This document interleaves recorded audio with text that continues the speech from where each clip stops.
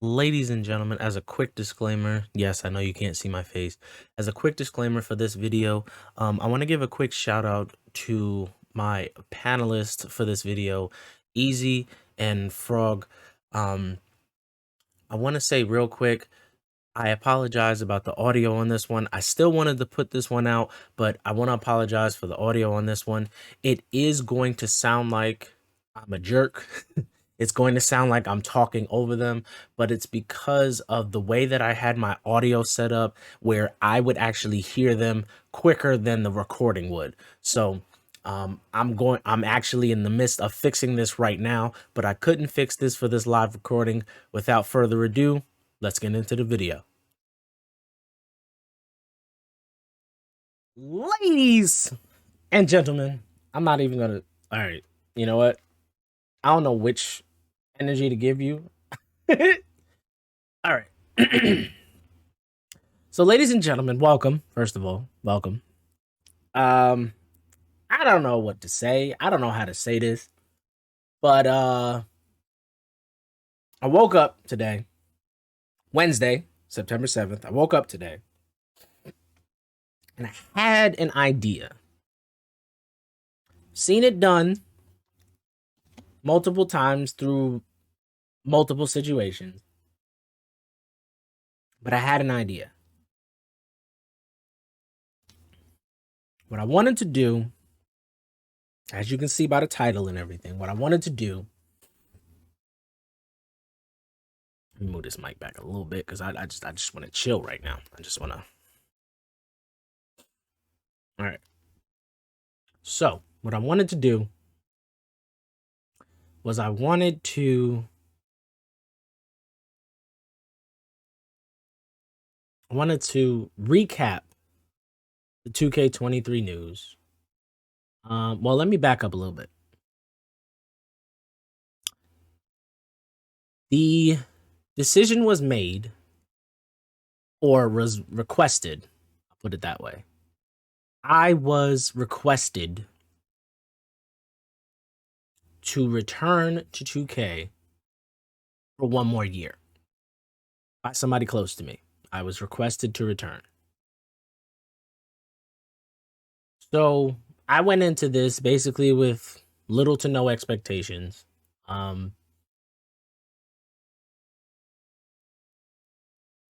Different things started coming out and all of that stuff. But as to the reason you are here, what I'm going to do today is I'm going to implement an idea I had this morning when I woke up.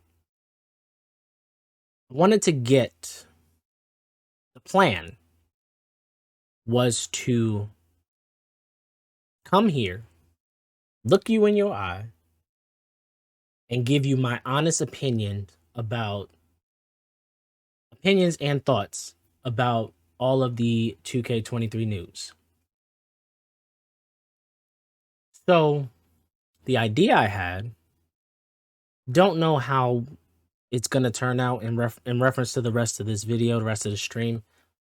Some of them may join us, some may not, because they got things going on. But the plan was I was going to get a group of people that I trusted together, and we were basically going to review the news together, and give you our thoughts. Obviously, this was a last minute thing. Like I said, I came up with this morning. Reached out to, the people I thought would fit. And yeah, so some may join, some may not, but if they don't, I'm always here ready to do what's necessary. So that is essentially how this came about. Originally we were supposed to finish another series and then do the news after, but as I started to think about this, the game comes out Friday. And for those of you who don't know, we're doing a 12-hour stream on Monday. That's right, Monday. So if you're wondering why, I'm taking the weekend to learn the game, give everybody a chance to listen to whatever creator they want to get, whoever they want to listen to. And on Monday at 10 a.m. Eastern time, 10 a.m. ish, gonna be like 10:15, 10, whatever. But the point is, we're gonna be doing a 12-hour stream Monday morning to Monday night. Again, Eastern Standard Time. So what we're gonna do today is we're gonna get into some news. I have some tabs up. Basically gonna look over everything that came out. I'm gonna give you my thoughts on it. I reacted to most of the stuff because I did see it while it was coming out. The only thing I didn't see is what came out today, which was the city news. I'm on next gen. So yeah. So we can get right into this. But like I said, we may have some people joining us later on. We'll see. We'll see what happens. You know, if they, like I said, if they free up, I'll introduce you to them and all of that stuff. But yeah. Let's get right into it. This first one is a rather... What's going on, Froge? How are you, sir? Do I want to do that? Yeah, there we go. All right. So this first one is... Okay, no problem. No problem, Froge. No problem. Just let me know. So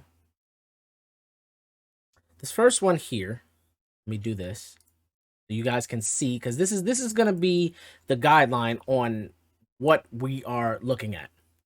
Okay, this is don't ask me why. This is the way that 2K decided to do this stuff. There was some stuff before this, not much, but we'll get into that.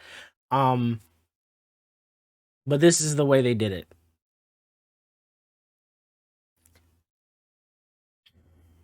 I have nothing to say in reference to that. Well, you came here for my honest opinion, right? This is horrible. Yeah. Yeah. Yeah. Horrible. That's my honest opinion. I told you guys what last stream.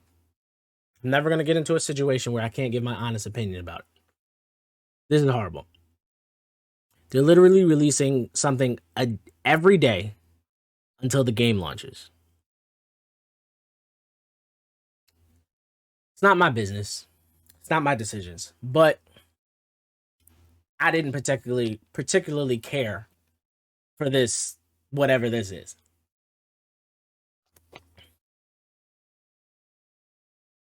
A week before the game comes out, you're releasing, up until the game comes, a day before, today,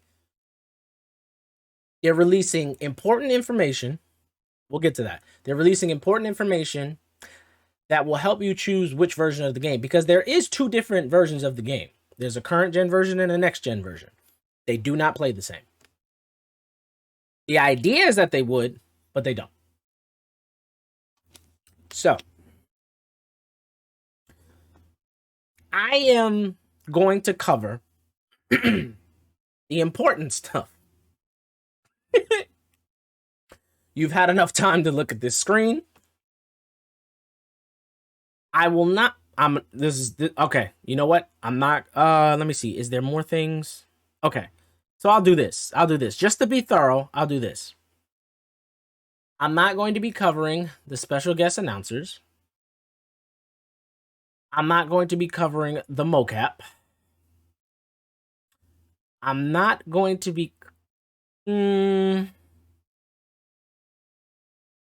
Obviously, I can't cover this or this, because that's, that's at a later date. I'm recording this on the 7th, so like I said, the city came out today. So yeah. So yeah. So that's what we're gonna do. So I just wanted to give you this to let you know where we're going with this. Now, the other than... That's Max. He says hello. Give me 1 second, actually. Hold on 1 second.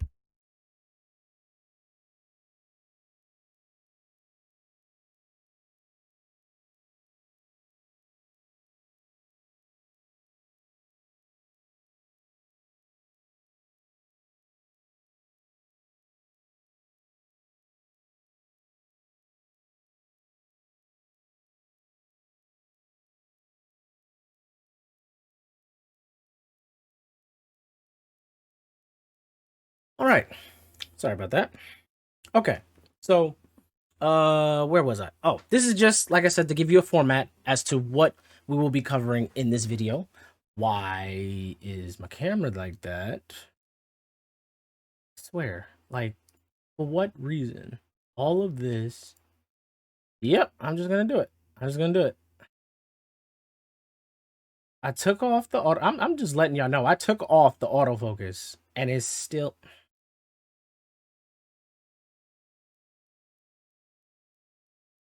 There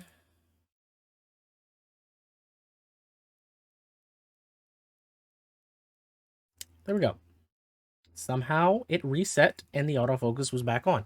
Anyway, baby, hi, hello. Welcome in, welcome in, welcome in. Are you excited? I'm excited. So yeah, so this, ladies and gentlemen, is somewhat of a blueprint or you know, yeah, it's just a blueprint, okay? So that's the only reason that this tab is up, because I wanted to let you know where we're going from here, okay? So let's, we're going to cover right now, we're going to cover some cosmetic things, and then we're going to get into the details as to, you know, the how the game plays and everything like that. I'm not doing that, Frog. I turned it off for that reason, so I don't have to do that. There's no reason why it should anyway. But yeah, I know that, Frog. I've done that before. I appreciate that. You're good, Easyy. Appreciate it. You're good. So yeah, this is basically what we are going to be doing today. And you say yes, you're excited. Listen, this is what we're here for, right? So so we're gonna be covering some cosmetic things right now, to start. Okay. Then we're gonna get into to how the game is, like how it's gonna feel when it's in your hand. Okay. So this is the soundtrack, the 2K Beat soundtrack. Okay. Okay. So I'll give you a second for my stream. Give them a second. YouTube, you guys can pause it. Yeah.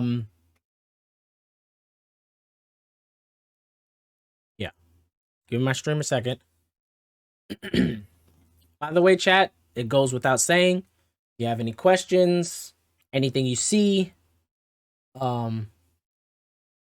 anything you see, feel free to let me know. Yeah. Y'all know how this goes. This is my honest opinion. Y'all know I'm not signed. Y'all know even if I was, I don't withhold my opinion. So, negative or positive. Bring back 2K13 soundtrack. Okay. So, there you go. We got Dreamville in there. Got Dreamville in there. I was happy to see that. Not gonna lie, I was happy to see that.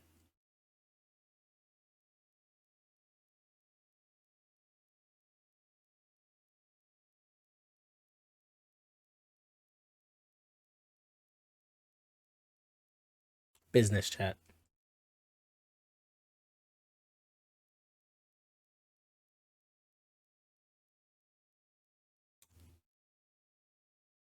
That's the only thing I care for is Dreamville. Okay. All right. So we're gonna go on to the next. I'm a Drake fan, so there you go. Everybody else, y'all might know them. None of these ring a bell. Megan, for bad reasons. Jack Harlow, yeah, I know a few of them, but yeah. All right. So the next thing we're gonna touch. The next thing we're gonna touch is the brand spotlight.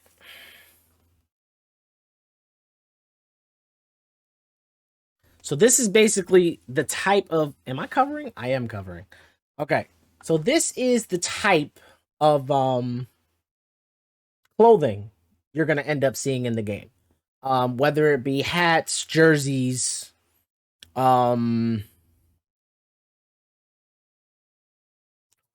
just clothing. This is just clothing. Okay. Thank the Lord they removed the soccer brand Juventus. Wow. Wow. But yeah. So I'm covering this is the only one I'm covering, okay? It's the only one I'm covering. Yeah, so OVO's in here. You know, Mitchell and Ness, naturally. You can see this. This, like I said, this is the cosmetic stuff. You know, welcome back. This is the I saw what you said, babe. This is the cosmetic side of the game. Okay? This is cool. It's cool. But for longtime 2K fans, we know that the cosmetic side has never been the issue. They had Crocs in 2K22. So,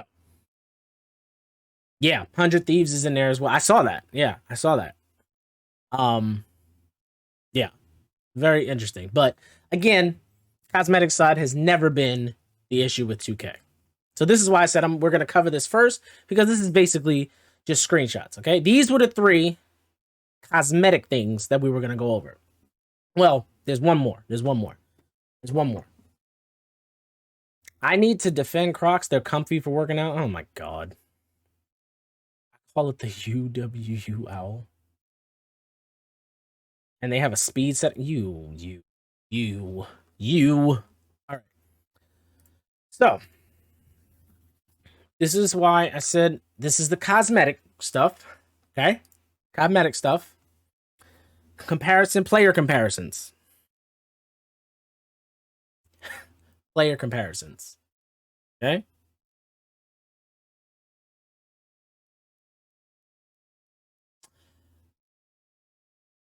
I'm going to say this real quick right here. I can confirm that 23 does look like this. Just going to say that. Footage we've seen that was released by 2K, that these 23 shots are accurate. Devin got a mustache on next gen. Yeah. Is there anything else? There we go. See? Looks a lot better. A lot better. Again, the cosmetic side has never been the problem. They've always had every other company beat in this area for a very long time. Never been the issue. All right. We're going to move on. You're going to see some ads.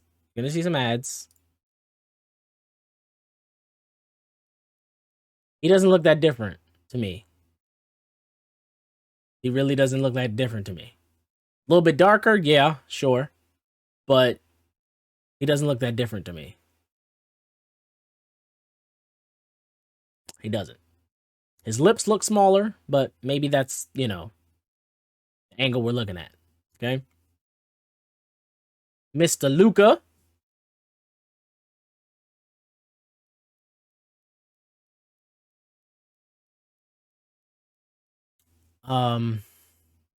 Yeah.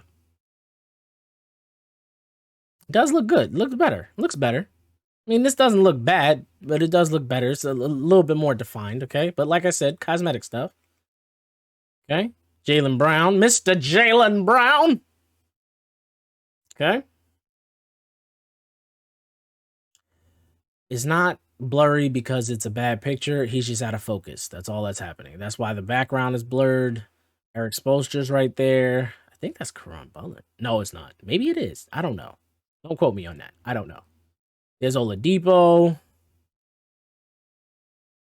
This, I got so many choice words to say to him. But that's Udonis Haslem, everyone. I'm just going to leave it at that. BRB, okay, Frog. No worries. LeBron James. Not much of a difference, truthfully. Not much of a difference.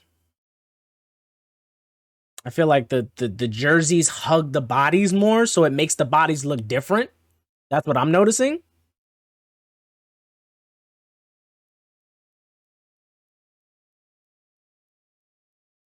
Okay.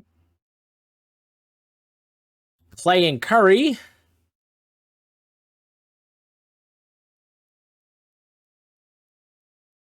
I feel like this Curry's better. Truthfully. I mean, the body again, they're basically slimming the bodies down to make there's more like muscle definition, but you know,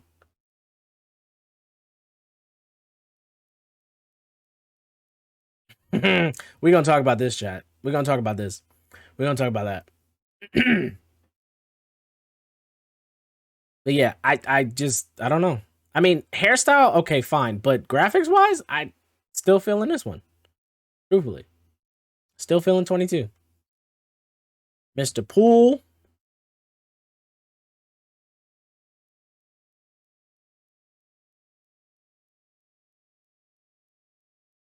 Lonzo Ball.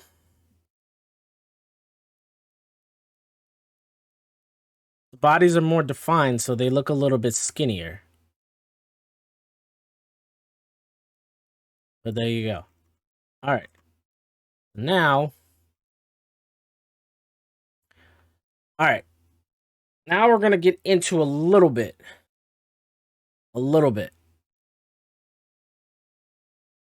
I need to prevent. Let's turn that off. I don't want to get, I don't want to get, oh God. Okay, so we're going to do this. We're going to do this. We're going to do this. Okay. So this says, this is kind of getting into the game a little bit. So this is the reason why I started with this page, because it has little short clips of various things, okay? So what this says here is another new feature to prevent over dribbling. Actually, you know what? We'll come back to this. We'll come back to this because that is yeah, we'll come back to that. We'll come back to that. But here you go. Here's some screenshots. We're gonna, fly right through them.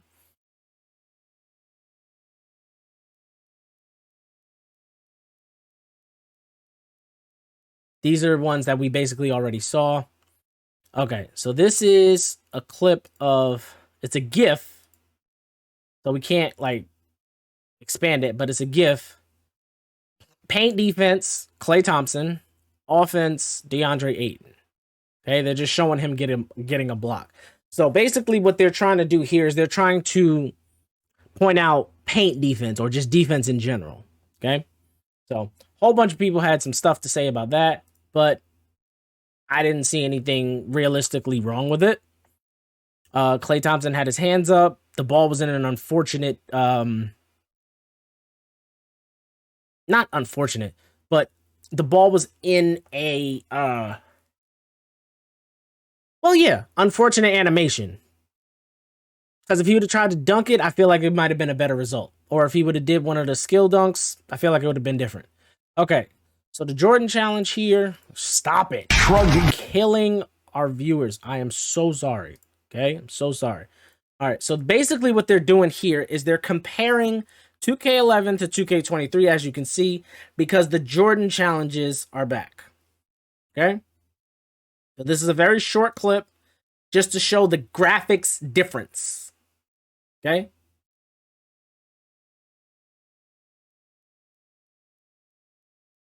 Okay. Is there anything else I want to... This is more of the same. Do I want to show this? Because this might confuse you if you don't know what you're looking at. You know what? I'll just show it. I'll just show it and we'll explain it. So in this clip here, we're watching Jason Tatum. I mean, most of you have seen this if you've been on Twitter or whatever. There's a few people, but anyway. It's just showing... This is when we didn't know what the game looks like. So that's why these clips are so short. But this is showing the stamina meter with the new adrenaline boost. Again, we'll get into that. Just give me a second. We're gonna cover all of that, okay? We're gonna cover all of that. This is 4 seconds. I feel like this right here is showing off the defense. Because Klay tips it from the corner by denying the ball. Poole throws it immediately. And Crowder steps in and just, like, I feel like, I don't know. I don't know what to think of that clip because Jay Crowder is actually a really good defender and so is Klay Thompson. So maybe this is them showing off the fact that defense is different. You know what I mean? Like, defense is more of a priority. I don't know. But again, these are NBA players. So, yeah. More responsive defenders, it seems like. Yeah, that's...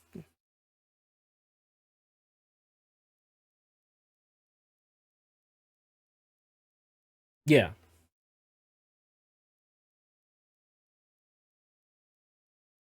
Okay. All right. So give me 1 second. Uh,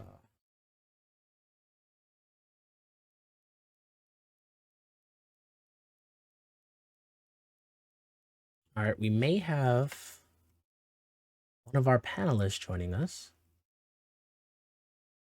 Trying to find.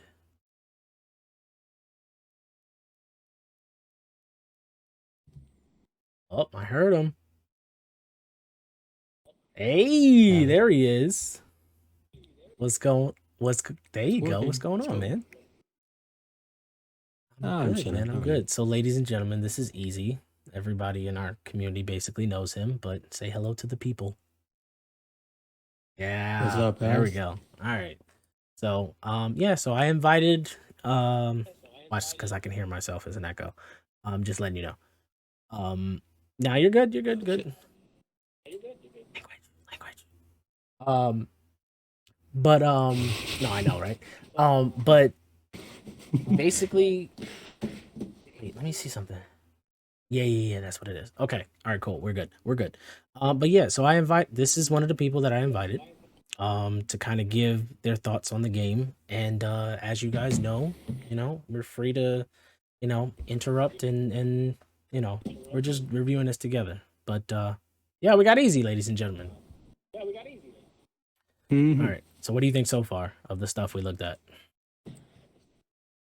I mean, I've seen a few things. It doesn't look that bad, but I'm still worried about the changes after like 2 or 3 weeks. Yeah. As ever. For those who don't know, that has been a pretty consistent thing, because like that was kind of what I was thinking going into this, is the fact that 2K every year, every single year, they go in promising a whole bunch of things, and it's really good in the beginning, and then for whatever reason, whether it's the higher ups, whether it's certain people in the community, I don't know what it is, but they end up making changes in the form of patches, and basically what ends up happening is the game that you bought is no longer the game that you're playing. So that Exactly. is the biggest complaint when it comes to playing 2K. And this is why there's a lot of people that were on the fence, just like me. Like I said, I was requested to come back this way. This wasn't my decision by any means. I was requested to do this. So that is the biggest problem with them, and that is the reason why I stopped playing 22. So, um, so just so you know, you understand, we are not here to be like, this is the game to buy, go buy it. We're giving our honest opinions on this because we have spent years playing 2K, or for me, I have, well, both of us actually in the call right now. Both of us have basketball experience. So we do this, you know what I mean? And we're not people who just pick up and play 2K for 5 minutes a day and then be like, oh, the game's trash. That's not the case. That's not the case. This is why I said I had select people that I wanted to invite in here, because you're gonna get different perspectives. So you understand, it's not just me talking. It's not like I have something against the game. I don't. It's just the company that's handling the game. The game itself could be great. It was great in 2K22, the season 1. It was beautiful on next gen. Easyy has a current gen perspective, so could you talk about how it was, at least in the beginning of the game? Because I never played current gen, I'll be honest. I mean, the first month was pretty decent, but after that, the game just changed too much. Go ahead. Like, it wasn't fun Okay. to play anymore. When it started, you see same animations and like there was no variety. Yeah. Okay. Yeah. And that bothers No, I me. got you. Yeah. See, so he was sending me clips. He was sending me screenshots and little mini videos of what he was doing in the first month. You had a crazy record. I remember that. You had a crazy record in 22 to start it. At the start, I was like 110 and 1. Yeah. So again, And that one loss, what we got out. Right. I got Yeah, I lagged remember out. you telling me that. Yep. Eh. We got basically got DDoS, me Yep. and Shadow. Yep. So So just as a full disclaimer, he was on current gen. His one loss came from lagging out. I was on next gen, and one of the biggest problems we were having is as soon as we finished the game, we would get kicked out. At one point, you could this is how bad it was. At one point, it was based off of being on a certain court. And then it became every court. So it was like you couldn't play on certain courts because those were the courts that you'd get lagged out on. But then it became every court. So this is why I'm letting you know that this isn't just my perspective. This is people who have played the game, have spent hours in the game. You know, we know what we're talking about.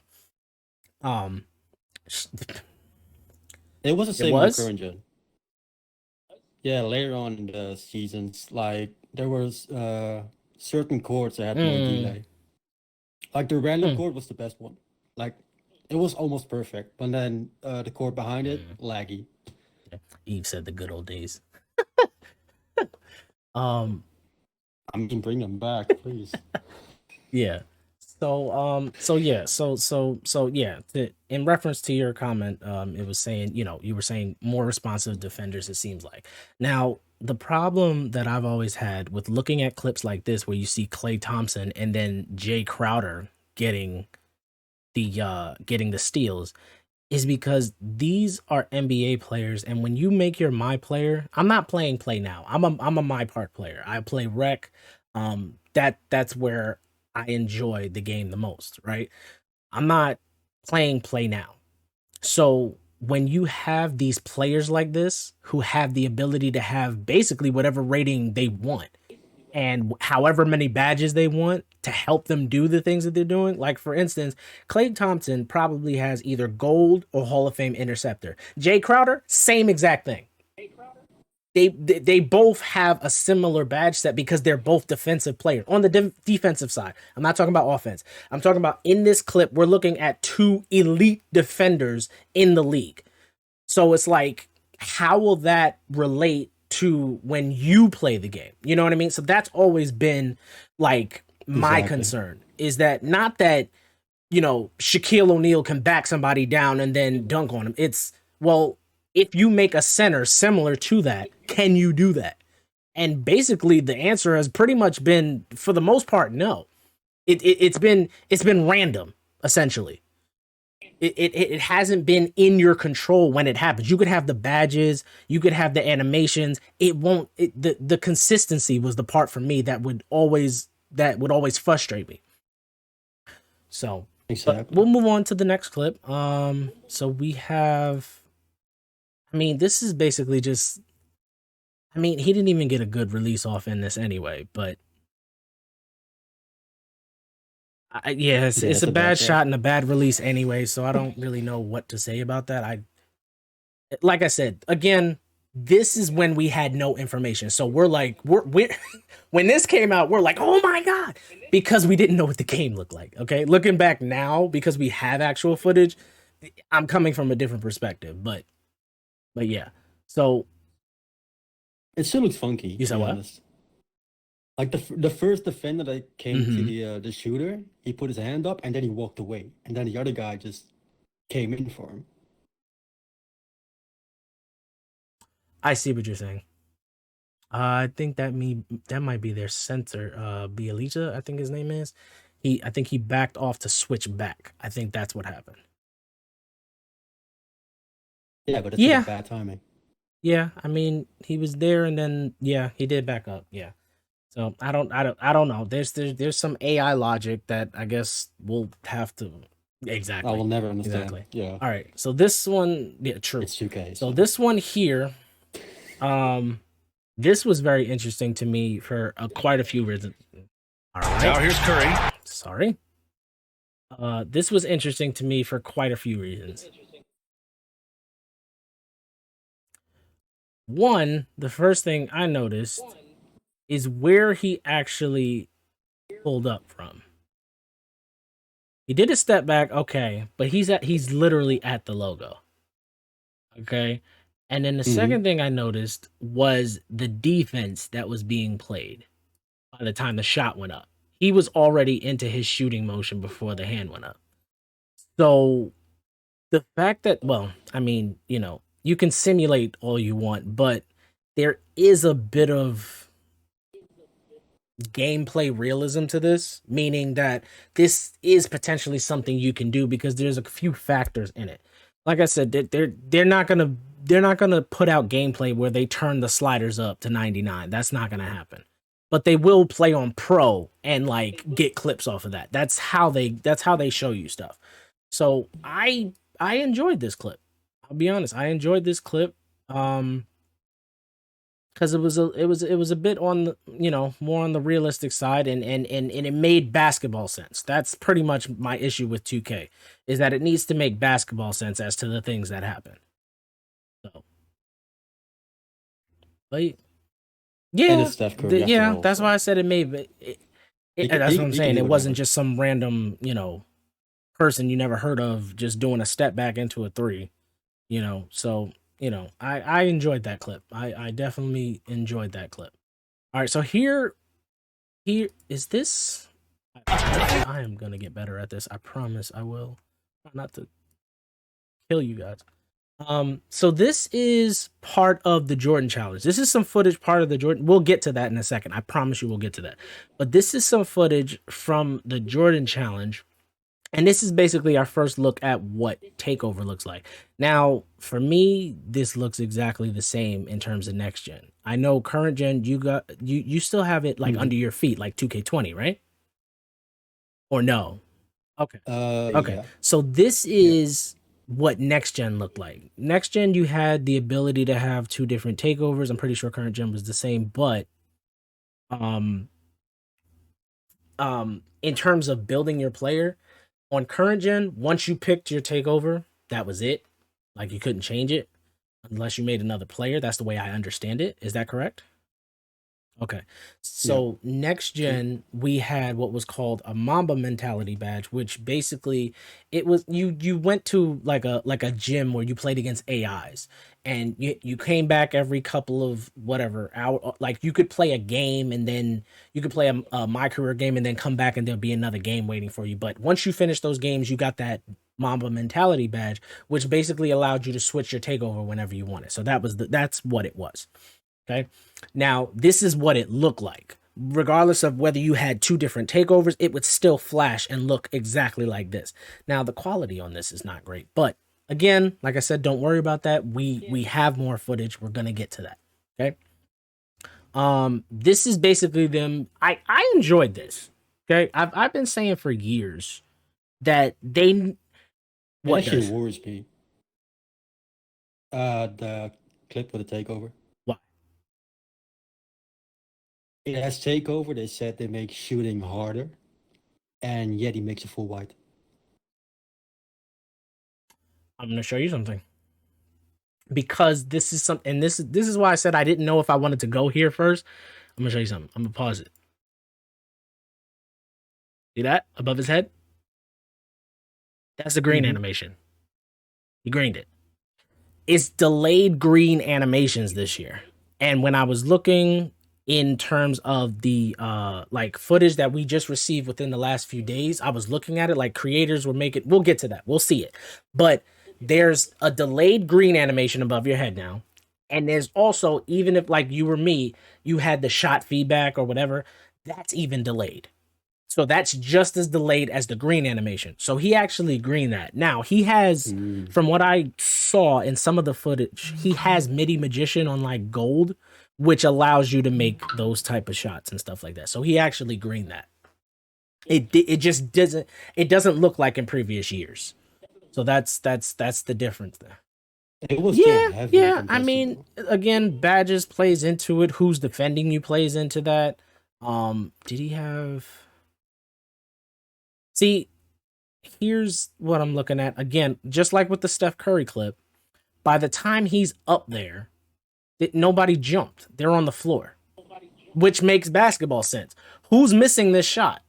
Is MJ missing this in real life? Is like, I mean, how many times have you seen KD shoot over somebody's hand? because they don't jump at them, they can't contest them. So this right here, to me at least, makes basketball sense because both of them have their feet planted. They're just putting their hands up.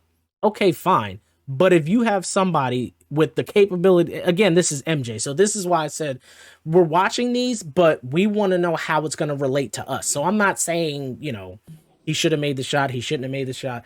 I'm just kind of figuring out why he did. You know what I mean? Like I said, he has midi magician. His mid range is probably crazy high because it's MJ. And then taking into account the defenders not even, like I said, this looks exactly like the Curry clip to me. He was already at the top of his release bar, meaning he was at his release point before they even, you know what I mean? Like before they even like did anything. By the time his hand is up, the ball's out of his hand and his release is already gone. So if somebody contests you and the ball's already out of your hand, it shouldn't affect your shot. That's just, you know, for me. But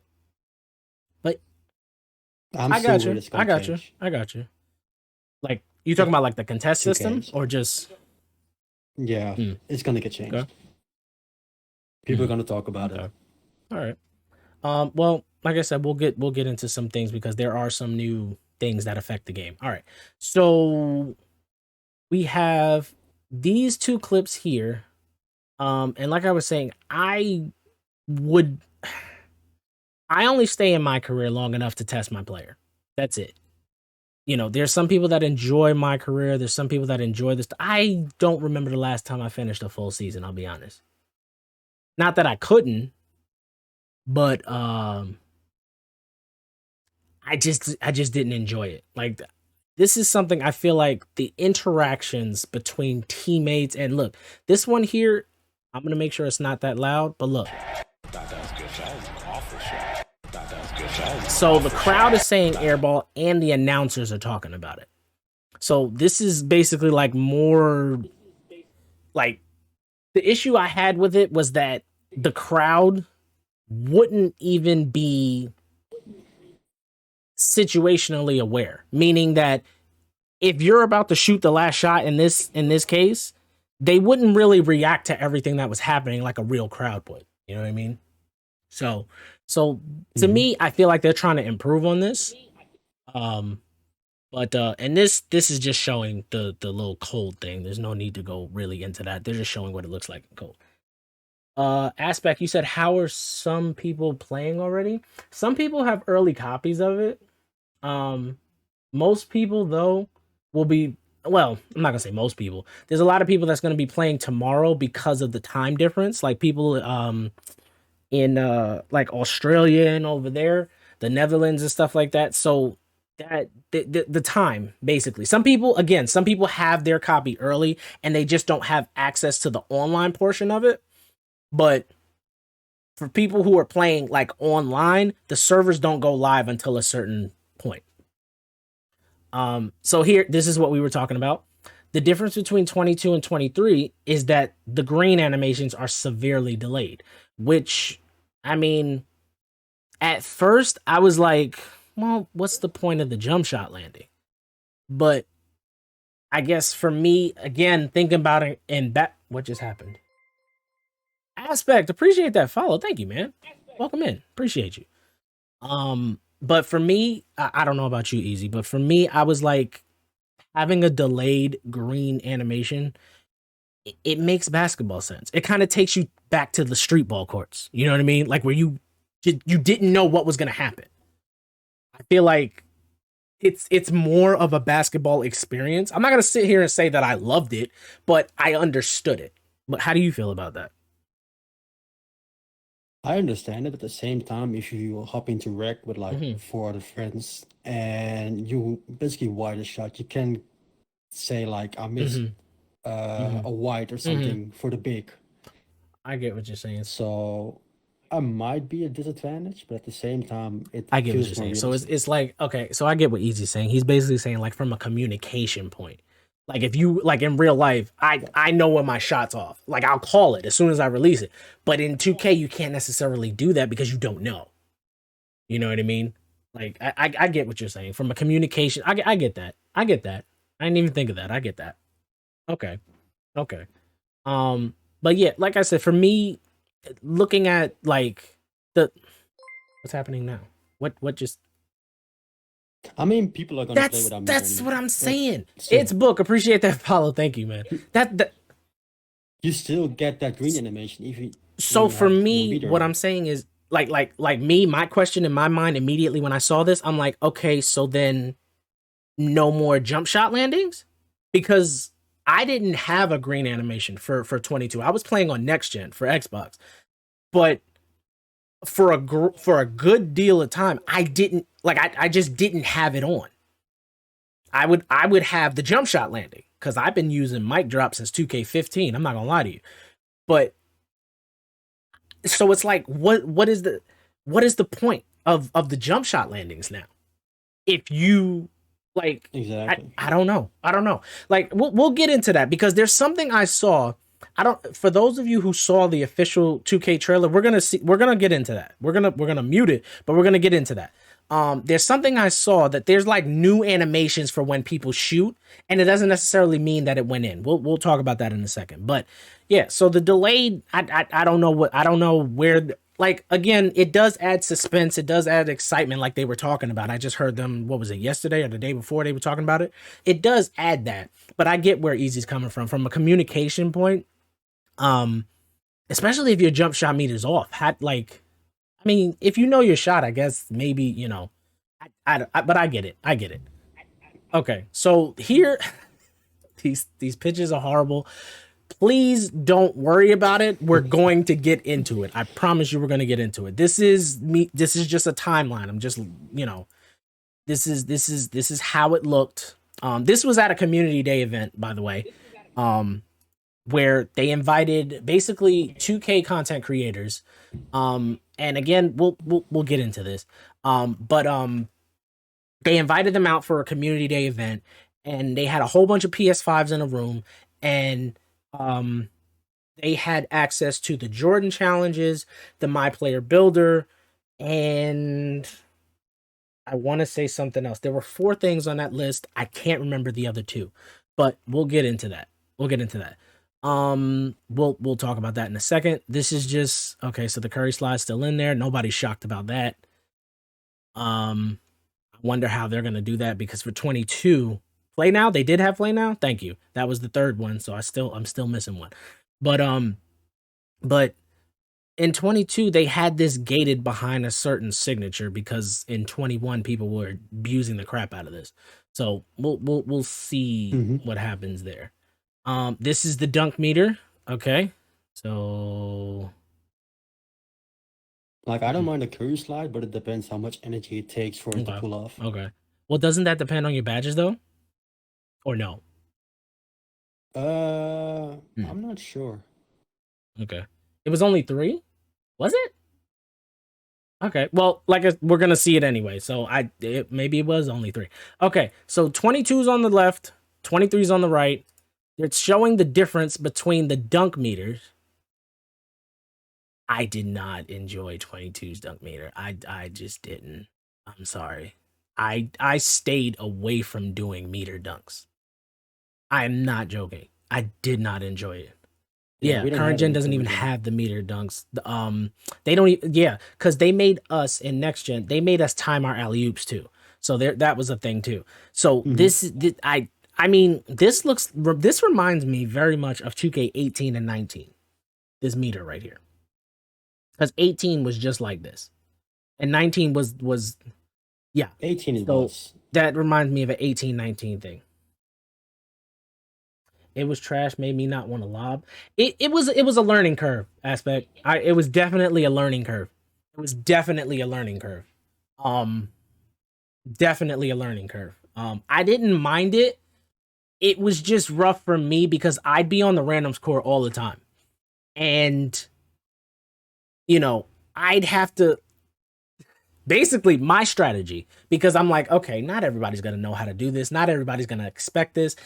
I don't know them. They don't know me. So what I started doing was, like, if they were open and it was early enough in the game where if it's 1919, I'm not throwing no lob to somebody who I didn't throw it to. So if it was early enough in the game, I would throw them a lob. If I got a turnover, I got a turnover. But at least that's the communication now to say that, hey, watch out for this. I'm gonna throw it to you, kind of thing. So it was just like, it was not a guaranteed turnover because some people would know to look for it and some people wouldn't. You know what I mean? So it was a learning curve. I'm not gonna lie to you. I know Courageous didn't have it, but during the first like 2 months of the game, I wasn't throwing lobs because it was just ridiculous. Nobody knew how to time it. Everybody was just missing the ball. It was going straight out of bounds. It was like a high school game. It was rough. It was rough. So I took a break for a while from throwing lobs and stuff like that. But that dunk meter, I didn't enjoy it. I just didn't enjoy it. It was too difficult to time for me. It's not that I didn't know how to do it. It was just like, now, okay, I'm going to tell you this straight up. You could do the dunk meter without having any signatures.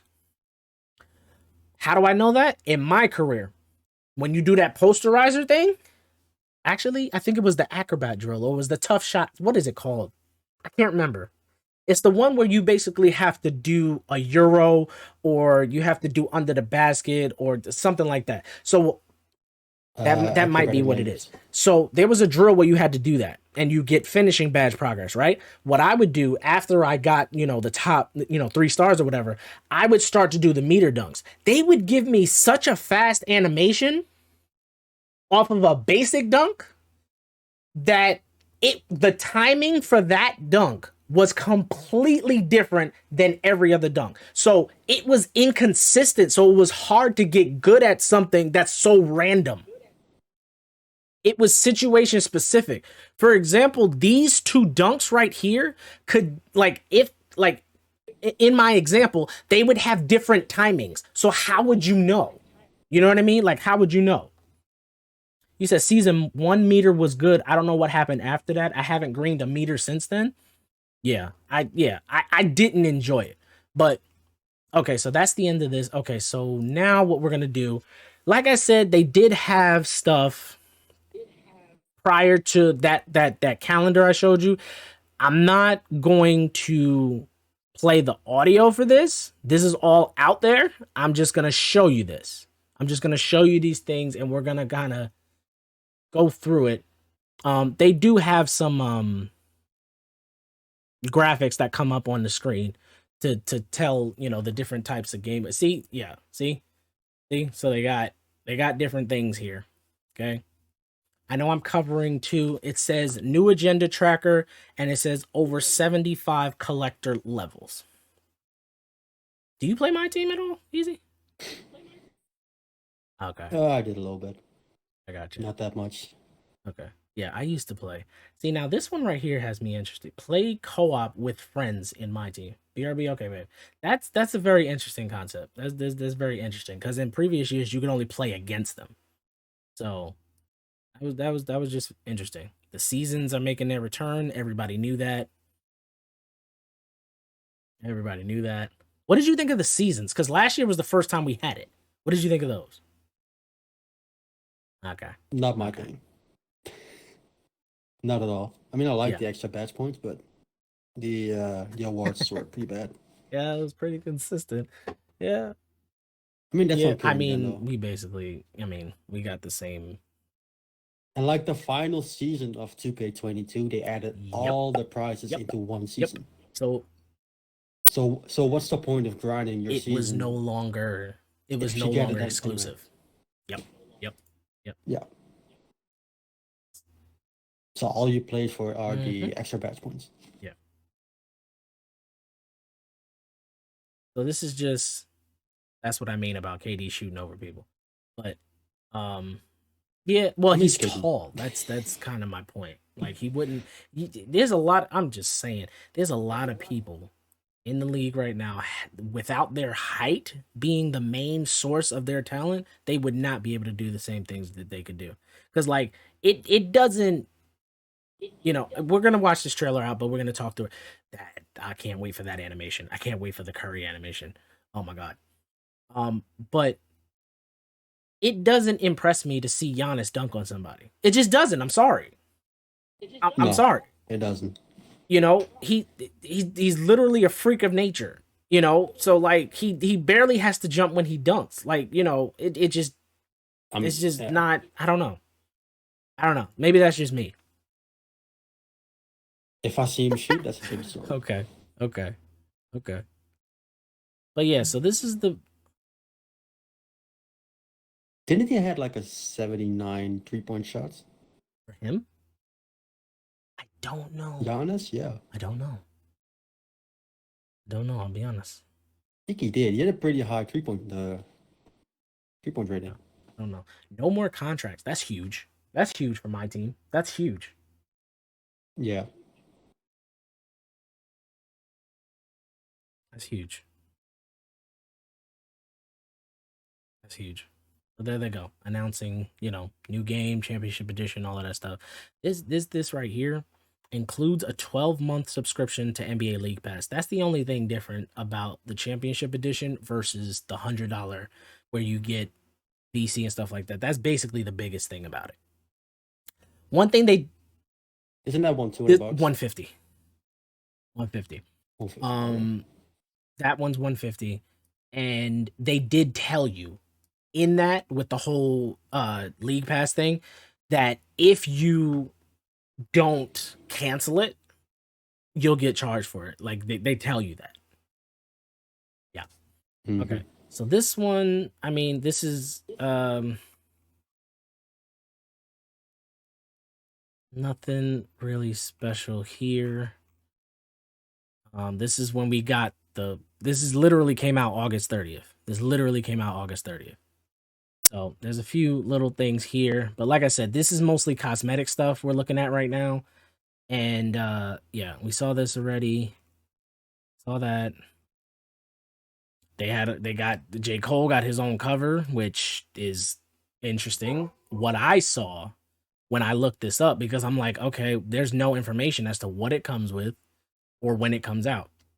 So from what I understand, this edition of the game is just like the WNBA version of the game. It's a physical copy, one, and it only gets sold at GameStops. That's what I heard. I love it. I like it though. I love it. But that's the only thing I heard in reference to it. Okay. All right. This is from the 2K trailer. This is the Beats thing. This is from the 2K trailer, which we're gonna watch in a second. Here we go. So I hope I don't get copyrighted for that. Okay, so we're gonna watch the 2K trailer. This is the My Career trailer. Now, it does say at the bottom, this is for next gen. I know you're not gonna hear this. This is out on the internet. Everybody who's in the 2K community has probably seen this at this point. So this is just an introduction as to who you would be. There was some speculation to say that you would go to the Hornets, but I think honestly that was a tribute to Michael Jordan because he's on the cover. Look at T-Mac.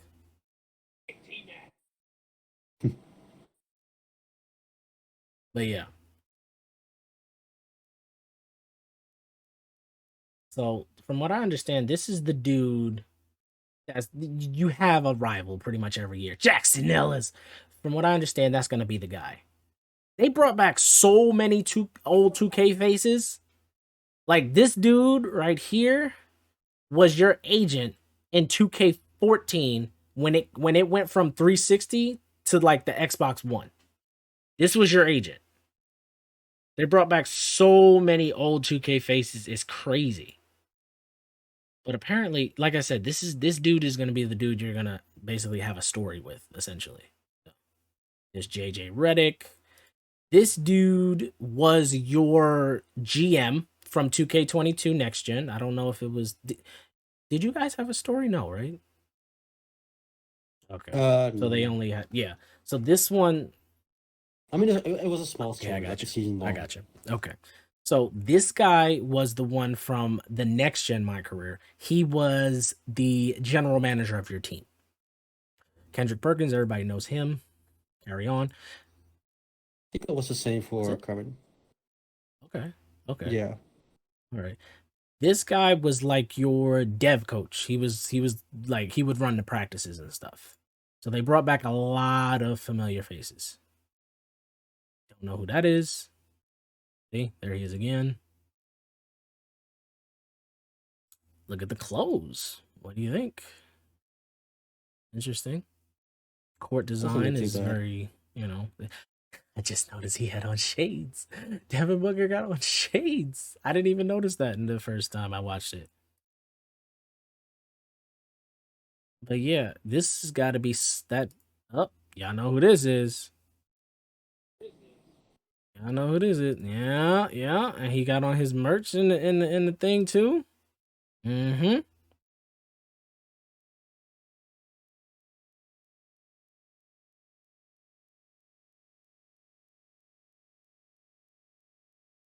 Back in the studio, that was a thing for next gen. Okay, so full disclosure, this person right here that he's shaking hands with, I said that was a T-Pain lookalike. I thought it was T-Pain. I'm not gonna lie. Thought it was T-Pain. I thought it was T-Pain. Looks thought like it was him.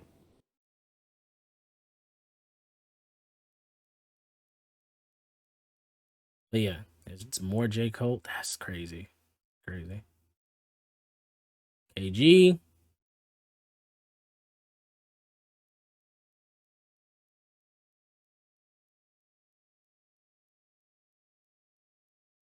Okay.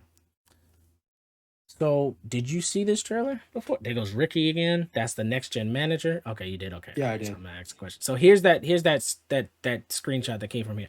So basically, this was the very first My Career trailer.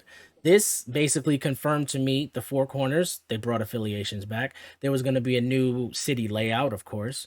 But okay. So what did you think when you first saw this? I'm gonna tell you my thoughts, but what did you think? Same old, same old. Okay. Okay. All right. So that's all came up to me. I got you. Like same I old, got you. same old. So for me, because I was on Next Gen and I played, the entire story for Next Gen a few times, for me,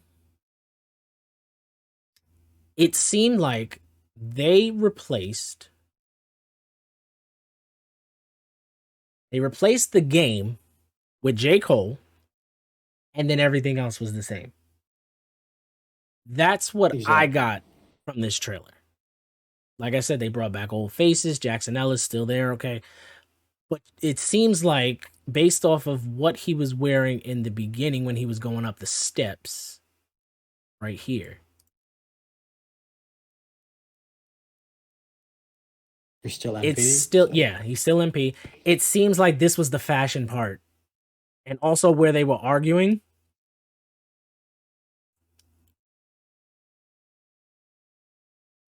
They were arguing, it looks like made the story to like season 2. Yeah, it's possible. But look, where they're arguing, there's mannequins in the back. So this definitely seems like a fashion type thing. For those who don't know, Next Gen had fashion and then music. Those were basically the two options.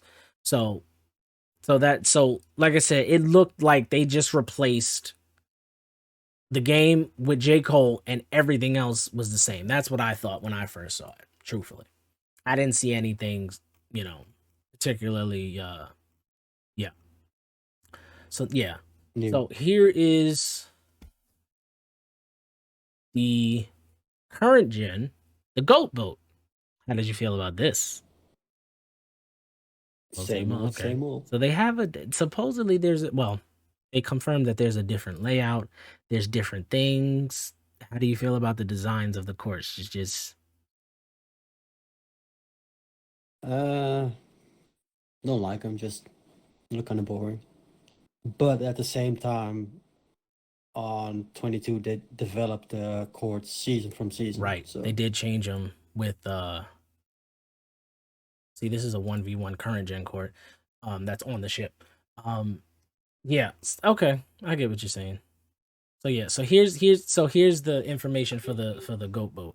For the next 12 months, players will call the GOAT boat home and take part in myriad competitions during that time frame. Life aboard the Concha del Mar was buoyant and eventful, but the Goat Boat is an entirely new experience, equipped with more accessible layout. So basically, from what I heard, is that there will be a lot. It'll be a lot easier to get around. Like there's certain things that's off the boat supposedly that you can access from the elevator. That's what I understand about it. We're gonna go through it again, but this is just, you know, Discord. I like the way this looks. Not gonna lie, I like.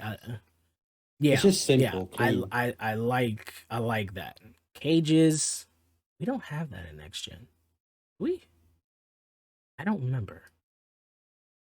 I remember 21 we did. I don't remember if 22 has it. I don't remember. This is the Rec Lounge. Okay, so here we go. This is the Goat Boat. 6 3v3s, 4 elevators, 2 showers, which is basically the equivalent of the subways, as you guys know them, for the server refresh. Gatorade training facility. You can see the rest here. 2v2. So they're basically listing each floor, I guess, is what's going on. Yeah. So they're saying platinum deck deuces, platinum deck moat, silver deck promenade. Yeah. So they're basically just listing it here. Okay. Yeah, it seems like things are more accessible and kind of more tightly packed in terms of where you'll find it. I did hear that they were mentioning some type of matchmaking. Yeah. This year features more variety when it comes to matchmaking, as we've added no wait gameplay to complement got next spots. Blah, blah, blah. Yeah.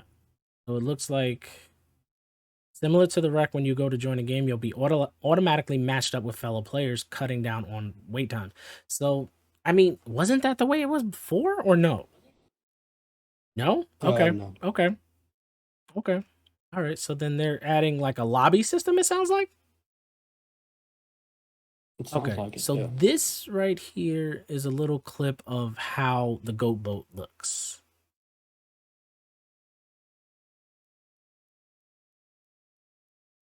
Yeah. Okay. That's the community day I was telling you about. This more pictures of the builder. Like I said, we'll get into that. I think that's it for here. I'm skipping over Mike Wang stuff specifically because there's stuff that we're going to get into.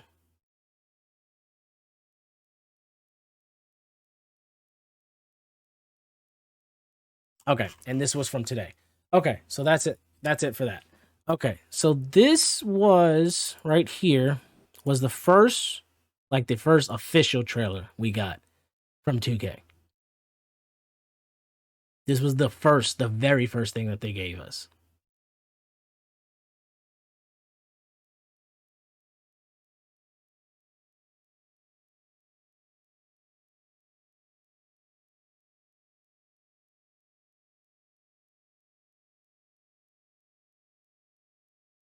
There's a lot I took from this one. There is a lot I took from this one.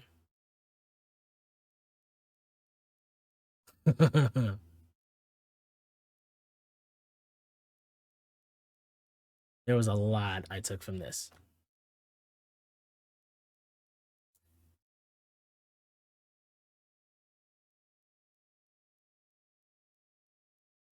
Candace.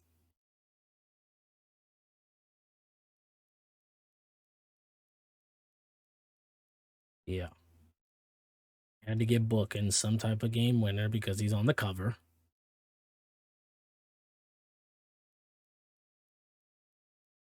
So there's that. So we're gonna skip. We're gonna go back. Whoops. Playtime. So sorry. So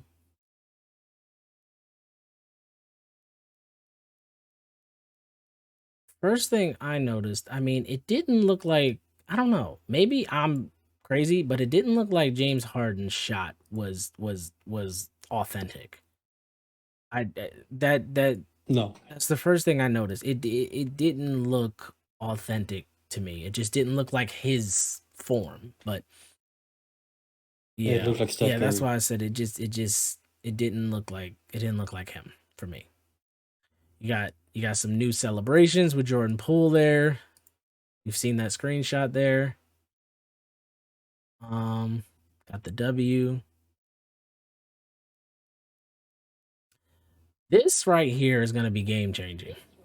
This little Giannis play with PJ Tucker. Look at how far he pushed him. This had everybody going crazy. Because realistically, slashing hasn't been what it used to be in a very long time. It's kind of all been about dribbling. Got some new animations. Got the night from Curry.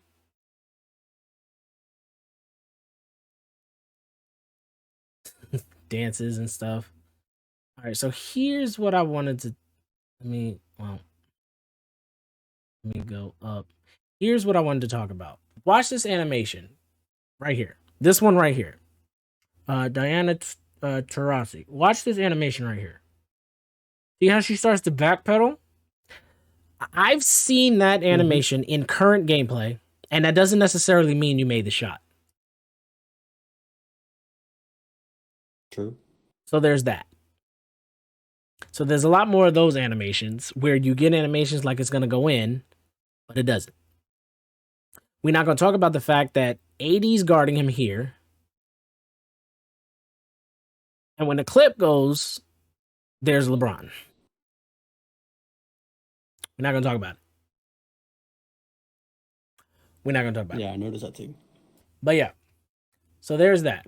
Okay, so this is when, for those who don't know Mike Wang, what are you doing? Kidding. Exactly. So he like disappears for months out of the year, and always shows up when there's some new, whenever there's some new information that has to. It typically goes from around July, maybe August. It depends on when, basically, marketing is releasing information. So whenever he shows up, it's like a celebration. It's like a basically, in a sense, he starts the countdown. If I'm honest, he starts the countdown. Okay, so now this courtside report, I have it right here. Okay, now there is a lot in here. Okay, this, I don't know how else to say this, but this game, from this courtside report on, well, let me put it this way. This courtside report let me know that this game was going to play a lot different, okay? Just mechanics-wise, right? But in reference to the information that we received afterwards, it was basically confirming that this is a completely different game. So, I'm not going to lie to you. Again, there's a lot here. Upgraded pro stick, double throws. We'll talk about that in a second. Also with switchbacks, flex on the rim, all of that stuff. Like you can control the rim hangs now. I don't understand what the point of that is. I don't. It's cool, I guess. I'm not going to be using it. But I feel like that's one of those features that they're throwing in there to see how it works and how people interact with it in order to add it to something else. That's what I feel like they're doing. That's what I feel like they're doing. For dunks, so when we were talking about double throws, it basically means flicking the pro stick in the same direction, basically, twice. Switchbacks, you just switch it two different directions. Okay, these are new dunking controls. Okay, this is basically your right stick, and this is just that's what that is. That's what that is. So these are the new dunking controls. Pretty much we've all seen it. This is, like I said, this is the rim hang. This is something you have control over now. Yeah, that's something you can control. There was some footage. We probably will get to see it if I can find it. There's some footage that came out recently where somebody actually got a tech for hanging on the rim for too long. He did a full 3 swings before they called the tech. So I don't know how that's going to relate to Park, because we don't shoot free throws in Park. So I You just hit a shooting I foul. don't know what's gonna happen. I mean, I was worried that if people wanted to troll, but then again, you know, I don't know what's gonna happen there. I don't know what's gonna happen there. This part here had me excited. Okay, we saw this from the trailer, but what we didn't know is there was a lot behind this. Basically, what happened is that they revamped slashing. So they're basically saying that Euro steps, spin layups, hop steps, all of that stuff, the cradle layups, they're a lot more viable this year. Last year, in previous years, they weren't. You were scared when you got a layup. You were basically scared when you got a layup. Because most of the time it wasn't intentional. You'd be going up for a dunk and then it switches to a layup. You guys know what I'm talking about. I mean, on 20 was decent. 20 was, 21, yes. non-existent. I agree. 20, well, from 19 to 20, they took away the usefulness of the spin layup. And in 21, I was on current gen and then I went to next gen. But the spin layup was something I used to love to do because I knew when to do it. And it was basically useless. 20 was the hop step. That was the most useful layup in the game. True. But for me, they took away my ability to do spin layups when it made sense. So it kind of, I don't know. I like to do.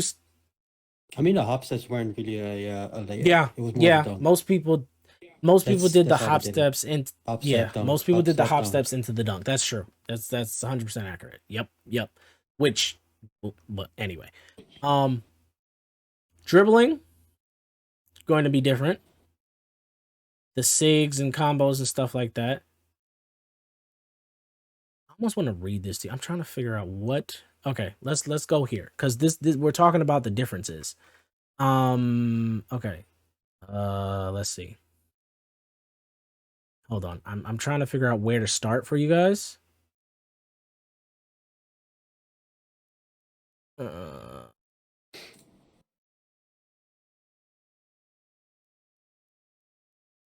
Physics-based simulated rim hangs. Controls are simple. Left stick.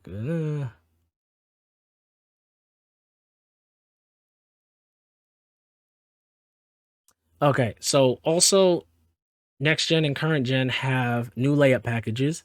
Devin Booker, Joel Embiid, Allen Iverson, Magic Johnson, Nikola Jokic, Zach LaVine, Ja Morant, Sue Bird, Diana Taurasi, and more. They just named a lot. Easy, you're crazy. Mhm. What is that? Hype? What is that? What? Oh, is somebody holding something? There it is. Okay. Yeah. All right. Okay. It's basically this. Okay.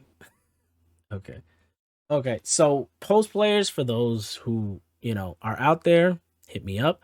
For post players, double throws can be used for post drop steps and hop shots.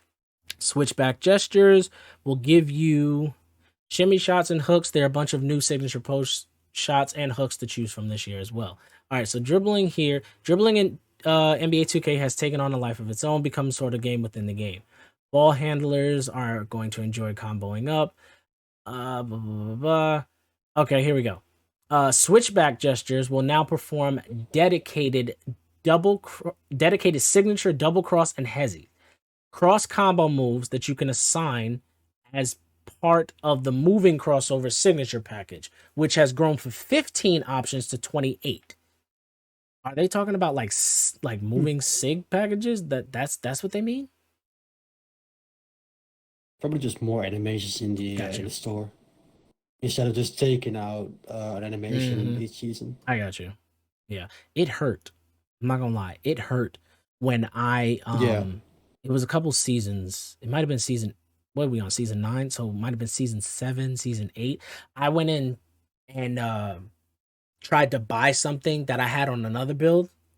And it was literally you couldn't. And it was literally just the finger wag animation. I wanted to put it on a different build, Exactly. and the finger wag wasn't there.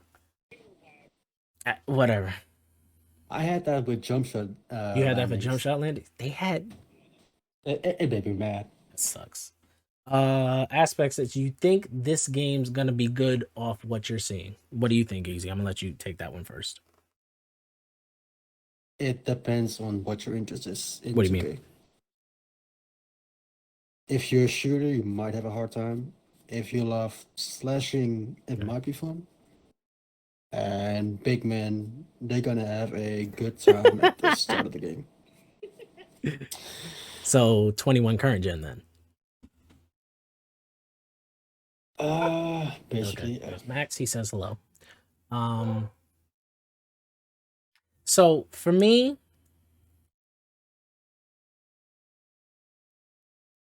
based on what they're saying, like I just made the reference, 21 current gen. Whoever played that knows that shooting was ridiculous. If you didn't have a certain rating, like compared to other two, well, let me put it this way: compared to other 2Ks, that was the hardest shooting year. Current gen, I'm talking about. Next gen was a completely different game. Don't forget about first 2 weeks of 20. I didn't really have an issue there. I didn't have any. The only thing I can remember is 21 current gen in terms of how bad the shooting was and how in the first couple days of the game, people were posting pics on Twitter of them having 15 points and 17 rebounds as a big. That's what I remember of that was the toughest time. Now I wasn't out there just throwing up shots. I took good shots, they just weren't going in. You know what I mean? I get because whatever reason, badge wasn't high enough, rating wasn't high enough, whatever it was. I was using the same release that I've been using, but anyway, but to answer your question specifically, Aspect, I believe that this game is going to be a culture shock for a lot of people. Now, the reason I'm saying this is my opinion, not saying I'm right. I've been playing 2K since it was 2K. I played it since the first one, since it was on the Dreamcast. The last good 2K all around, even though 2K had its issues, was 16 for me.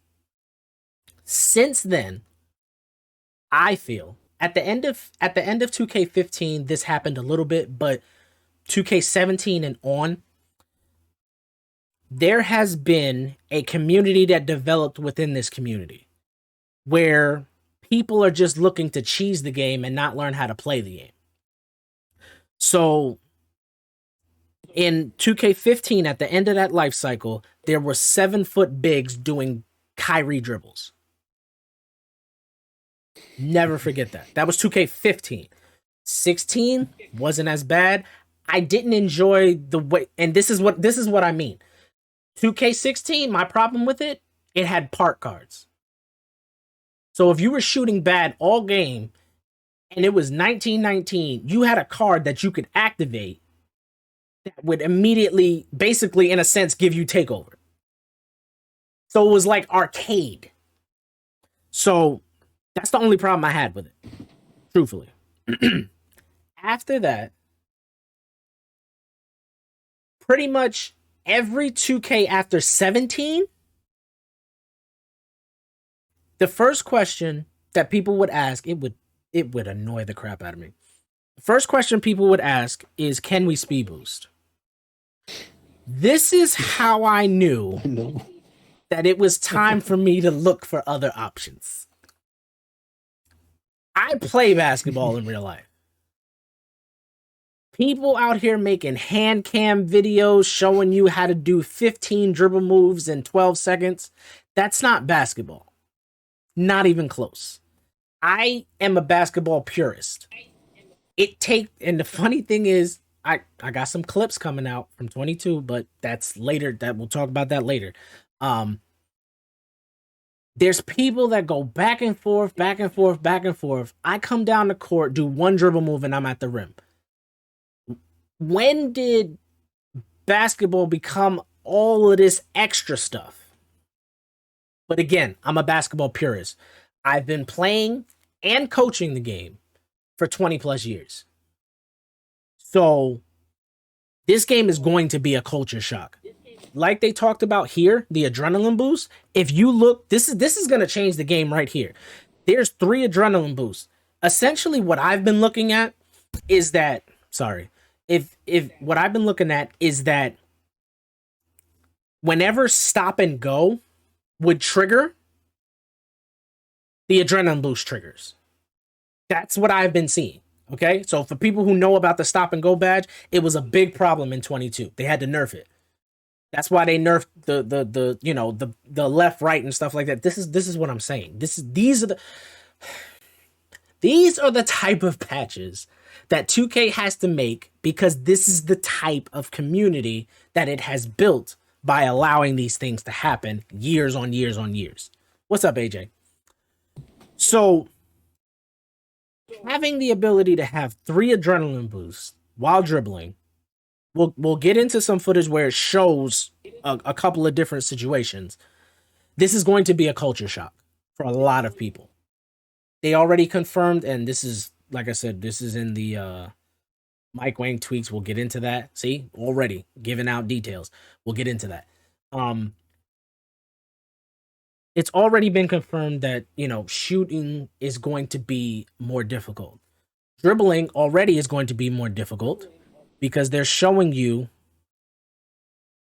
these 3 adrenaline bars. Like I said, they basically trigger. You can't even see. My bad.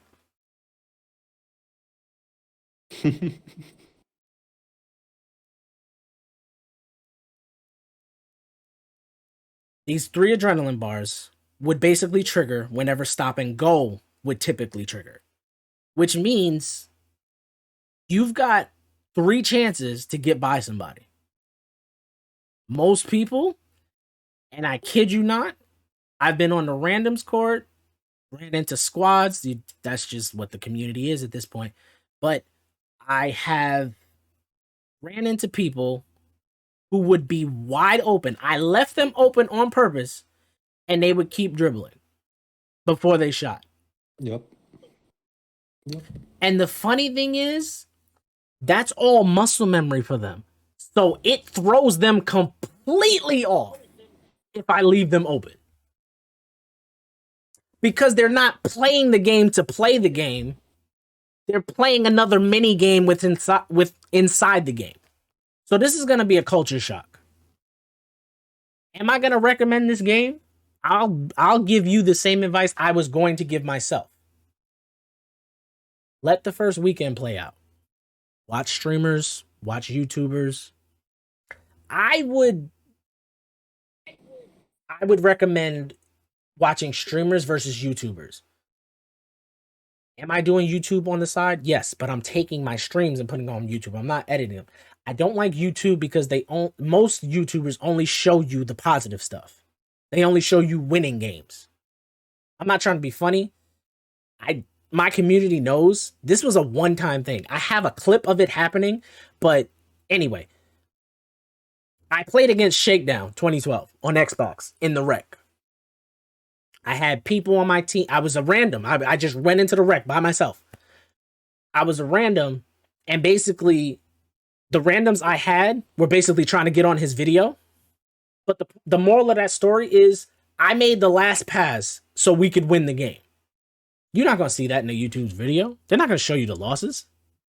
So this is the reason why I'm saying I would recommend that you watch streamers and get their live reactions. Take a chance, like watch it over the weekend.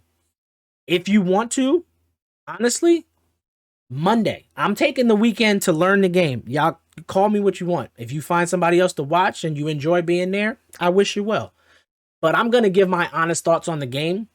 And I'm going to take this weekend with my girl, who's also a basketball head, who's also good at the game, and she thinks a lot like I do. So we're the reason I have Eacyy in my ear right now so you guys can hear him is because we're not just sitting here like, oh, we suck at the game, I don't know how to play this game. It's the complete opposite. It's the game is basically limiting us. This year, it feels like that quote unquote skills gap that they've been talking about, it's gonna raise the people that have been dumbed down by the casual gameplay, sniper and everybody running Hall of Fame ankle breaker and wait and spamming step backs until you know fading in the corner. Anyway, it's going to raise those people who were being held down by the casual gameplays. It's going to raise them up, and it's going to bring these people that just spam down. That's my opinion. If you want to see what the game has to offer, like I said, if you find somebody else, feel free. But I'm going to give my honest opinions on Monday. I'm going to be streaming from 10 a.m. Eastern time to 10:30. I'm doing a 12-hour stream. Normally, I only stream 4.5 hours Monday, Wednesday, Friday. Monday, I'm doing a 12-hour stream. I'm going to start completely brand new so that you can see what it looks like in the builder. You can see like my brain, basically. You can see how to maneuver with the builder. We're going to get into this right here, this last video. For those who don't know, this guy, I respect Joe Knows because he has a similar mindset as I do. But anyway, he broke down the builder. We're going to watch it together. If you guys want to, stick around for that, or you can go watch it on YouTube yourself. I'm not holding you here. You want to be here? Cool. Love to have you. But we're going to watch this and we're going to see how he breaks it down. And this is the reason his video is the reason that gives me a lot of positivity going into the game. But again, just like Easyy said, he's 100% correct. I have the same hesitation. How much of it is going to stay the way that they're saying it is right now? That is my concern. That is my major concern because that is what always happens. That's what's been happening since what, 17? It 18 was horrible. I'm not going to talk about that. That's a day. Oh my God. That's another day's conversation. Anyway. Yeah. What did you think of it? Since that was your first one. It had a learning curve. Yeah. That's for sure. So it's going to be a culture shock.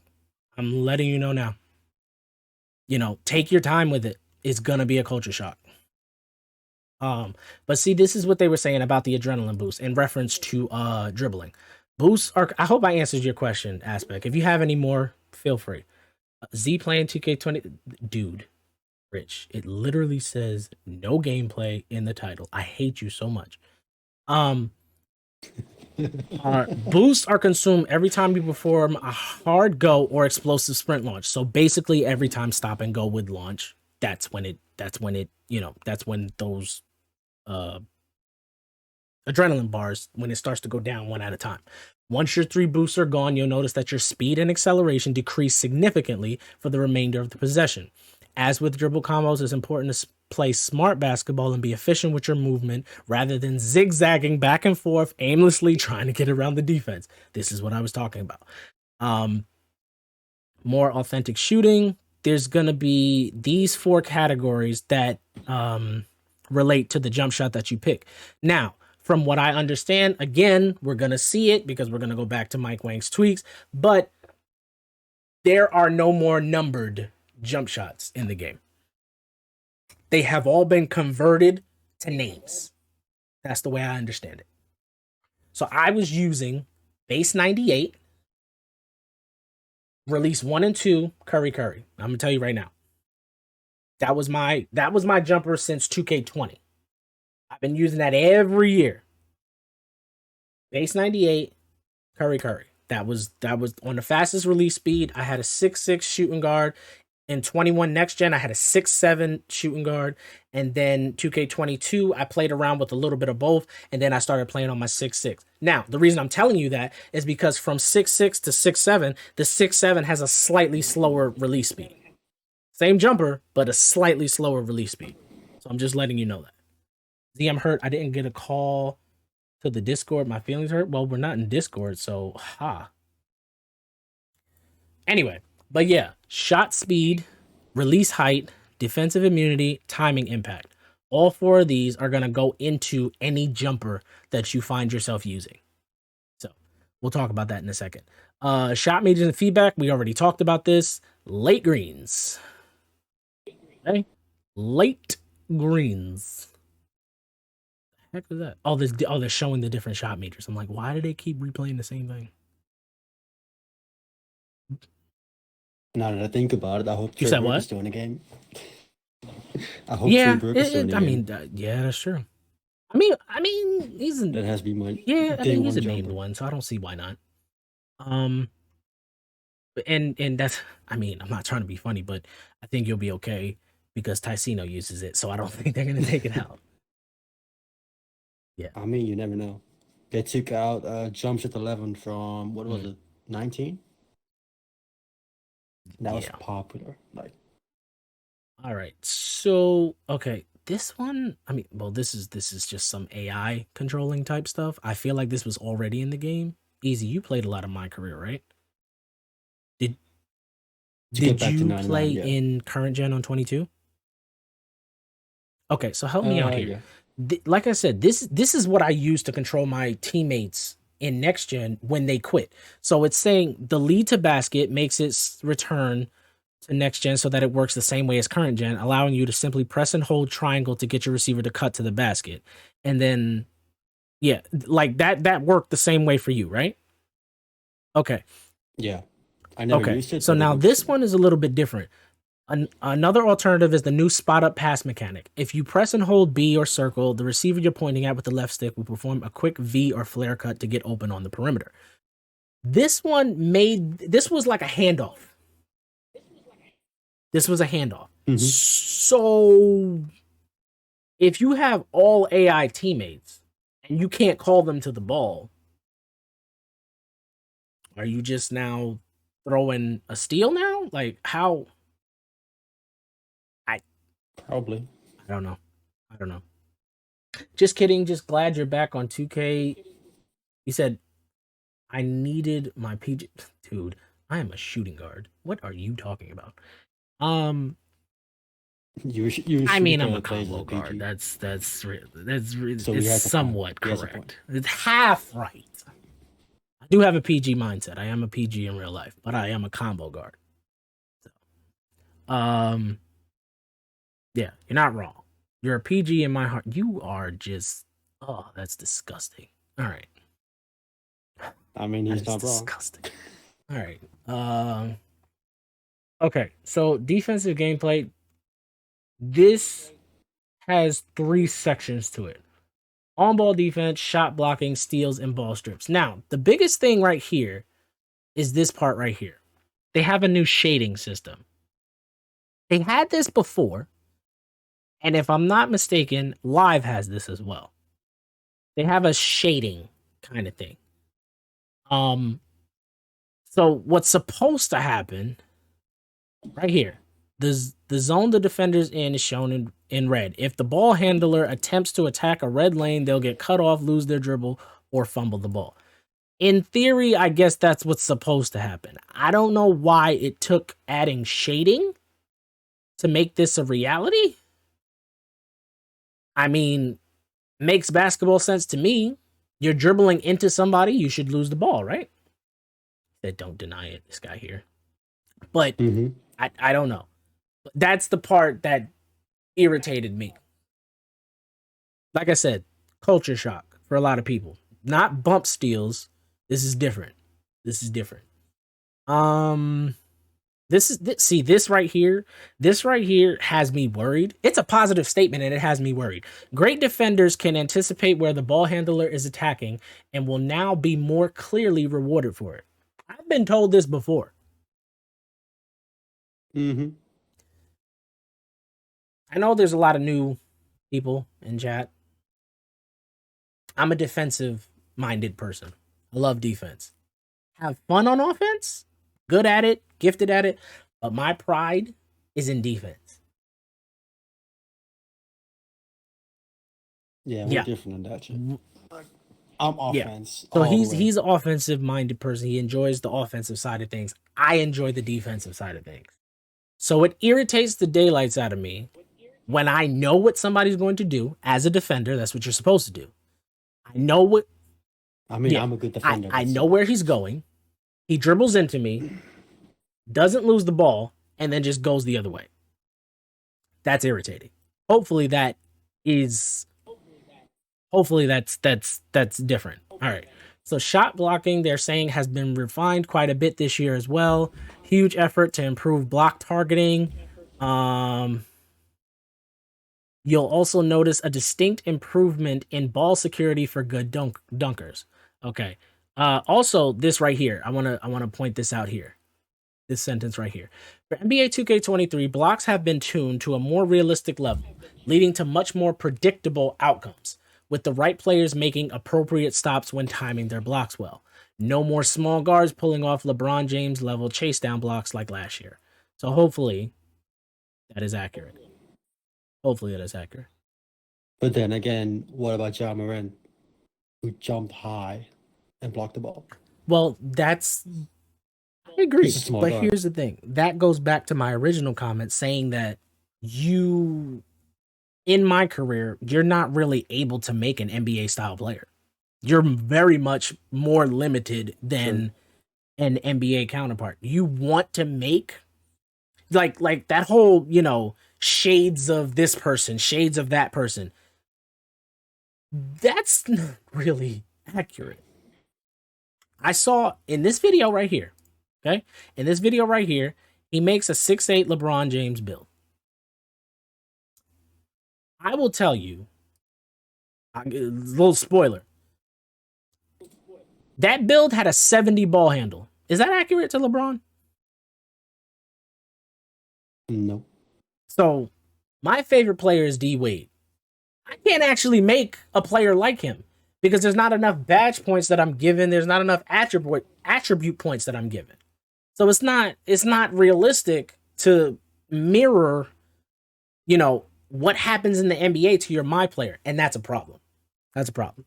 Trying to balance it, okay, fine, but still a problem. If you score on Z, he holds a grudge. Trust. What are you talking about? It's basket. What? Don't listen to him, Chad. I don't know this man. I don't know who he is. All right. Steals and ball strips. This is again, strip contact layups. Yeah, supposedly it's improved in better coverage. Again, we've been told that before. This badge system. Oh my heavens. I'm just going to get into the new badges. I'm not even talking about the tier 1, 2, and 3. We're not going to talk about that just yet because this video right here explains that. So we're going to come back to that, okay? I promise you we'll come back to that. Finishing, slithery. Here it is. Masher. Increase ability to finish inside layups over defenders. I was looking for this badge description. So these are basically new badges. They're basically saying that they're even talking about core badges. Again, we'll get into that. But there are certain badges that actually started to combine this year. There's a lot of them. So these are the new badges here. You can read them if you like. This one right here, this is going to be huge. This bully badge. This is what we saw Giannis do to PJ Tucker. What's up? Combine that with strength. That's the only way to get it. Strength. It's direct. So I don't want to get ahead of myself, but that badge is tied into strength. We'll talk about that in a second. But this is going to be huge for slashers. It's going to be huge. You'll see why when we watch this upcoming footage. Badge system like a matrix, confusing, but my head. It's not actually that confusing. We'll get to that. We'll get to that. Once you take your time and understand the first part of it, the rest of it makes sense. So that's why I said, this video, this is why this is the last tab, because it's going to, I'm telling you, it's going to simplify things a lot. Okay, Agent 3, ability to hit difficult 3-point shots off the dribble. For those who don't know, this was Circus 3s. I think that was Circus 3s. I'm pretty sure there was a tweet about it, but Okay. Midi Magician, this is what I was talking about for MJ. Improved ability to knock down mid-range jumper off the bounce or out of the post like MJ. So yeah, he has it. Amped reduces the shooting attribute penalties when fatigued and when moving excessively prior to shooting. This is, what was it?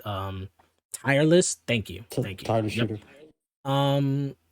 Yeah. My favorite badge. Claymore increases a spot-up shooter's ability to knock down catch and shoots. Shoot jumpers the longer they remain stationary prior to shooting. Okay. Combat. So that's catch and shoot. Set shooter? And what Yep. was it? Set shooter. Comeback Yep. Kid. Hand down, man down. Okay, so this is where I got this from. They changed the name of this badge. It's called Guard Up now. It's called Guard Up. You'll see what I'm talking about again a little bit later. But they changed the name of this badge. Makes an outside shooter even deadlier if opponent fails to get a hand in the face. I like that. Space Creator, there you go. Formerly a playmaking badge, now boosts the ability to hit step back jumpers and hop shots. This guy's already coming up with clips in his head. All right. Limitless Range. This was my favorite badge from 21 Next Gen.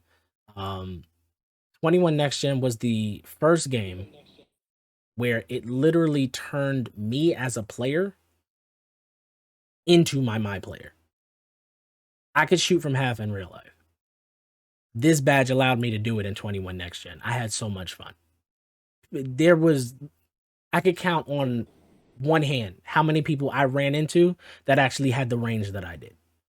Consistently. Not just like, 2 seconds in the... No. This is what I did on a fast break. So I enjoyed that. So I enjoyed the fact that it's back. That had me legitimately excited. Okay. Remove badges. I'm just worried about the any shot attempt.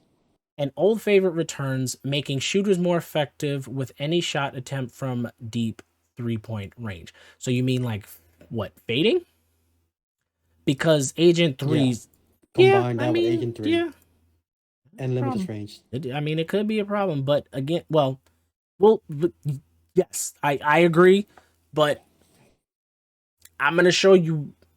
Remember what I did in 20? Yes, I most certainly do remember. That's what I'm worried about. I definitely do remember those countless clips you sent me. Yes. Fading completely in the opposite direction. Yes. No, not like that. Just normal fadeaways from like deep. Okay. I got you. But we'll get into why that won't be so bad of an issue. I that's a legitimate concern, but we'll get into why it's not an issue. Remove badges.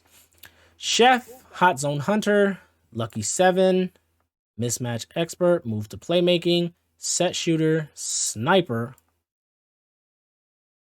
Moment of silence gone. And Limitless Spot Up. This badge here made a lot of people who probably should have spent more time practicing the game. It made them immediately good at the game.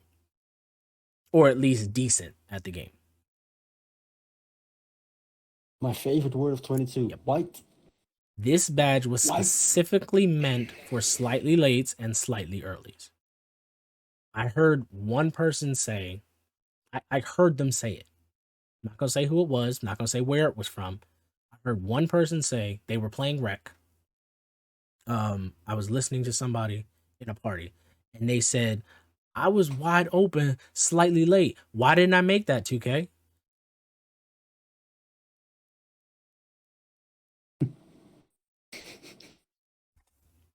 $2K conversations, not necessarily basketball conversations. If you don't green it, you don't make it. Saying. I'm just saying. You said Zia be shooting behind half court because gold limitless range badge in 23. Gold can shoot at half court. 2K19. I have. Dude, punks you H. I don't know what you're trying to say, Rich. I'm not gonna lie to you. There's a whole bunch of information in that comment, but I don't know what to respond to. I'm not gonna lie to you. But Aspect says, yeah, 22 was way too easy to shoot because of it.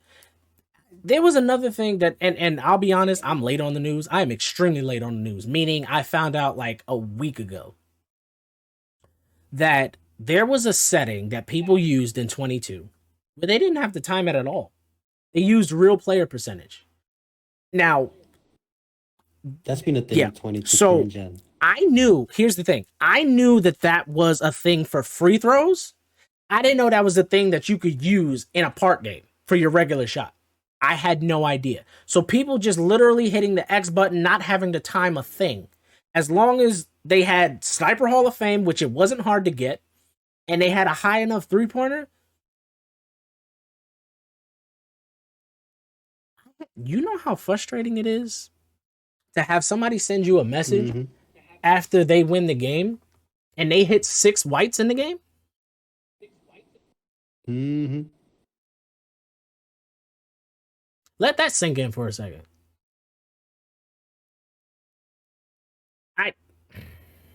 Listen.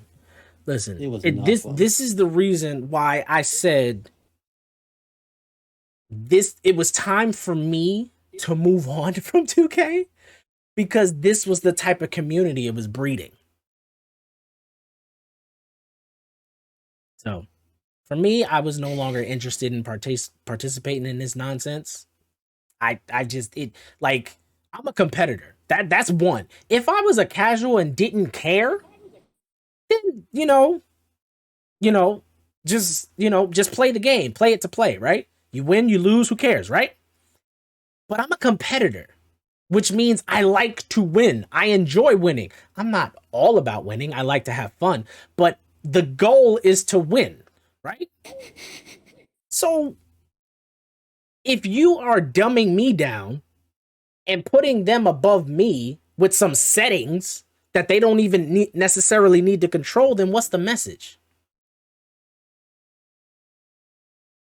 The badge for Limitless Range at gold can shoot from half court. I mean, Limitless Range period can shoot. It doesn't have to be on gold. What I meant by 2K19, remember shooting behind half court? I was consistent. Well, see, I did that with Takeover, but not, you sure you ready, Froach? Let me know, dude. But yeah, so that's what killed the game for me. It made it less competitive and it made it more casual. It was literally just casuals. Literally just casuals. And these were the people that were messaging me, and I'm like, dude, you didn't do anything. Like, when you have the game helping you out versus you doing the work, there's nothing for us to talk about. Anyway, let's move on. Playmaking. Killer combos. This is basically, combination of quick chain and tight handles. I actually took quick chain off on a couple of my builds, and actually on my 6-7, I couldn't even get it. So this is going to be interesting to see. I used it on Yeah, I bronze. had it on bronze as well. And It's gonna then be a tight problem, handles though. for me, I never went above silver. Never went above silver for me. Bronze. I got you. But that was I on got you. current gen. Plant breaker. Like on current gen, bronze was better than gold. That was another thing. There was a few badges that it's like, only have it on bronze. There's no point in getting it on silver or gold. That was another thing. Yeah. But anyway.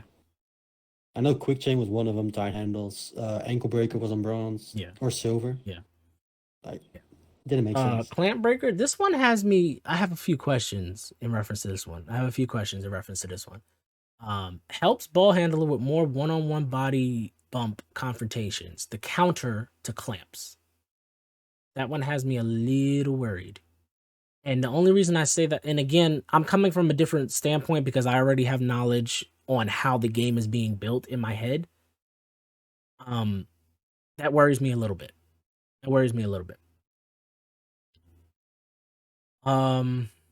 Vice grip. Improves ball security immediately after securing a rebound catch or picking up the ball. Great badge for things. They would that's a big one. listen. If somebody took a bad shot and their momentum carried them to the rim and they missed it, they're spamming X immediately.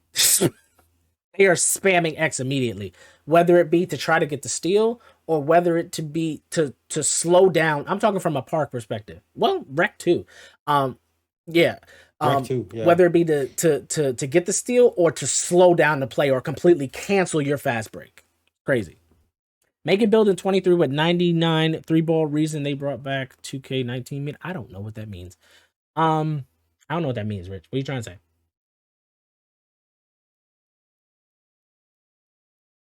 Where'd the frog go? Anyway. Mismatch expert, formerly a shooting badge. This badge now helps smaller guards break down taller defenders when mismatched one-on-one. This one seems like the Grace Under Pressure badge. So here's the thing. What it was and what it is doesn't seem like it's the same thing because it's no longer a shooting badge.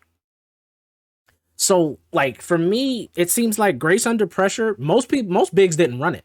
Or Mouse in the House. That's what it was. Mouse in the House. Most bigs didn't run it because in those situations where Mouse in the House would activate, you would make the shot anyway. So it was a pointless badge. I feel like this is the same thing. If you have a taller big on you, you know how to break down a big. He's not very fast in the first place.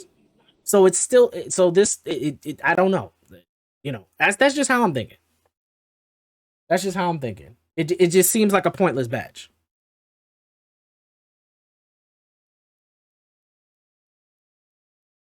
Yeah, we have to see. Like, I love that badge. I sent you. You had it on I had it in gold. gold. I sent you the invite, bro. Yeah. But that's mainly because I always had to switch to the big man. So. Removed badges, bullet passer, downhill, blue hands. They said bullet passers attached to your pass accuracy now. So keep that in mind. Downhill, glue hands, stop and go, and space creator. Space creator was moved to shooting. Okay. Welcome back, babe. The meter they had in 2K19 is my favorite. They brought back the meter to 23. Oh, so it's an option. Yeah. I see what you're saying. Okay. Defensive rebounding, anchor, box out beast, workhorse, glove. Glove seems to be helps you strip players as they gather for shots and poke the ball free from ball handler. So it seems like they took out ball stripper.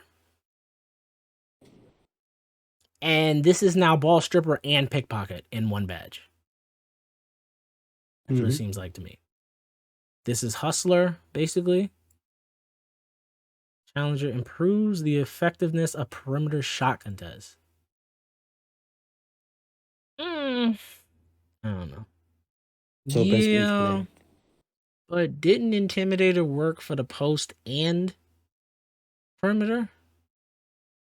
Yeah, it was all this one specifically says perimeter. That's why I'm like,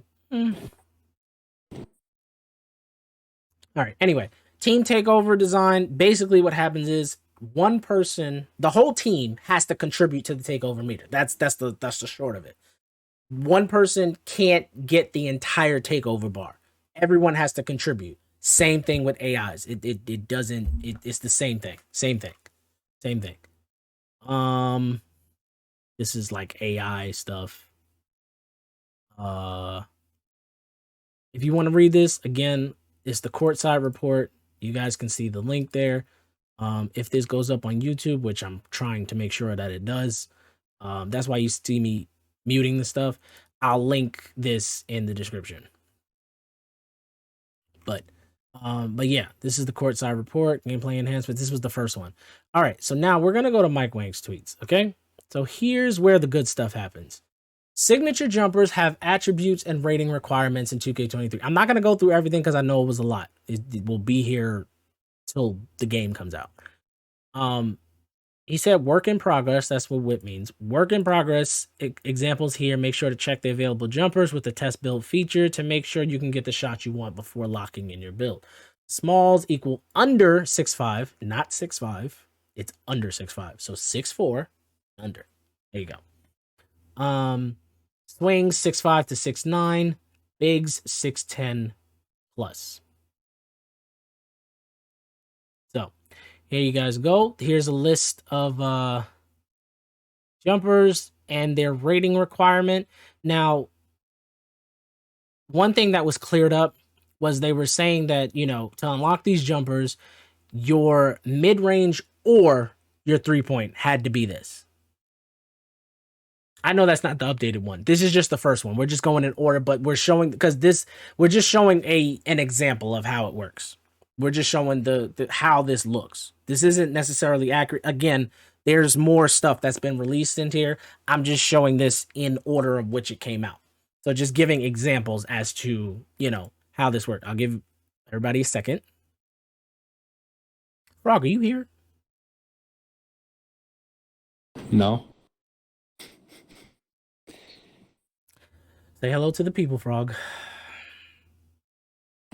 What up? Frog in the building? He's been quiet for like 5 minutes. What? I just been coughing. All right. So for those who don't know, Frog is getting over, coughing. He's being a baby right now. Yeah. He's That's definitely not being a true. baby right now. I'm not gonna pick sides. You too far to that. All right, but here's what Mike Wang was saying. Bullet passer is gone. Pass speeds are tied to the pass accuracy rating.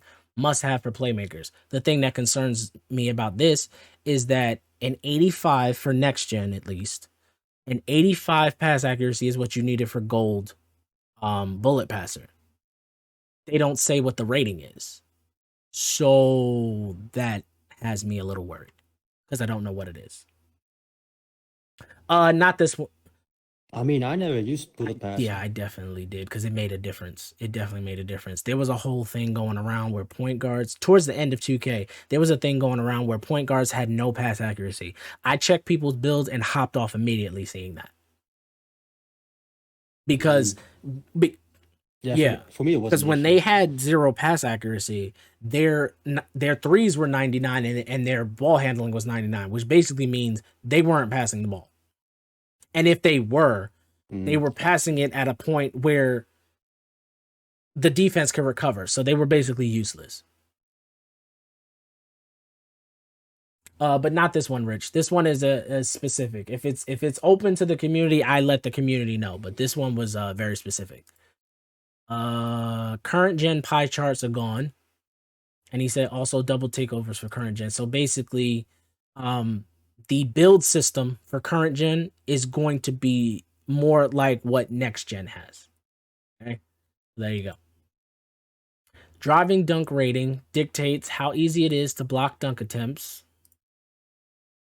Flashy dunks boost your takeover meter faster than basic ones. Back scratchers, windmills, tomahawks, and other flashies are much harder to block in general. That was another thing. Like for me, I didn't put specific dunk packages on because they're whatever dunk package got me blocked, I took it off. I very commonly had a handful of dunk packages and just rode it throughout the entire year because they didn't get me blocked. I had two packages, two for the entire year. Two. Westbrook and okay, LeBron. so you had the name That's ones it. too. See, I had the like the number ones, quick drops off one, the straight arm tomahawks. I had those things, the safe ones. Yeah. I mean, I never got blocked with LeBron dunks. Well, that's Never. awesome. There you go. It's just the tomahawks are just OP. So I'm kind of worried about next year. Okay. Real player percentage will not be a valid option for online games in 2K23. Somebody pointed this out. Okay. On my screen right now is a bunch of Mike Wang tweets. Okay. Look at the likes. Look at the general likes for his thing. And now look at the likes for that tweet. Yeah. This is because people were abusing this. Again, I knew it was an option for free throws, but when you get into a competitive scene where you're like streaking up and trying to level up and wreck and all of this stuff, and you have the same. All right. Anyway. For post players, shimmy fades and hooks are controlled by double throws, which is basically the stick in one direction well, in the same direction twice, or in one direction and then the opposite direction. That's what the throws are. Shimmy fades and hooks are controlled by double throws too, and drop steps and post hop shots can be done by double throwing the pro stick in the same direction. I'm gonna pause for a second. Frog, how you doing? What do you think of the information so far? Did you catch any of it? Because I know you were on Twitter. How do you know I was on something Twitter? last night. There's no proof. You got caught. Mr. Bear. All right, man. Just look at the builder. That's what everybody wants to see. That's what we're gonna do. Yeah. So we got, badge information, retuned, reworked. Some of the weaker badges were also buffed. That's just a bunch of stuff. So adrenaline boost restored on shot clock reset. Also, you have adrenaline boost on defense. Now, I was listening to two different devs, one who worked on AIs and then Mike who works on gameplay. One explicitly said, like, right now they're on offense. That's what he said. And then Mike came out saying the defensive boost. So they're on both sides of the ball. So trying to steal, trying to block, that uses adrenaline boost. So he was basically saying, hopefully this gets rid of the spamming. So there you go. You press the steal button one time. Yeah. That's an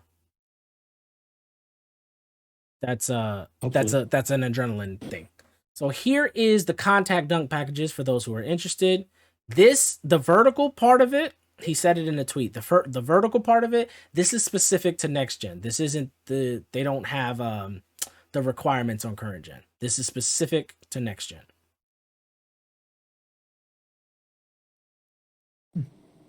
So again, just recapping the news. Not saying you haven't seen it before, but just recapping it. YouTube, you can pause it. Quick drops off 1 have a higher dunk requirement, 80 driving dunks, 60 vertical. He's asking about signature dribble packages having a higher ball thing. And he says he pushed some SIGs up to 90. That's basically what that means. Actually, 92 for Curry and Trey. Oh, wow. Yeah. Okay. So here's this. A lot of people ask what 3-point rating is needed to be consistent in 2K23. It depends on what you consider consistent. Your shot selection and stick skills. But if you plan to shoot a lot of threes, I personally would try to go mid to high 80s at a minimum. He says, but some of you sweats will probably be able to get by with high 70s. Either way, be prepared for a tougher shooting year than last year online, at least until you get your ratings up and badges equipped. Here's another important one too. Adrenaline boost notes, you won't lose boosts in the backcourt. Should help PGs beat the press. When you run out of the boost, if you pass and wait off ball for a few seconds, you'll get 1 boost back. Regen timer only counts when your energy bar is 50% or more. So if you're spamming, you have to wait until you get to 50. All right. Player builders are nearly identical between new and current and next gen when it comes to attribute towers. Takeovers and badge points / costs are very different. Okay, so we did that. We looked at this already. What else? Hello? Is it Case? I want to call you Casein, but I don't want to mess it up. Hi, Case. How you doing? So one other thing I wanted to point out here too is he put a lot of things in his tweets and replies. Like there's a ton of stuff in here. There's a ton of stuff here. Current gen builder was built off of 22's next gen builder. So it's a lot of stuff in here. He's talking about a bunch of stuff. Okay. So basically what I'm going to let you know is that just like Aspect was asking, this is going to be a culture shock year. This is absolutely going to be a culture shock year. Want to know why? Here's why. All right, let's get into the video. Let me know if it's too loud. But here we go. Okay, fans, it's your boy Shake, and shout out to my Shake squad. Welcome to the NBA 2K23 My Player Builder. Today What's we're up, going to discuss Case? how the How My are Player you? looks, works, and how Jason? it differs from 2K22, and some important details that you need to pay attention to when designing your build. Now, this footage was captured at the 2K Jason, Community Day how are you? in Hollywood, California, with a limited amount of time. I'd be shocked if someone made a goated Season 1 build at a rushed Community Day Excellent. event with 100 people walking around. So I'm gonna keep it real with you guys and show you 3 builds today. Here's some of the. What's up, What'd you say? You put And I subtitles on. put subtitles on. Sure, for those who can't hear. Got it. Here's a few of the hairstyles. No problem, man. You're gonna cough your way into. I'm just joking. I love you, dude. All right. With some of the new I'm hairstyles. low-key dying So over keep in here. mind when I saw these hairstyles, I already had a build in mind. I wanted to That's come out the kinda rude. gate with a Zion Williamson type build or a LeBron James. And I found something similar to Zion, so I wanted to stick with that. But unfortunately, we could not change our faces afterwards. So once you chose a hairstyle, you had to stick with it for the entire Once duration again, of the event. because I didn't mention it, this is Shakedown 2012's video. This is the title of the video here. If you guys want to go and check it out, definitely give it a thumbs up. This is definitely one of the, more positive, helpful build videos out there. I've seen some crazy stuff. I don't, you're just gonna, yeah. Obviously, these are facial templates, not all of the new hairstyles, but I'm glad they threw a Guts! couple in there. So first I'm gonna show you how it looks, teach you how it works, and then reveal some gameplay. So first up, we got that 6'8", 230. There's a lot of people confused right now. We're just gonna let the video play out. Just pay attention to what's going on here. We'll get into the details. This is just an overview of everything. We'll get into the details in the next video. I promise you it will make sense. Don't get confused. Don't get intimidated. There's definitely a learning curve, but I got y'all. Small forward with a 7'3" wingspan. Immediately notice this is a well-rounded build with very few attribute levels above 90. Now take a look at your badges. Notice how they've been split into tiers. Your tier 3 badges are the most popular game-changing badges. Overly balanced builds get very few gold and Hall of Fame tier 3 badges. So at first glance, it would appear that the demigod How many more builds hours of for the what, past Xavier? got nerfed. You'll come to that conclusion as well when you try to make some of your favorite overpowered builds from 2K22. Now, a couple things. We don't know what the season or legend rewards are. If they're gameplay related, let's say like 2K20, we might see badges get a 1 level upgrade at legend. We also don't know how many badges we get for making new builds, or how many we earn for grinding a season. In 2K22, you got 4 extra badges just for going to college. So a balanced build like this could turn out to be a demigod after grinding a few seasons. So that's just a few things to keep in mind if making an all-round build is a must for you right out the gate. And when you complete it, we get a 3-level score with shades of Paul George, Gerald Wallace, and OG Anunoby. Now for my next build, I made some modifications.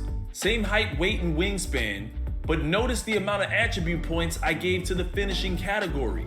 The previous build only had 14 potential badge points in the finishing category. Now we have 27. Specializing in slashing gave me more gold tier 3 badges.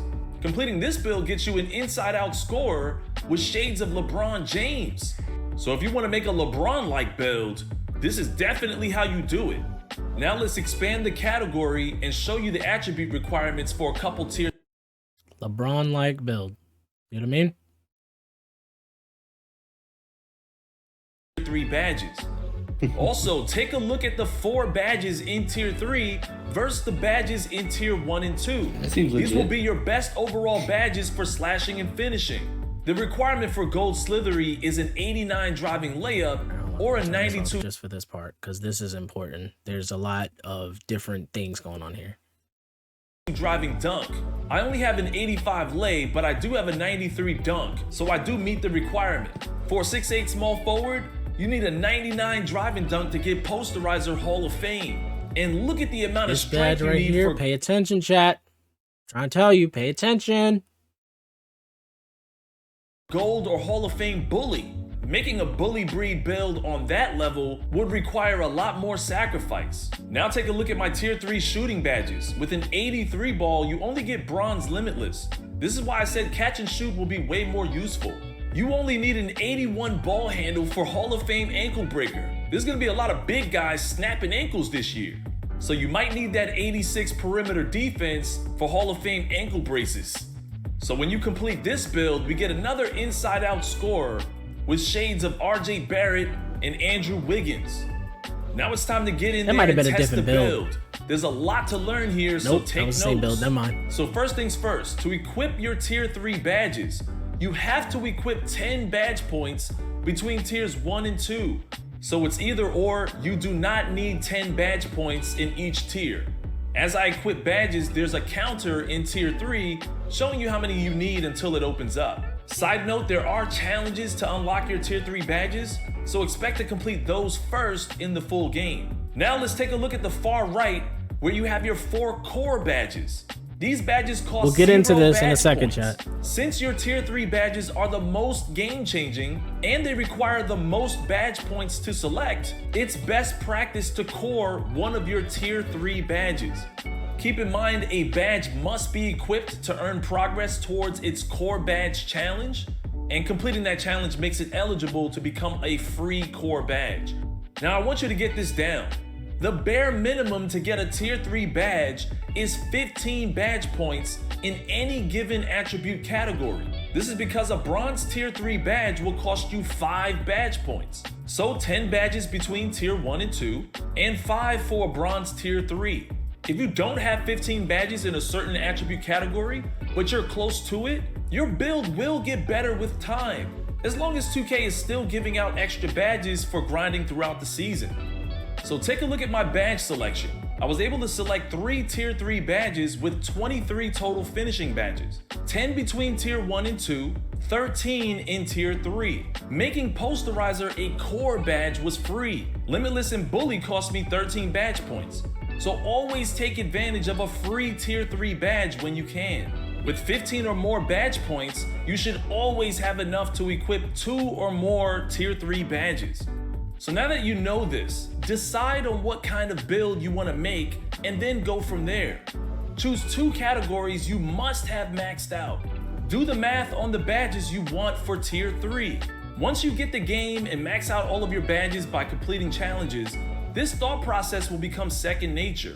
2K came up with the tier system so specialized builds would have a huge advantage in certain categories, but also have major weaknesses in others.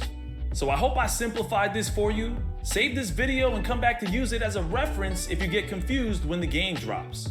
Also, it should be noted that old gen or current gen has the 2K22 next gen My Player Builder, so no tier system. One thing I want to drive home is that you don't actually have to be a role player with this new My Player Builder. Steph Curry is known for being great at 2 major things, dribbling and shooting, and he's not a role player. Ja Morant is known for being great at 2 major things, playmaking and slashing, and he's not a role player. So you're not a role player as long as you specialize your build. You're just not going to be a ball hog and do all the work anymore. Even Michael Jordan, the GOAT himself, couldn't get over the hump until he started to lean on his teammates more. So now we're gonna finally dive into some gameplay. Notice the choice between 3v3 and 5v5 when testing out your build. Everyone's chosen randomly. It also shows the player builds. Notice Luka Doncic, a versatile offensive force. No! Now on FanDuel, bet $5. Sorry, chat. Sorry, chat. That's YouTube for you. Can't wait for tomorrow. Me either. You wanna play Friday or not?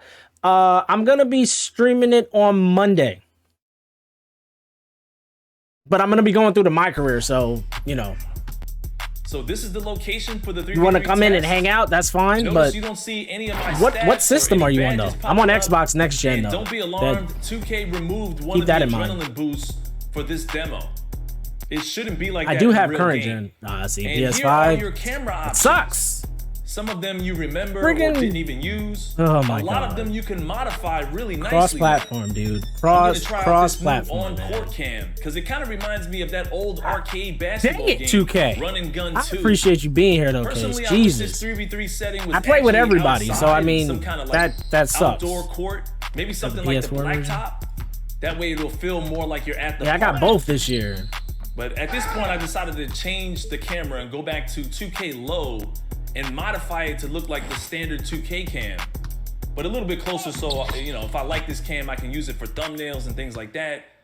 But notice the back cuts. If you let the AI run the offense, they'll get away with that every possession. Right here, the catch and shoot bomb, knocking it down. The higher your three-point rating, the more you can exploit that. As the AI gets another back cut swift assist. It's like they don't really play good defense. Look how my team does it too. So if you just sit to the side, that might I'm just gonna keep get a happening. PS5 So remember, I'm on my inside-out score with an 80 down the block line. No rating. time. D'ing up on Andrew Wiggins. No We time still soon, got the but I block am gonna be getting on the it. way up.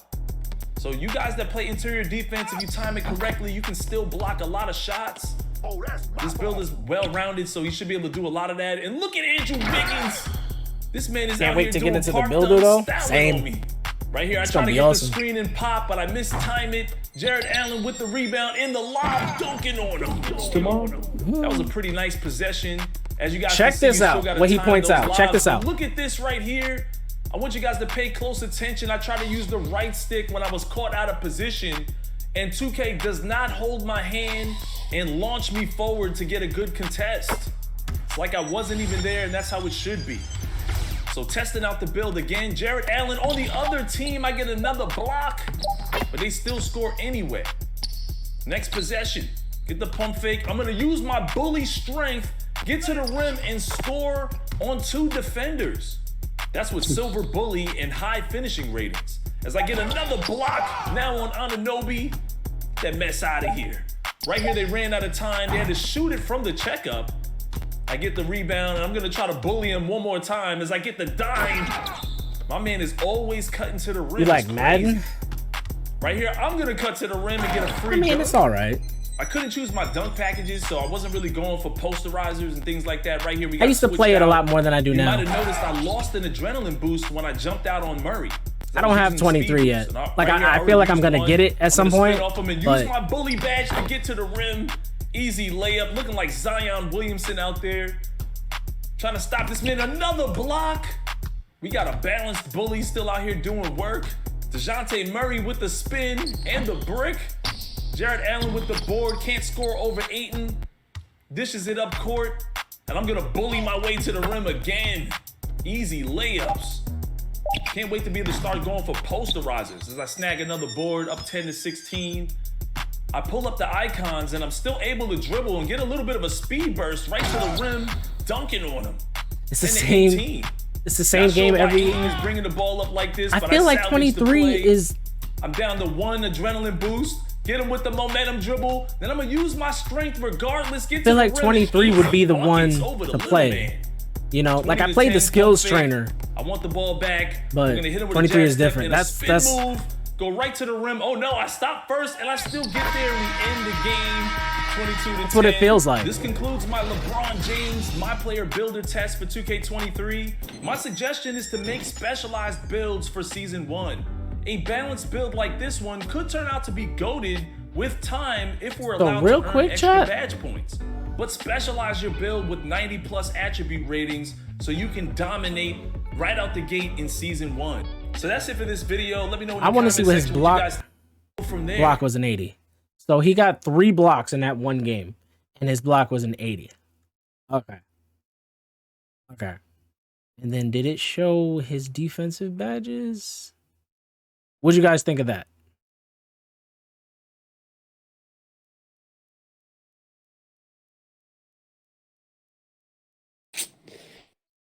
I don't know. Defense looks Defense a looks little OP. bit Okay. He has an 80 block. He Mhm. blocked it like 3 times.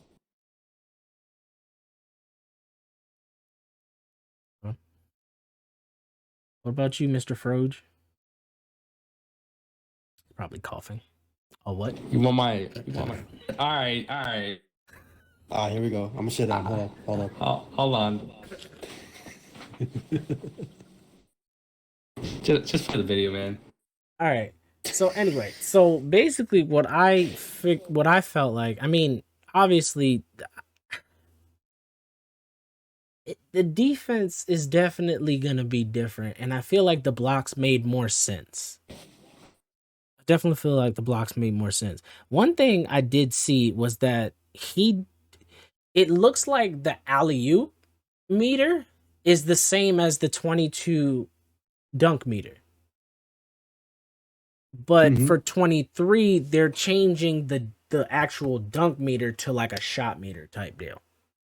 So this is the reason why I told y'all don't, you know, I know you see the build screen. It looks very complicated. This is the reason why I said don't even worry about it.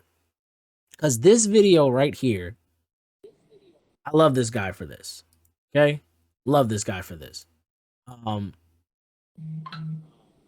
I respect the crap out of him because he's giving information that I would want to be able to give out if I had my hands on it. So pay attention to this right here. This video right here is going to break down the builder. Like when it says complete breakdown, I mean complete breakdown. Okay? This is going to tell you everything that you need to know. So here we go. The NBA 2K23 My Player Builder Reveal Breakdown, whatever you want to call it, man. Is there some... Hold on. We have a ton of information for you today, okay? There is so much info in here. It's going to take me a while. I don't know how long this video is going to end up being, but it's going to take a while, all right? So grab a drink, grab your popcorn. It's going to be a lot of info, okay? Now, last video I said 25,000 likes. Y'all hit that in less than 10. If y'all get this video to 50,000 likes, because I'm not gonna be able to stream during the day. 2, I'm talking about something. You have a question, don't think I'm not gonna answer it later in the video, because I broke it down into sections. I start with like attributes and things I noticed, how they tie into each other, what affects what, and then I go into badges and then how you equip badges with tier 1, tier 2, tier 3, and core badges. And there's all this stuff that intertwines with each other, so just be patient, all right? Like I said, it's gonna take a little while to get through this, but there's so much info. I can't wait, man. So let's get right into it without further ado. Prize Picks for sponsoring this video. Okay, let's so take it was a the brief difficulty. overview. I knew it was 4 things that I saw. It was the difficulty. Look at everything, and then we'll start breaking the builder down in detail, okay? So that menu is not the real menu. That's just the community day, demo menu, whatever. But you get 10 player slots still, 1, 2, 3, 4, 5, 6, 7, 8, 9, 10. Now, after, you know, you do your vitals and all of that, you put your attributes up. Anyone that's familiar with the 2K22 next gen builder, this looks very similar, right? But I promise you, it is so different. Stick around, you will not be disappointed, okay? After upgrading your attributes, you'll see on the right, you can see specific badge levels that you're able to unlock, also the tier 1, tier 2, and tier 3 badges. Now, after that, you have to go in and equip your badges. Again, tier 1, tier 2, tier 3, and core badges. There's a bunch of new things in this aspect here, you know, all the categories, finishing, shooting, playmaking, defending, just like normal, but now you have core badges, you have different badge levels, different tiers of badges, including those badge levels. There's a lot of complexity to this one, so this is going to take up a big little chunk of the video later on, so definitely stick around so you understand what's going on with the badges this year. After that, you have the choice 3v3 or 5v5 build testing. That's a nice little thing they added in, because I think before it was always just 5v5, but now you can do 3v3, so you got a little bit more space. Only thing that I still don't like is the fact that you can't really pick animations besides your jump shot. But for the most part, I mean, hey, you can at least see how the build feels a little bit. You know, look at, you know, like laying it up on towns, catching lobs. There's a bunch of, you know, you could test it out a little bit, but it's not anything, you know, really indicative of what you're gonna see when you take your player to the park. All right, let's get into it, man. So first thing I'm gonna say is the builder, from what I am told, is the same on both current and next gen. We only got to play next gen, so I am 100% sure this is the builder on next gen. But from what I'm told, the builder is exactly the same on next and current gen, okay? Or old gen and new gen, I think is what we're calling it now. So that's gonna be the first thing I'm gonna say, get that out of the way so that y'all understand that. Now, let's move on. Okay, similar to the 2K22 builder, attributes are not solo. They are heavily connected. They were connected in 2K22 Next Gen Builder, but now they are heavily connected. I'll explain that in a second, but the basics remain when it comes to attributes. They're affected by height, weight, wingspan. Now, those of you watching this that are really locked in and you're really paying attention to what's going on the screen, you might have noticed... God dang it! Fresh Direct. The freshest and... Hate ads.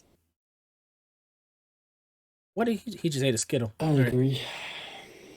that wingspan does not affect your ball handling this year. So anyone attributes, they're really connected. I'll explain that in a second, but the basics remain when it comes to attributes. They're affected by height, weight, wingspan. Now, those of you watching this that are really locked in and you're really paying attention to what's going on the screen, you might have noticed that wingspan does not affect your ball handling this year. So anyone that was asking me about our tall ball handler is going to be viable, our tall .4 is going to be viable, I think they absolutely are. Obviously, we have to wait and see for the gameplay, but in terms of attributes, yes, because wingspan does not affect your ball handling. Now, there is one exception to this that I'm going to show you right now on the screen. Wingspan does not affect your ball handle if you are 6'10 and below. That is what I found out. 6'11 and taller, so 6'11, 7 foot, 7'1, 7'2, 7'3, wingspan does affect your ball handling. But 6'10 and below, wingspan does not. So that is something cool for you guys that, you know, want to make taller ball handlers. You don't have to go small arms this year. You can still have the good ball handle rating even with a maxed out wingspan. But as you can see at 6'11, it does impact the ball handle rating. 6'10 and below, you're good to go. Now, as I was saying, attributes work together more than ever before. If you look on this screen right here, I'm on close shot, right? Do you see everything on the screen that's highlighted in yellow, right? So you got close shot, driving layup, driving dunk, post control, mid-range, free throw, vertical. Those are all things that are affected just by raising your close shot. Now, you probably have to upgrade it to a certain point for some of those. I'll explain that in a second. Going up, but you'll notice sometimes 4, 5, 6 other bars go up when you put up one attribute. Pay attention to what he's saying, guys. Pay attention to what he's saying, because this is so in previous years, especially in 21 next gen. You'll see it a little bit in 22 next gen as well. But in previous years, basically what was happening is when you would upgrade something, it would be connected to things, but not like 22. And basically what that allows you to do, like what it used to allow you to do, it's changed now. Basically, I'm letting you know what has changed. The fact that one thing you upgrade can upgrade a whole bunch of other attributes, it basically limits the attribute points that you have available in the long run. So when you see this, when you see him upgrade his 3-point and then his close shot goes up, you'll understand why. But in reference to you, Kaysen, the type of build that I usually make is somebody who can typically guard 1 through 5. So I usually make a 6'6" or ideally a 6'7" shooting guard. I usually get pulled down to the 3 anyway, but I usually make a build that can guard 1 through 5 in some shape or form. So I'll see if I can find a screenshot for you for my current build on 21 next gen. I'll see if I can find that for you. For example, yeah, I'll show you. I put my 3-point shot right here up to 99. You notice your mid-range and your free throw also go up. Now, even though you see that the close shot is not highlighted in yellow, that's because it's not directly linked to 3-point shot, but it is indirectly. What I mean by that is you put your 3-point shot up, your mid-range goes up. Mid-range is connected to close shot. So since your mid-range went up all the way to an 84, your close shot then goes up. Just because you put your 3-point shot up, you also now have mid-range, free throw, and close shot up. You're gonna notice this is a very big trend when it comes to attributes in this game. Now we're gonna do the same thing with ball handling, and check this out. This is incredible, man. So we're gonna put our ball handle up to 99, and look how many things go up. We are already at a 97 overall, and all we did on the meters here, we put our 3-pointer and our ball handle to 99. So this is the first thing I tested. I just want to say something real quick. What he just said in terms of, 3-point shot, ball handling all the way up, immediately what this said to me was pie charts. That's what it sounds like. That's exactly what it sounds like for me. But we'll let him finish his explanation. But that to me says pie charts, which is what they were trying to get current gen away from. So I'll just leave it at that. was like, 2K22 next gen, this is what everyone was doing. They were making small guards with 99.3, really, high 90s ball handle, high 90s speed with ball, 90-something excel, 90-something speed, 90-something stamina. They had all these 90-something attributes. It was just such a souped build. Now look at it. All I did was put up my ball handle and my 3-point, and I'm already 97 overall. I really can't put anything else up on the build, so you're gonna have to be much smarter in the way you upgrade your attributes, because so many attributes now are linked, whether it's directly or indirectly. As we said, you put your ball handle up, your layup goes up, your excel, your ball speed with ball, your pass accuracy, your regular speed. Like, there's so many things that go up. It's so expensive to put these attributes into the 90s. And you're gonna see how this all ties in with badges and stuff too. It's very, very complex, and you're gonna have to be a lot smarter in how you put your attributes up. That was the first thing I wanted to test, was those small guards, because that's what really ran 22 next gen. There was all these 5'8", 5'10" guards with 99.3, 90-something ball handle, as I said, just probably like 6-7 categories with 90+ attributes. As you can see, that was me. That wasn't the that's video. not gonna be the case Sorry, this guys. year. Now, as I was just saying, I wanted to test the guards because that's what ran the game. But I'm thinking back to my center, right? My center had 99 close shot, 99 standing dunk. It had like high 80s, 90s post control. It had free throw, good pass accuracy. Right, Kaysen? That's such a big change. Defense, maxed out steal, maxed out 97, 99 block, 99 O board, 99 D board, 90-something strength. Like, it's just such a crazy build. Don't worry, they didn't just do this to guards. I checked almost every single position I could and tried to put up the most important attributes. And you're gonna see right here, I'm on a center. There is no way I can get anything close to what my build was like on 2K22 next gen. God, when you buy appliances from the Home Depot. Frog, you're gonna need to, DM me some information about that ad blocker after this. I got you. All right, babe. Oh, real quick, Kaysen, since you were asking about it, hold on, let me get back to the video. Since you were asking about it, since I know a lot of you here, don't know me. This is my build for next gen. That's my build for next gen. 6'6" shooting guard.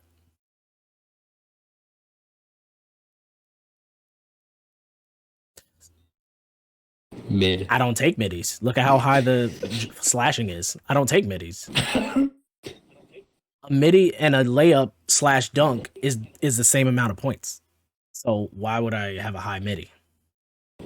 So this is my build. So when I tell you that I usually guard 1 through 5, this is why. I'm a 6'6" shooting guard with an 86 rebounder. So I don't just like, I aim to make all around builds, literally all around builds. You don't see anything except one category in the 90s for my build, which is why I don't think I'm going to have an issue with this new builder. I never look at my threes is 82. I never try to give myself more than what I need, because then I can give myself more in other categories. I wouldn't have been able to do this if I had a 90 in each category. That's why I said there's going to be such a culture shock in terms of what's going to be, the types of builds you're going to see. This is why I said for people like me, I'm not going to struggle with this builder, because I don't need 99 in anything to be effective. I don't need a 99 ball handle to get past somebody. I can do it in one dribble. Everybody else, handles for days, Hall of Fame. I've had handles for days on bronze or silver, no more than silver. I usually put it to bronze because I don't dribble that much. I don't need to. That's not necessary. So that's just me, though. That's just me. Again, this year, you're going to see some really interesting stuff. I'm just saying, culture shock. I'm trying to tell you. You got to pick and choose what you want to do. And like I said, the complexity of having the badges and everything, you see right here on this build, right? I barely have, I have a 70-something offensive rebound. I don't have any excel, any speed, any stamina. I'm already 98 overall. Are you asking me, Kaysen, or are you just saying it? Are you asking me? These builds that we had on 22 are not going to be happening on this game. You're going to have to sacrifice, you're not going to be able to have 99 in all these categories because that means you have nothing. You're going to be a very flawed player. You're going to be, look at this center. Like, this isn't even, the rebounding isn't even good. I have no interior just because I wanted to have, like I did last year with a 99 close here's shot. The thing, Kaysen. I mean, anybody who, I'm sorry to keep coming back and forth, but anybody who knows me, I'm going to give you the same advice every year that I do myself. I'm not telling you to do anything I don't do myself. Every single year, and the people who have been following me, the people who know me, know I'm not joking. Every single year, whether I get, the $100 one or, whatever they give you that offer you VC, I spend it on clothes or my team. When it comes to my career, I grind from the bottom every single year. Every single year. Why? Because when you're grinding from the bottom, it teaches you things about the game that you wouldn't know if you already have a 93. A 93 point rating. So, I'm not telling you what to do.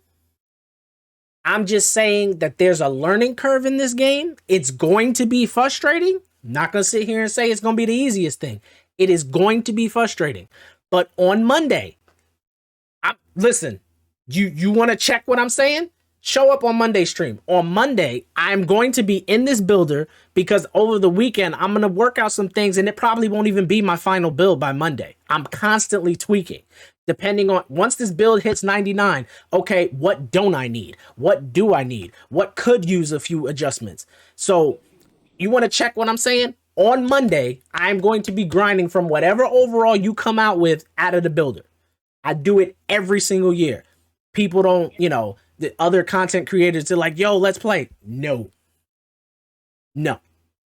You're an 85. You paid to get there. I'm going to learn the game this way. People want to hop in park first day. I hop in with a 60. What am I doing? I'm testing things because I know what it is that I want to be able to do. So when I start testing things in park, I'm testing my dribble moves. I'm testing the movement speed. Okay, what should I upgrade? What am I okay with? Because I kid you not, I have a screenshot on my computer. You think I'm joking? I'm not. I don't want to go find it because it's buried. I was an 85 overall at the end of season 1. I got level 40 during Puma with an 85 overall. Because I knew the game. I hopped into park with a 70. Once I see what I need to see from my player, doesn't matter. Everything else is uphill. So I can't tell you what to do. What I do is I grind from the bottom, and how I know that I'm ready for park is when I can get consistent. Well, again, this is just my build. I do all around. I like to be able to do a little bit of everything. So for me, when I can get about 7 consistent games, back to back to 7 consistent games of getting a triple double, that's when I know I'm ready for park. When I can do that on AIs, whether it be pro, whether it be all-star, doesn't matter. Those are realistically in essence the same kind of gameplay. But when I can do that for at least 7 to 10 games consistently, then I know I'm ready for park. I hop in park. I don't care about my record, truthfully. It eventually turns around anyway. So in the beginning, I'm testing. I'm seeing, okay, does this, because in my career, you can't test as much. You really can't. You need to know, because again, I'm a park player. I'm a rec player. I'm going to be playing against human people. I want to know when I do this, how's a human going to react? Not the AI. You can cheese the AI. You can call for picks all you want with the AI, right? That's what people do in my career. I'm not going to sit here and say I don't do it. But what I'm saying is I want to know how it affects a human player. You know what I mean? What time can you start playing at? It depends on your time zone. It depends on your time zone. There's some people that can play tomorrow because they're like... Yeah. Isn't it just like... global?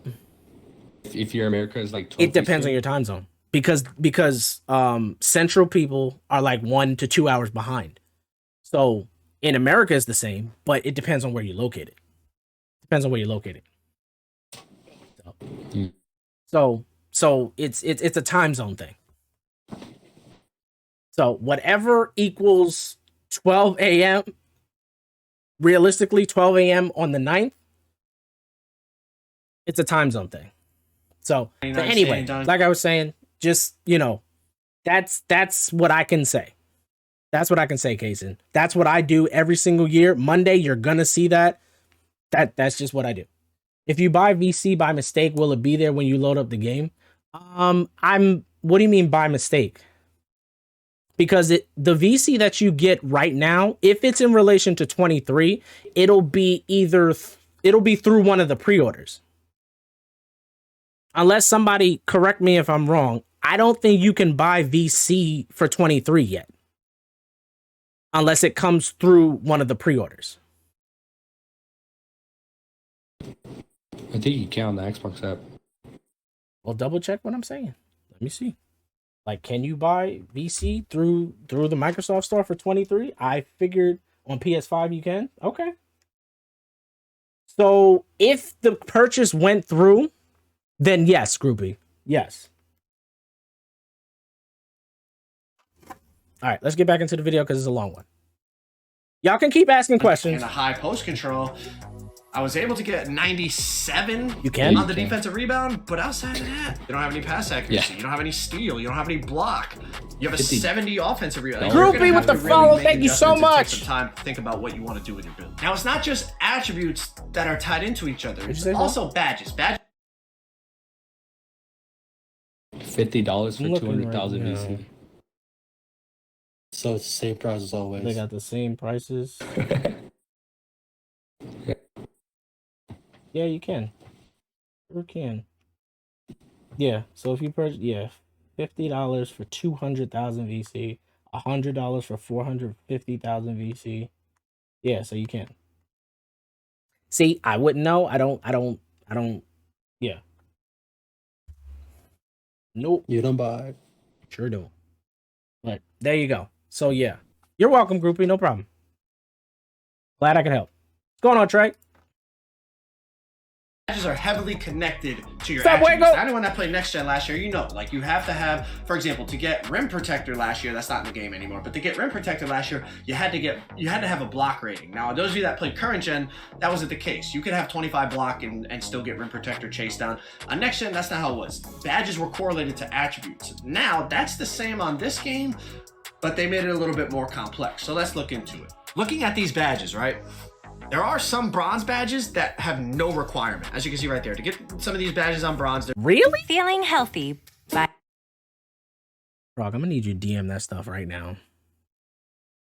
I got you. Like, I know this is helping him. Well, I'm just sending a link, dude. I mean, I'm fine with it. I mean, this is helping him make his money, and I'm in full support of that. This video is awesome. This video is straight awesome, for real. This is the best video I've seen out there. Like, there's a whole bunch of people that just made one build. They didn't take time to explain the builder. They just made their build like, yo, it's a demigod. Look what I did. He's explaining the builder so you can do what you want to do with it. I appreciate that. No matter what your attributes, you would be able to put these badges on bronze if you wanted to. But then you start to see ratings if you want to get silver, gold, Hall of Fame on, for these badges. But you start to go into these other ones. There's no gold Hall of Fame on, for these badges. But you start to go into these other ones. I'm trying to slow it down, chat. I want to see if he can get bully on a 6'3". Hall of Fame on, for these badges. But you start to go into these other ones. Oh, it's based on strength. So it's completely based on strength. The reason why I was checking it is because Rise Up, you couldn't get it if you were under 6'4".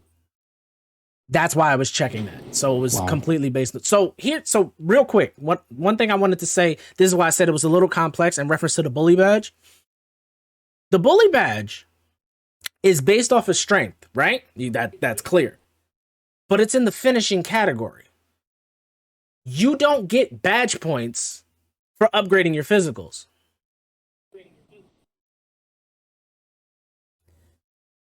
Which means that you're going to have to make sure if you want bully specifically, you're going to have extra badge points. If you want to couple this with something, it's based off of your physicals, but it's in the finishing category.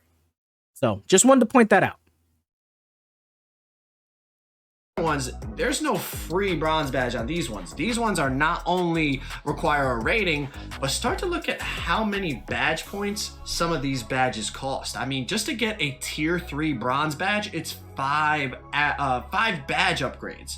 You know, to get a Hall of Fame badge in tier 3, it is. He can't get it. He can't get it because his strength isn't high enough. Is Is that what? only way? Mm-hmm. Yep. Is that only way? He Then why the one? other ones lit up, and he didn't put anything in finishing? They're all lit up except for bully and rise up. They're completely blacked out. See, these are different. See, look. Yeah. These are grayed out, but they're not blacked out. That's the difference. Mm-hmm. So look at bully and then look at fast switch. They're both kind of grayed out, but the bully is blacked out because he doesn't have enough strength to get it. Like, he doesn't have enough for even tier 1. So for instance, he's on posterizer right now. If he had a maxed 71 driving dunk, this would be completely blacked out because he can't get it at all, no matter what he does. Does that make sense? Okay. Yeah. 5 badge upgrades. You know, to get a Hall of Fame badge in tier 3, it's not only very expensive. For example, posterizer, it's 99 driving dunk, 8 badge upgrades to get it on Hall of Fame. Like, these are very, very expensive. To get the elite attributes, it's very expensive in terms of, you know, your overall goes up a lot. But also to get the elite Hall of Fame level tier 3 badges goes up a lot. But also his strength is down that far because he's 170. Yeah. Yeah, that's what I thought. The elite Hall of Fame level tier 3 badges, man, they are expensive, not only attribute wise, but also badge upgrade wise. Now, if you notice, the other badges, you know, you have the bronze badges highlighted. The other ones are like kind of like grayed out. That means you just don't have the attribute upgraded enough. It means you can unlock it, but you don't have the attribute high enough to unlock it. But you see, like right here with Rise Up, it's completely blacked out. That means no matter what you do, your build does not qualify for that badge. So like Rise Up, it says you have to be 6'4" or taller. This build is 6'3". No matter what you do, you can't get Rise Up, all right? So if you're looking at your build, you see any blacked out badges, that means no matter what, you're not gonna be able to get that badge, all right? So just look out for that. But outside of that, as you can see, the really good badges, the badges they classify as tier 3, they're very, very expensive. Now, as I was just saying, the really good badges, the meta badges, let's say like Limitless Range, badges like handles for days. Not only, like I was just saying, they're very expensive attribute-wise, but they're very expensive badge-wise. Let's take a look at some of these badges, right? For example, Frog, you didn't send me a virus, did you? You didn't send me a virus link, right? Like, this ad block isn't gonna like start spamming me ads because it's the ad blocker, right? No. This range. Just to get it on silver, it's an 85 3-point rating, and it's 6 badge upgrades. Okay. No, I see that. That's all I use because everything else has caused me issues. So remember when I was telling you hand down, man down got renamed? This is guard up right here. It got changed to this. That wouldn't even fit in the box. That's Eve pointed that out. It wouldn't fit in the box. To get it on silver, 92 for gold, 99 for Hall of Fame. And this isn't the only one. These tier 3 badges that they classify as like really valuable badges. 85 3-point, because that's what I'm aiming for. Silver Limitless, because that badge changed the game for me on 21 Next Gen. That's what I'm aiming for. Look at handles for days, 85 ball handle for silver, 94 for gold, difficult 99 shots. for Hall. The only one to get it on silver. It is in Space Creator. It's also in What? MIDI They got rid of the Magician. badge? So yeah, it's kind of like split a bit. It's kind of split a bit. Got rid of the badge? They might have they split it up. There's a bunch of stuff that happened with that with different badges. There's, like, as you can see, Sniper's completely gone. So yeah, I'm new to the game. I pre-ordered it and picked it up today. Will I get banned if I play it early? I mean, you'll only have access to certain things. So I mean, if you have the game in your possession, you can load it up, you can preload it, all of that stuff, but you'll only have access to certain things. If you start like broadcasting or posting that stuff, don't do that. Don't do that. 92 for gold, 99 for Hall of Fame. And this isn't the only one. These tier 3 badges that they classify as like really valuable badges, look at handles for days, 85 ball handle for silver, 94 for gold, 99 for Hall of Fame, and again, 6 badge upgrades, 7 badge upgrades. I really want to know what this bullet pass. I want you to think thing about was this. about. Like Wang talked about how they not only made it so certain dribble animations. True, thanks, man. like, I wasn't let's sure. say Trae Appreciate it. Young, Anytime, Steph bro. Curry. Anytime. Those are 92 ball handle, right? You have to have 92 ball handling to unlock all the dribble moves this year. Bro, with the follow, appreciate it, man. Thank you. Put a tweet out You about had to do missed that. it. I So now appreciate look at it. these badges again. Thank you. Handles for days. Even with a 92 ball handling, you're only gonna have silver handles for days. You unlock. So one thing I want to every- point out real quick in this screenshot right here, for those playmakers out there,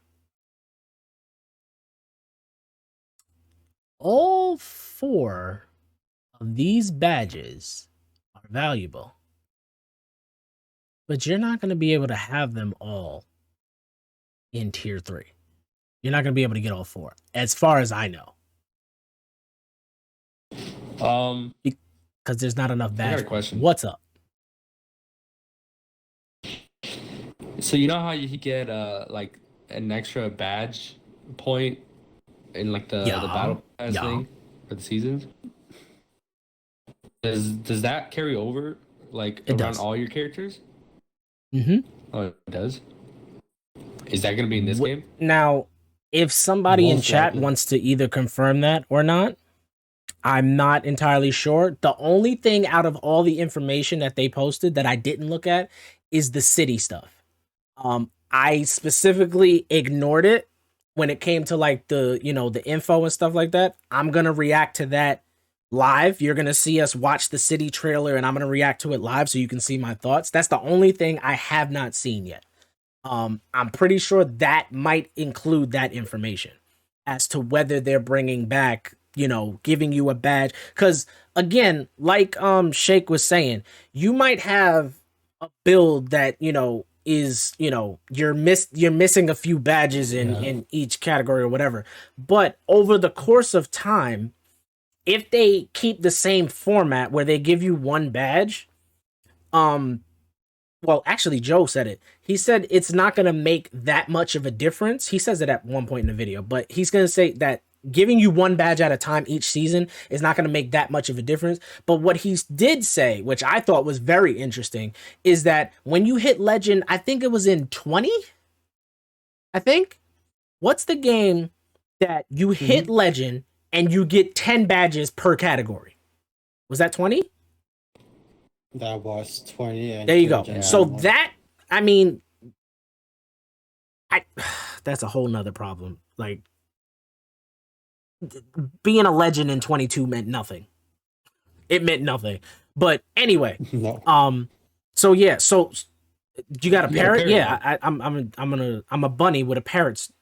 Anyway, so my point is that them giving you one badge is going to add up eventually, but again, you're talking about if they keep the same format, the seasons in 2K22 were 6 weeks. You're talking about a month and a half of grinding. Well, not grinding the entire time, but you're talking about a month and a half before you get access to another badge for your character. And then another month and a half before you get access to another. I don't know how they're going to do it. They know that they're limiting us with the badge points. They know that. So there has to be something that they're going to give us in order to kind of separate our builds from just standard builds, if that makes any sense. Again, like I said, they, one badge every season. It makes a difference in once you get to like 4 and 5, but it does take the time to do that. So, yeah. But again, all 4 of these in this playmaking character thing is valuable. So, decisions will have to be made. Dribble animation, but you only get silver handles for days. You would have to upgrade your ball handle a couple more up to 94 to get gold. 99 for Hall of Fame. That is crazy. Let's check out a couple of these other ones. Hall of Fame Interceptor is now 99 steel, right? 99, last year it was 90. Now it's 99. You have to have a maxed out steel rating just to get Hall of Fame Interceptor. Now, for example, clamps, 97 perimeter for Hall of Fame, 92 perimeter for gold, 86 perimeter for silver. Last year, it was 85 perimeter for gold. Now it's more expensive just to get it on silver. So the really good badges are very, very expensive, not only attribute-wise, but also badge-wise. Now, as I said, there's a lot of info in here, so I hope I'm not confusing you guys. I hope I'm explaining it really, really well, but let's continue to move on, all right? So let's talk about badge costs related to tiers, okay? I know it's very complex. It's kind of like, I'm nerding out right now, all right? I love this type of stuff. 2K22 let's check it out, all right? So badge costs relating to tiers. So every Hall of Fame badge you can unlock does not cost the same. Case and no lie. Couple weeks ago, I hopped on, true story, hopped on, played 1 part game, and got off. 3 Hall of Fame badge is less expensive than a tier 2 Hall of Fame badge, tier 3 Hall of Fame badge. All right, so check it out. Tier 1 Hall of Fame badges are 4 badge upgrades. Tier 2 Hall of Fame badges are 6 badge upgrades. And tier 3 Hall of Fame badges are 8 badge upgrades, okay? So this is not only related to Hall of Fame, it's all levels, right? The tier 1 bronze is cheaper than a tier 2 bronze, I was thinking a tier 3 bronze. I'm just gonna pause right here and say this. I was thinking I might legitimately have to make a build video this year. Ooh. Etc. all the way up I'm fine with that. to Hall of Fame. And this is for every badge category. It's not just like that was just shooting. No, it's the same in playmaking, defense, finishing, wherever you go. You're gonna have to really look into how much things cost, how much attributes you need to unlock certain badge levels, all those types of things, man. It's really gonna be complex in terms of getting the correct badges available to your build. And we haven't even talked about how to equip these badges because it is a pretty complicated process now. It's not just like you could slap on whatever you want because you have 40 shooting badges, you know what I mean? Last year, you had people with 40 shooting, 40 playmaking, 15 finishing, 15 defense. Like, it doesn't look like you're getting that many badges, and they're more expensive this year. Now, the next thing I want to talk about is badge tiers change, okay? Pay attention to this part, okay? This is another key. I'm stopping this because I'm inserting this right here. Pay attention to this. Pay attention. I'm sorry, I'm yelling. Pay attention to this, because before you lock yourself in to a build, pay attention to what he's about to say. Try out different things before you commit, okay? For those of you who are, gonna be putting money or VC into your build, pay attention to this part right here. Pay attention. I'm trying to help you. Pay attention. Now, the next thing I want to talk about is badge tiers change, okay? And just listen. So, for example, a 7'3" center and a 6'6" shooting guard have different badge tiers for the same badge. So, for example, a 7'3" center, slithery finisher, is going to be tier 1. It's not very valuable. A 7'3" center doesn't need slithery finisher, so it's going to be a tier 1 badge. It's even if you want it on Hall of Fame, which a 7'3" center can't get, it's only going to be tier 1 cost, which is 4 badge upgrades to get in a Hall of Fame. But a 6'6" shooting guard, slithery finisher, is a very valuable badge, right? You're trying to slither through traffic and get layups, get dunks. It's a very valuable badge. So it's going to be a tier 3 badge. It's going to cost 8 badge upgrades to get in a Hall of Fame. So the game, from what I noticed, the game separates tier, where to put the badges depending on height. So for example, check out these screenshots. So for example, this first one, as you can see in the top right corner, it's a 6'9" player. Clamps is a tier 2 badge. This screenshot is a 6'8" player. Clamps is now a tier 3 badge. So if you want to get it on, you know, both of them on silver, it's going to be more expensive on the 6'8" player because the game is looking at it like a 6'8" player, that is a more valuable badge than to a 6'9" player. Now, listen, I don't know if it's exactly only based on height, but from what I noticed, it was mainly height related. Like I said, the slithery finisher example, the 7'3" center doesn't need it. The 6'6" player, it's valuable. So for the 6'6" player, it's going to cost more than for the 7'3" player. I think it makes sense. It is a little complicated, but I think, you know, if you really listen to what I'm saying, I think you understand what I mean. The next kind of new addition I noticed was that you talking about channel points, Kason? Can unlock with different attribute upgrades. I'm trying to think back to the old builders. I don't think this was ever a thing with any of the next gen builders. But basically what I mean by that is let's look at some of the badges. Hold here. on to them for now. I'm working on that. Quick first step. This was always related to speed with ball. Like last year, you had to have a certain speed with ball to get quick first step. Now, as you can see, you can unlock this with post control, ball handle, or speed with ball. Hold on to them. So if any of those 3 attributes meet the required level for that badge tier, you'll be able to get it. So there's more than one way to unlock certain badges, which I think makes it better in terms of balancing positions, because certain positions, it was just impossible for them to get that rating to unlock it. You know, for example, this one right here, unpluckable. It used to only be related to ball handle. Now it's related to post control or ball handle. So let me give you a big man's perspective on this from, like, let's say last year's game, for example, 22 next gen. You could not get unpluckable. So you would get a rebound and people would spam you, you lose the ball. You would, you know, be posting up, even with 99 post control, right? Back to the basket. If the dude guarding you had a high steal and he pressed X, he's gonna pluck you. Like a very high percentage of the time on next gen.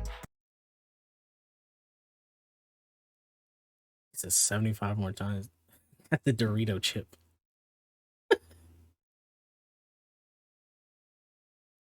No context. Broke.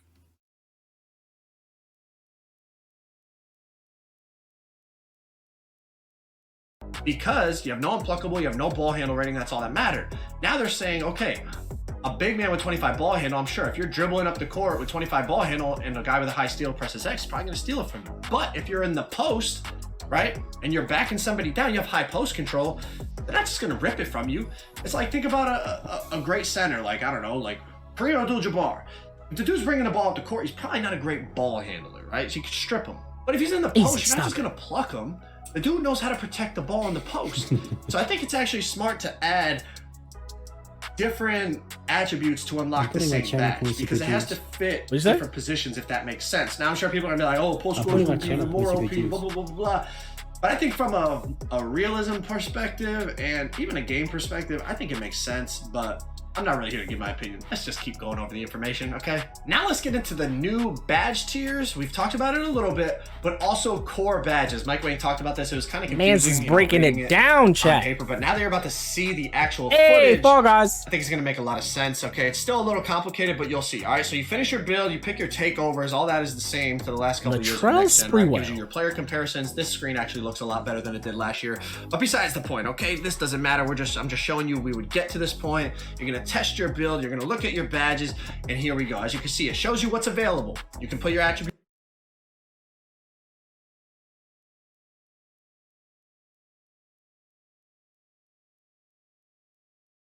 upgrades, right?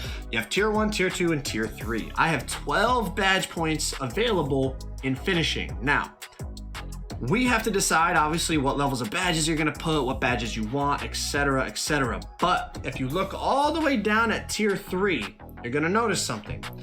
It's gonna say you have to equip at least 10 badge points between tier 1 and tier 2 before you can use a tier 3 badge. All right, so we're gonna just pick some badges to put on here. You know, we're gonna throw on this, throw on that. Use up the 10 badge points we have to use before we're even allowed to put on a tier 3 badge. All right, so you see we're throwing on. That's some not how stuff, it works, whatever. Baller, but I appreciate the follow. Putting on. It's just for an example here. We have to use 10. You see it counts down on the bottom. You say so. Now we have used the 10. We have 2 left, but now we can't even afford the tier 3 badge. So check this out. We had 12. You have to use 10. So we have 2 left over. Now that the tier 3 badges are available to us, we still can't even afford them. So you have to start to calculate how many badge points you want in a category, because you have to use 10 in tier 1 and tier 2. So if you want any tier 3 badges, you have to make sure you have enough badge upgrades to even equip them after you put the first 10 in tier 1 and tier 2. Now, if that's not complicated enough, now listen to this. Any badge you can afford, you can put as a core badge. You get 1 core badge per category. Okay, finishing, shooting, playmaking, defense. But with this, the core badge costs 0 badge points. But you have to be able to afford the badge to be able to put it as a core. So for example, right there, we can't afford the tier 3 badges after they're unlocked because we used the first 10 badge upgrades. Since we can't afford it, we can't use our core badge on that. So you have to make sure, for example, if you want a Hall of Fame badge in tier 3, you have to have at least 18 badge upgrades in that category. You use your first 10 in tier 1 and tier 2. Now you have 8 left over. You can afford that Hall of Fame badge in tier 3. Basically get a buy one, get one for free, because you can put the core badge on one of them. I tell you, decisions will need to be made. Them for free, and then you can buy another tier 3 badge. So let me show you an example of what I'm saying. Okay, so let's go back. I'm gonna rewind back. We're gonna go back. I'm changing my attributes around to give myself more finishing badges, right? Okay, end screen again. Upgrade. Here we go. Pay attention to the badge point number. Thing. We're gonna put on 10 in tier 1 and tier 2. This time I'm just putting 2 gold badges in tier 2, so I use my 10. Now I have 7 left over, right? So I can put on the gold posterizer if I want to, or as you can see, you can press triangle or you can press Y, and that's gonna allow you to put it as your core badge and use 0. What's a triangle? I'm just kidding, PlayStation. Right? I love you guys. So check it out. Just scroll over. I can buy it, and now I have 0 badge points available, or I can core it, use it as my core badge over there on the right side, right? Equip core badges. That costs 0 badge upgrades. I still have my 7, and I can go buy another one like Limitless Takeoff or Bully or Slithery or whatever. So as you can see, attributes not only tie into each other, but they tie into badges to unlock certain levels of badges. And you have to make sure you're getting enough badge upgrades in each category to utilize that core badge. He said better. I like it. There's a lot of moving parts here. And that's why, like, I had the builder for maybe, well, I was on the tester for maybe 6-7 hours.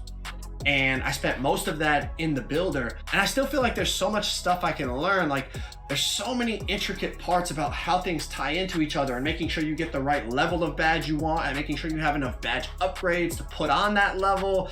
Like I said, to be able to use the core badge on a really high value tier 3 badge, you have to have enough upgrades left over to be able to unlock that tier 3 badge regularly. Otherwise, you can't use the core badge on it. There's a lot of moving parts here. And it's definitely gonna make for some interesting builds, and I feel like, think about it, maybe somebody watching this video is your first time playing 2K. This is a lot. Like, I'm a builder head. Like, you guys know I make 20+ builds every year. This is a lot for me. Like, someone that's not used to making builds, man, this is a lot of info, okay? I got a couple more things to show you. Let's move on. Now, when it comes to Takeover, people were asking, it's basically— You said W streamer? Kason, stick around. I'll give you a reason to say that. The same as next gen has been the last 2 years. On current gen, you would only have the 1 takeover. You stick around. On next gen, it's been like this for a while. There's like 2 to 3. I know you just found me today, but you'll have a reason to say that. Stick around. Per like category, like glass cleaning, as you can see, has 3 takeover types. Rim has 3 takeover types. I think post scoring is the only one that has 4 takeover types.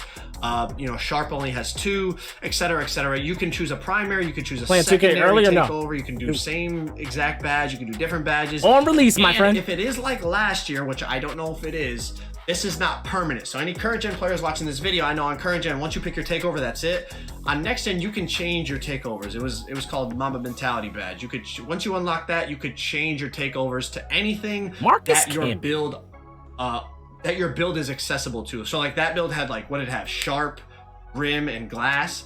At any point, I could change between those three. I can't change to a takeover. What do you mean, Aspect? I appreciate the words, but what do you mean? So as you can see, this builder is based off of the 22 next gen builder for sure, but they definitely changed a lot. They refined a lot. They made it a lot more intricate.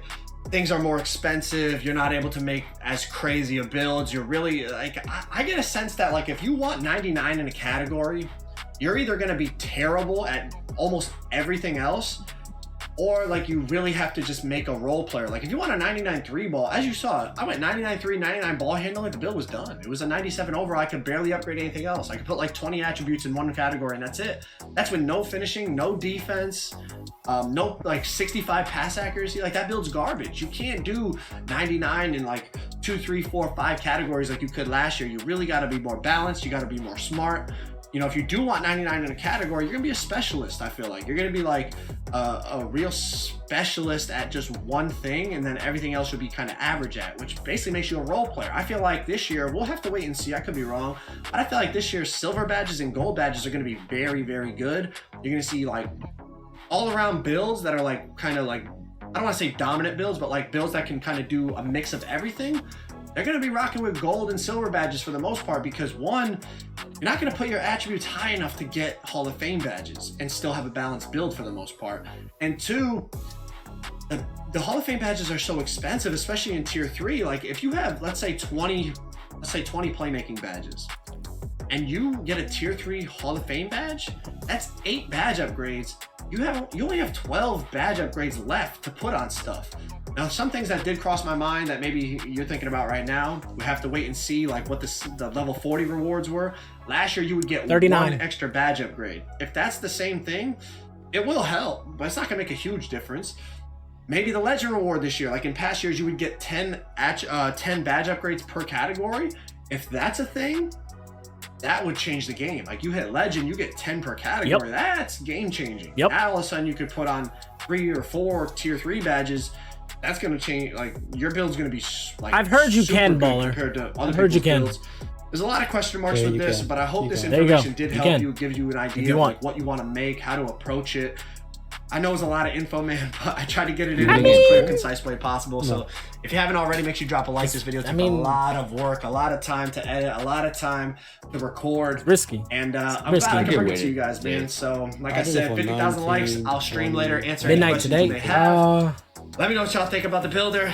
Definitely something different. Isn't New Zealand like 14, 16 hours? I'm excited though. I'm gonna make a ton of builds. You guys already know that. I'll drop all the vids for you guys. But I'll catch you on the next video. NBA 2K23. My player builder. This is what we got. There you go. Thoughts, chat?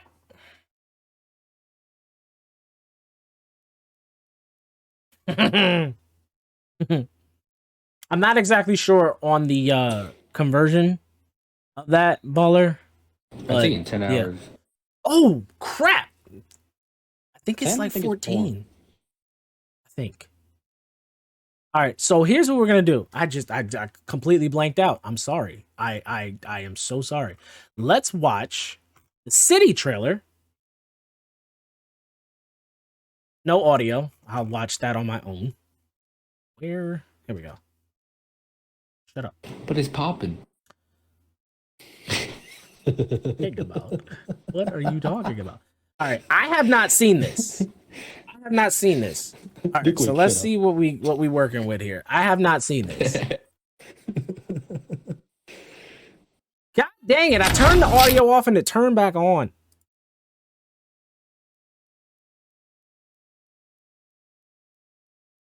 All right, calm down. Like, dang, y'all just flashed all 4 parts. All right, I'll watch it once, then I'll break it down.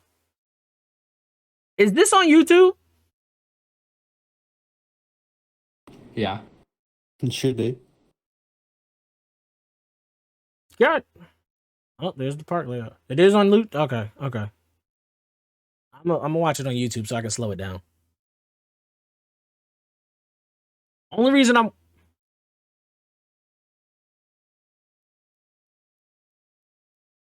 Only reason I'm watching it without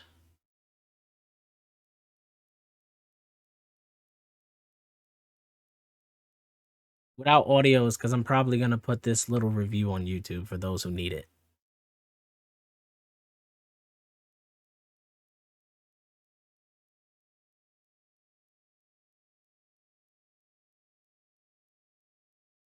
Is that Treasure Hunter? Is that Treasure Hunter again, or is that just? Mm-hmm. Looks like it.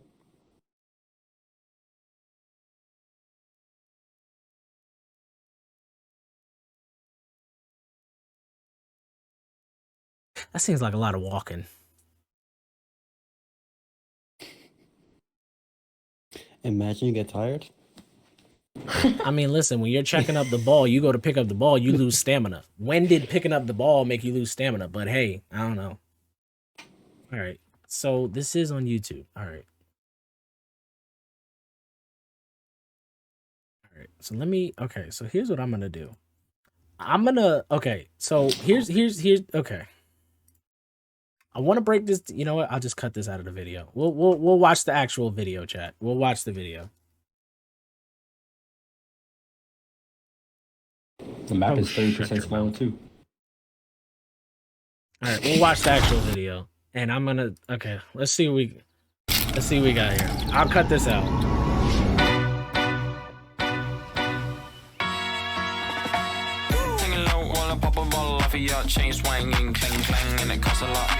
Excuse me, sir. What the?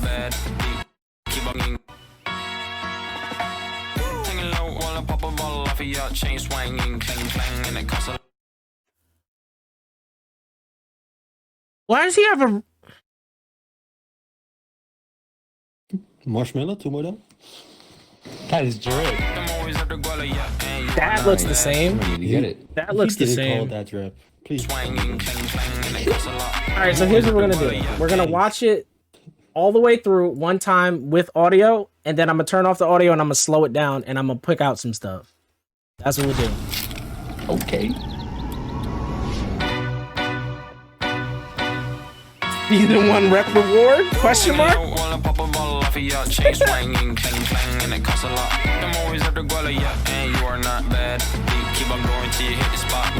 a good song. Shopping closet's back. About a million options that is talking to stop doing agreement. I'm rocking arena, bringing the peace. I'm up in that park in the car, pretending I got all the eyes on me. Got a bad baby and she's in the Rex gotta know I'm buying. Seeking attention. When they want me about the goofies, man, I should've listened. And the smell of the money, my strangest addiction.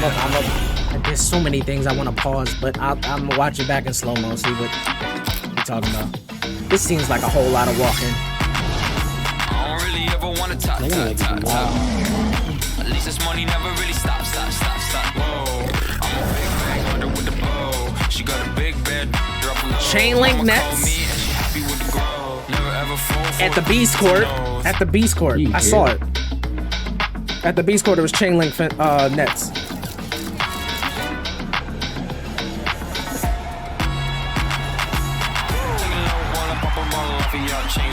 Who's Mike Wang? You're in slip.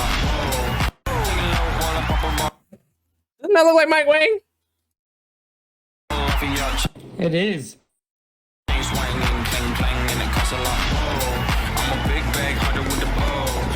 That TKO event? Somebody explain that to me. I never did it. Alright. We're gonna play it again. Stop it. That was so good. Love you. The song went with it. It doesn't sound like the first one was. Never mind. All right. Sure. If you say so. If it just takes a song, all right, cool. Why'd you make the video faster? I swear, I've done this before. I feel a lot of love.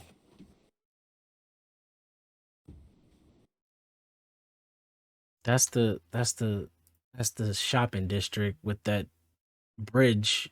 That's back. That was a copy and paste. Like I said, the first trailer when they showed the My Career or whatever is they replaced the game with J. Cole and everything else seemed the same.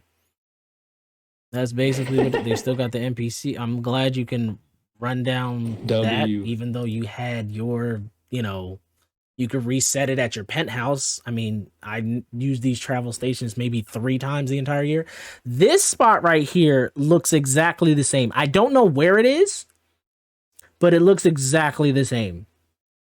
I don't know exactly where it is. I think it's behind the shopping district, I think, on the side of Annie up, like around the corner. Maybe not. It just looks exact. Okay. So that's what people were talking about when you could fast travel. You can use, that's why they made it so that you can run into the station. So when you get down there, I'm assuming you'll have this menu right here. City, Metro, Travel. Okay. I like the Beast Court a lot, but I just hope the lighting isn't as bad. Isn't as bad, though, as Park After Dark. I mean, that was a special event, man. Okay. So we're looking at the so the screenshot from, not the screenshot, but the frame from the original My Career trailer was looking at it like horizontal. We're looking at it from a different angle, but everything's pretty much the same. Yeah, because this was, yeah, okay.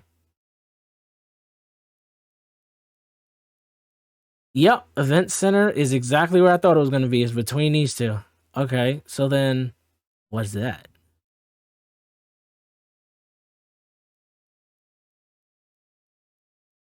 Knights beats Vipers, Wildcats, The Block, North Station, Arena 1, Event Center, West Mall, East Mall. So you can fast. Okay. I mean, they did have one central location and then they had like a little strip, but welcome back, babe. That big thing's probably the theater or something. The Block. What? Okay, so The Block has your daily rewards right here. And the little stores. Oh. Pro-Am is here. So where was The Block on the map? So The Block was in the center. On the left side. Block was in the center. Okay. All right, you know what I'm gonna do? I'm gonna do it like this. Thank you. And then I'm gonna snippet this. Snippet this. And okay, I'm gonna keep this over here so we can kind of get okay. The city is 30% smaller now. Yeah, that's what Mr. Froge, coughing Froge over here is telling me. Annie up. Hey, is right next to him. Can't wait to go Annie up and lose all your money. The club's right there. The club. What is this theater? Okay. Okay, so that's right next to it. I'm assuming this is the. I didn't see the plaza. I'm looking at the map. I didn't see the Gatorade facility. Ooh. Anybody? GG. Well, I'm not gonna say I didn't see it. It wasn't immediately like that's where, Anybody? I hope there is because of the builder. What? You hope there is what? Club 2K, okay. We need that plus That's the 4. block right there. Crap. The rec you probably own that club. It's GTA now? Okay. The theater. Wait, never mind. I'm gonna need to look at to see if anybody explained what the theater is. They got cages in next gen? I got a tweet for you. Dude. 1v1 park, nothing beats the basics. So that's not just in stage then. Oh, this is what. Oh, okay. So this is the theater. They had this in 2K18. So y'all know where y'all used to spawn, where the bike was, and you spawn in your team facility in the Gatorade thing. That building right there was like a quote unquote. But then, what's the point of the event center? If this is, maybe this isn't the theater. You can look at the blog post if you Google 2K Theater. Okay, thank you, Baller. Appreciate that.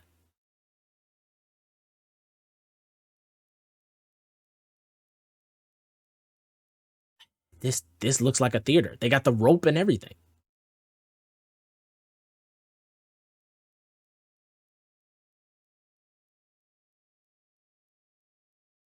Look at the. That's funny. That's funny. They got them actually in a theater format. Yeah, it's apparently. Yeah. I don't see the Gatorade facility, guys. Yeah, the rec 100% has a different environment now. It's like a pickup game, like type like environment. Yeah. Okay. Look at Easyy doing spin dunks, spin shots. I mean, This is different. The Kobe court, you can play 3-on-3. That's only 6 people. The Kobe court was 5v5 in the past 2 games in next gen. This is only 6 people.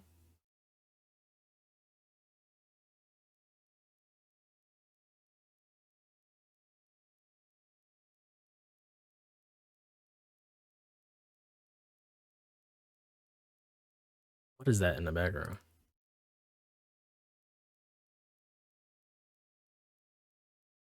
I don't know what building that is.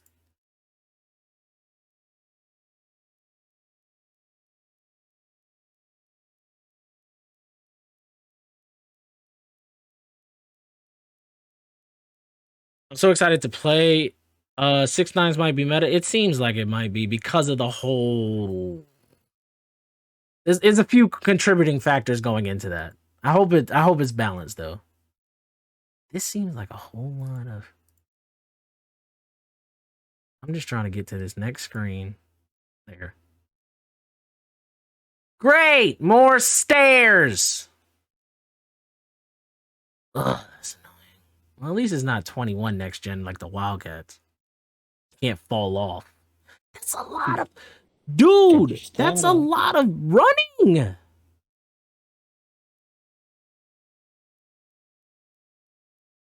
We'll see what happens.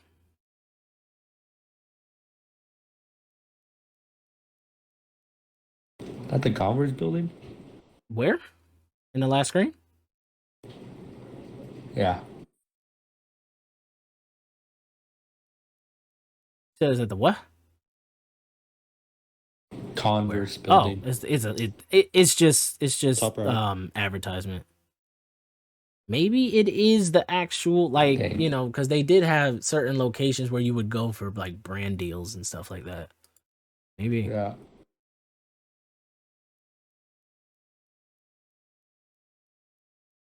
Great, that dunk package is back. People used to cheese that in order to not get blocked. That's awesome.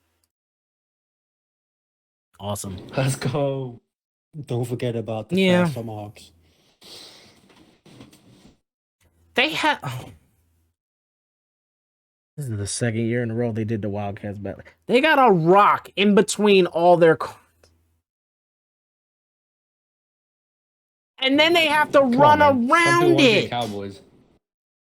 And they have elevated. Yeah, I'm not going to the Wildcats, Chief. That's a GG. Thank you very much for this information, 2K. I am not doing that. You gotta walk. Green was always my color. Around a rock to get from one, and then you have to go up. Yeah, okay. Yep. You better make sure you get enough stamina. See, look, they're playing with a rock in front of. It's crazy. Wait, hold on. I just thought about it. They have chain link too. They have chain link fence nets. At least that's what it looks like. No. Don't they all do? Do not. Unless they all do, and maybe they were just showing some gameplay from the other from like the Kobe court or whatever that had regular nets. Hold up, I missed it. Hold on. See, that's not bad. I mean, the poles are gonna piss me off because there's rocks next to them. And again, I mean, I don't know. Too dark. It's not that dark. It's red all over the place. It's not. It's red all over the place. I don't like red. Well, the randoms court is still a thing. Why are both sides lit up? Interesting. Every court, it has both sides lit up. Can't see that one, but they have both sides lit up. You think that's a new they only do that during rival day, where both sides are lit up like that. Because they kick both squads off the court no matter what happens. Interesting. They need to make the Kobe court extra rep or something to make us play on it, since there's only one court, in my opinion. I hope. I'm not saying that's a bad idea. I'm just saying I hope they got rid of those, like, forgive me if this was your thing. It didn't make any sense to me to have those Adidas courts, Mountain Dew, or anything like that. It just didn't make any sense. They used to give you quests on, like, doing stuff on those courts. I never did them. I'm sorry. I just didn't. The stanchion is the okay. They made specialized stanchion. Okay. That's cool. That's chain link. Definitely. Is that chain? You gonna play my team? I don't know. I mean, listen, if the game is good, I'll play everything. If the gameplay sucks, I don't want to touch it. I'm being honest. I used to play my team in like 15 and 16. I'm not gonna sit here and lie to you. I did.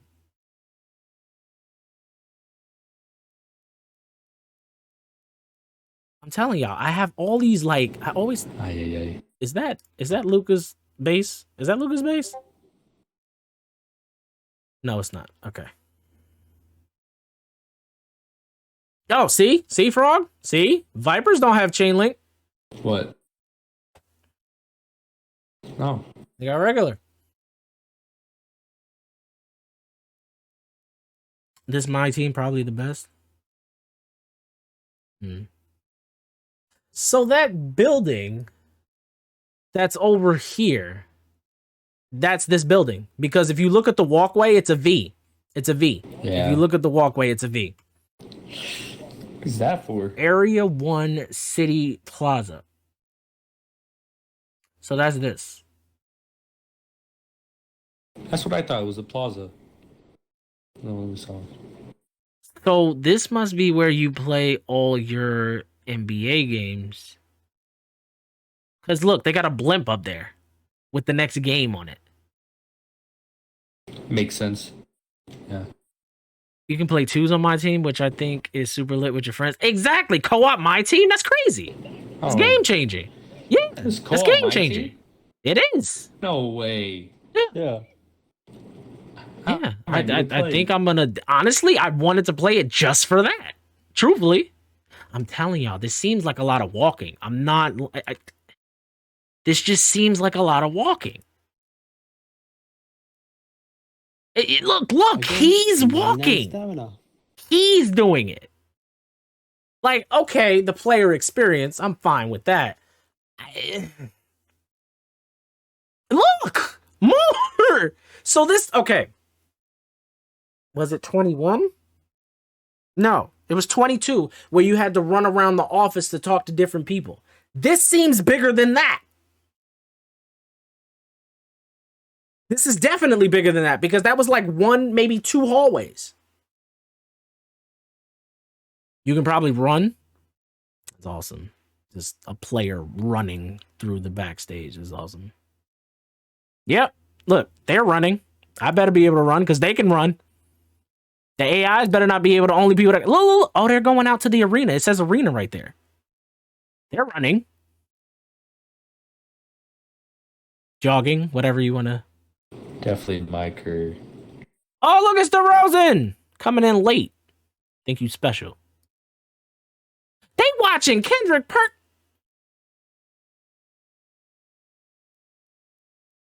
Bruh. And then he's standing here while they're going out. Interesting.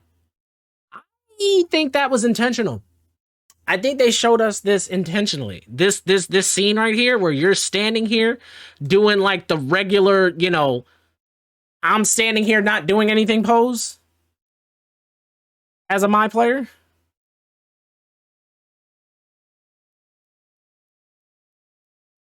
Where's J. Cole? He's in the story. He already has his spotlight. Oh, man. This is just the trailer, yeah. Can you not just load into my career? Didn't play much next gen? I don't know. Kendrick Perkins is so annoying. Agreed. He's next to Club 2K. What is that? Yes, Boxing it's a gloves? TKO event that was in next gen. Oh. So apparently this is the event center. There goes the coughing. Don't die. I swear to God. So, okay, so... Oh, yeah. Not that anybody really cares, but apparently there's day-night cycles again. Not that anybody cares. Let's go. Not that anybody cares, you know. Okay. I hope it rains. I need seasonal. Can't wait for the snow. Not the snow, man. It's gonna be snowing in the Beast of the East. Snow inside the volcano.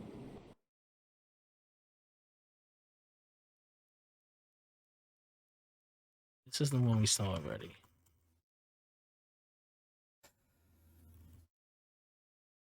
There it is.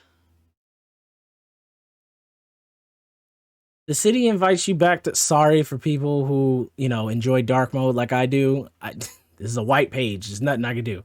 The city invites you back for another year of NBA 2K featuring an all-new layout, affiliation zones, key points of interest, and more. Hello to everyone. Yeah, thanks. Yeah, the W. That's the WNBA thing. My career, basically. Oh. The city, they had it in 21. The city. So nice. What about me? Yeah, listen, I have to look at the same screen you do, okay? We'll get through this together. I'm trying to get you. See, you keep stopping me. I'm trying to read. Okay? The city. Yeah, I can't put this on dark mode. It's not an option. The city, born in NBA 2K21 and only available in 23 next gen, set out to bring together a larger community and to surface competition amongst groups. And okay, all right. 22 saw a number of improvements, specifically with the seamless integration of My Career mode. 23 takes the city in a very new direction based entirely on the feedback from you, our community. It's cute. One of the main pieces of feedback we heard was the long traversal times when you had to run or skateboard incredibly long distance to make progress in your career or to venture between each of the affiliation court areas. We chose to tackle this community feedback in two complementary ways that I know you appreciate. Now, I'm thinking about something. This is making me think about the fact that, yeah, this next line right here, that's exactly what I was about to touch on. The fact that it's 30% smaller. We saw in the trailer, this is what I'm hoping the city doesn't turn into.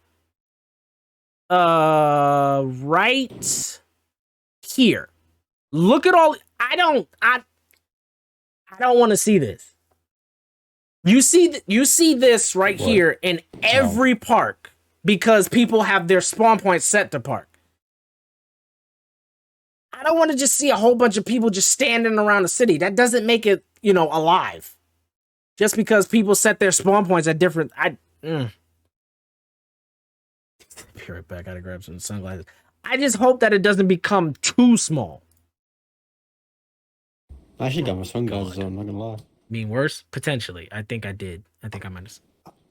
I think I said something. And yeah. So the city is approximately 30% smaller in comparison to 22. This allows for a tighter, more meaningful city with less unused buildings that serve to increase distances between destinations. Fast travel! Scattered around 23 city are subway stations that you can hop into anytime. What is their obsession with the subway? I don't understand. That you can hop into anytime you want to quickly jump around the city. Finding the nearest fast travel station is easy no matter where you are. Simply press R1 on your PS5 controller and we will play. Oh, so no Xbox mention? Bet! Okay. And we will place a ping on the nearest one and guide you directly to it. Hold on! Stop!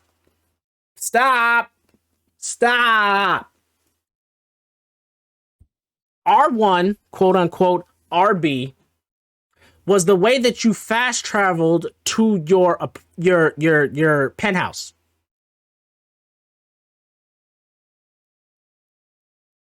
So I hope R1 brings up the menu, because what happened there? You used to hit R1, they're like R1 or RB, and you're like, yes, I want to go to my penthouse. Okay. Finding the nearest travel station is easy no matter where you are. I'm obsessed with the subway. All right. I hear you. I don't like having too much parks because you get no game. Yeah, that's 2K biggest problem. You have more people walking around than actually playing the game. That's the thing. Like, if people set their spawn points to park and then they go shopping, the park is actually deader than it seems. So I hope that they. I don't know. Okay. That's the cost we suffered. Just making the I'm map 30% I'm saying smaller. I No more get that, apartments. you know, like I like what they did with 21 Next Gen's parks. They instead of all of the elevation, they leveled everything out, which made it easier to get from one place to another. Which is why I'm not going to the Wildcats. That's a step backwards in my opinion. That's just me. But it's just I don't know. We'll see, I guess. Once you are there, you can select to instantly travel to any other fast travel location in the city. Traveling is instantaneous. There's literally no loading at all. We'll see. Because when you have no loading, that means everything's rendered at the same time, which means lagging. Feedback from our community is the single most important way we can work together. Can't even read this without chuckling. This is such a corporate line. Oh, God. Anyway. Feedback from our community is the single most important way we can work together to grow the game into what we all want it to be. It's important to me that everyone knows that we both hear and actively seek feedback to improve the NBA 2K experience. And speaking of improving the NBA 2K experience, let's dive into what makes NBA's City, 2K23 City, the best iteration yet by far. Affiliation boroughs. I'm sure you're... We retired the nooks in the corners of the city that represents an affiliation's home base. The nondescript area serves... I'm trying to read through all the nonsense that... We have created thematic destinations that really touch upon the true essence of what communities represents. Okay, so this is... Okay. As if we need to be reminded what game we're playing. Hey. This is Madden, actually. Looking more and more like Roblox. All right. Taking inspiration from a sprawling jungle setting, the new Vipers, okay. They're just hyping it up. This is a jungle setting, okay? I mean, they have water. Trees. They're not gonna let you walk in it. I can see the barrier around. Where are the crocodiles? Why didn't they have snakes popping in and out of the water? Anyway. There's a bunch of hellish working at 2K. Just words, man. It's just words. That's why I'm like, listen. I know about the whole corporate, how you want to play things up. Tell me how it's gonna work, okay? Like, look, sprawling jungle setting. That's fancy talk for a bunch of trees and bushes. They added some water. Okay, fine. Is that gonna cause lag on the courts? That's what we want to know. Nice rocks. Cool. Thanks. Probably never going to look at them after, but anyway. It's not bad. It's not bad. I'm not sitting here saying that it's terrible. I'm just saying they're trying to hype it. Just like, let it speak for itself. Now, what's the difference between this little screenshot here with the trees and the palm trees and the outside of the North Side Knights? What's the difference? What's the difference? There's water, there's rocks, there's trees. Maybe I'm just nitpicking. I don't know. I mean, if you That's love Harry true. Potter, just go with the Knights. That's true. This is very resemblance of Hogwarts. Yeah. I like that. Yeah. As you move around, you'll hear the sounds of the jungle. No way. The birds in the trees and encounter numerous other locations, including bonfires of... There's a village? There's a village. In the Viper. I'm already gonna wait for King Kong, not gonna lie. A Hold crashed plane? A village with huts, one of which is where you can equip your My Player with Viper's gear. So you can go into one of the huts. That's dope. In order to get the gear. A crashed plane that is now becoming one with the environment and ponds that dot the terrain and surround the court areas. Well, that's an example. A crash plane. Yep. Awesome. Why is there a crash plane? Because it's a jungle. And listen, there's a lot of movies where planes go down in the jungle and like the vines take over. I guess that's the idea behind it. I don't know. I don't know. We'll see what happens. All right, here we go with the Knights. Okay, so we got some shrubbery outside, but they wanted to give off the Hogwarts theme, from... Okay. Okay, so we got some... Are they gonna give me a broom to fly? All right. I hope. Right. That could be It's dope. gonna be the season 14 pretty awards. Here's your broom. Don't get me started on Don't brooms, clean dude. up. They had friggin' brooms. They had brooms in I'm Dying feeling Light royal. 2. Unbelievable. A zombie survival game with a broom more that hovercrafts. Now allows get a you to broom. fly. Don't even get me started on that. Don't even That get me sounds about started on that. So we have the usual, the knights in shining armor. We have the lions. No tigers, but, whatever. Rawr.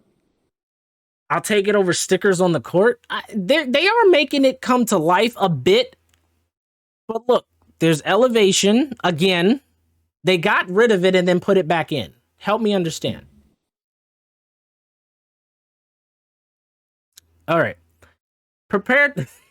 All right. I'm just going to read it. Prepared to be whisked away back to the Middle Ages as you trudge up the dirt path and cross the drawbridge into the new home for the Northside Knights in NBA 2K23.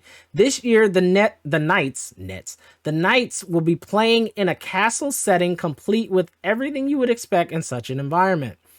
The baskets and stanchions are elaborately designed wood structures. Coats of arms surround the castle, and wall-mounted torches will guide your way as at night into concert with the warm glow of the lights placed around the courts. One of my personal favorite times of day in the castle is around 6 p.m. in game time.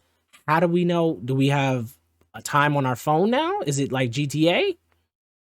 When the setting sun crests over the looming castle turrets and it casts a golden glow. I'm trying to get through this. Cast a golden glow across the entirety of the playing area. The technology behind our visual improvements in the city this year are astounding, And this is one way you can really see that progress. All of that just, you know, for regular people talk. There's wall torches, knights in shining armor, and lions scattered around. They asked a high schooler to make an essay about this and then use this was written by an intern. Okay?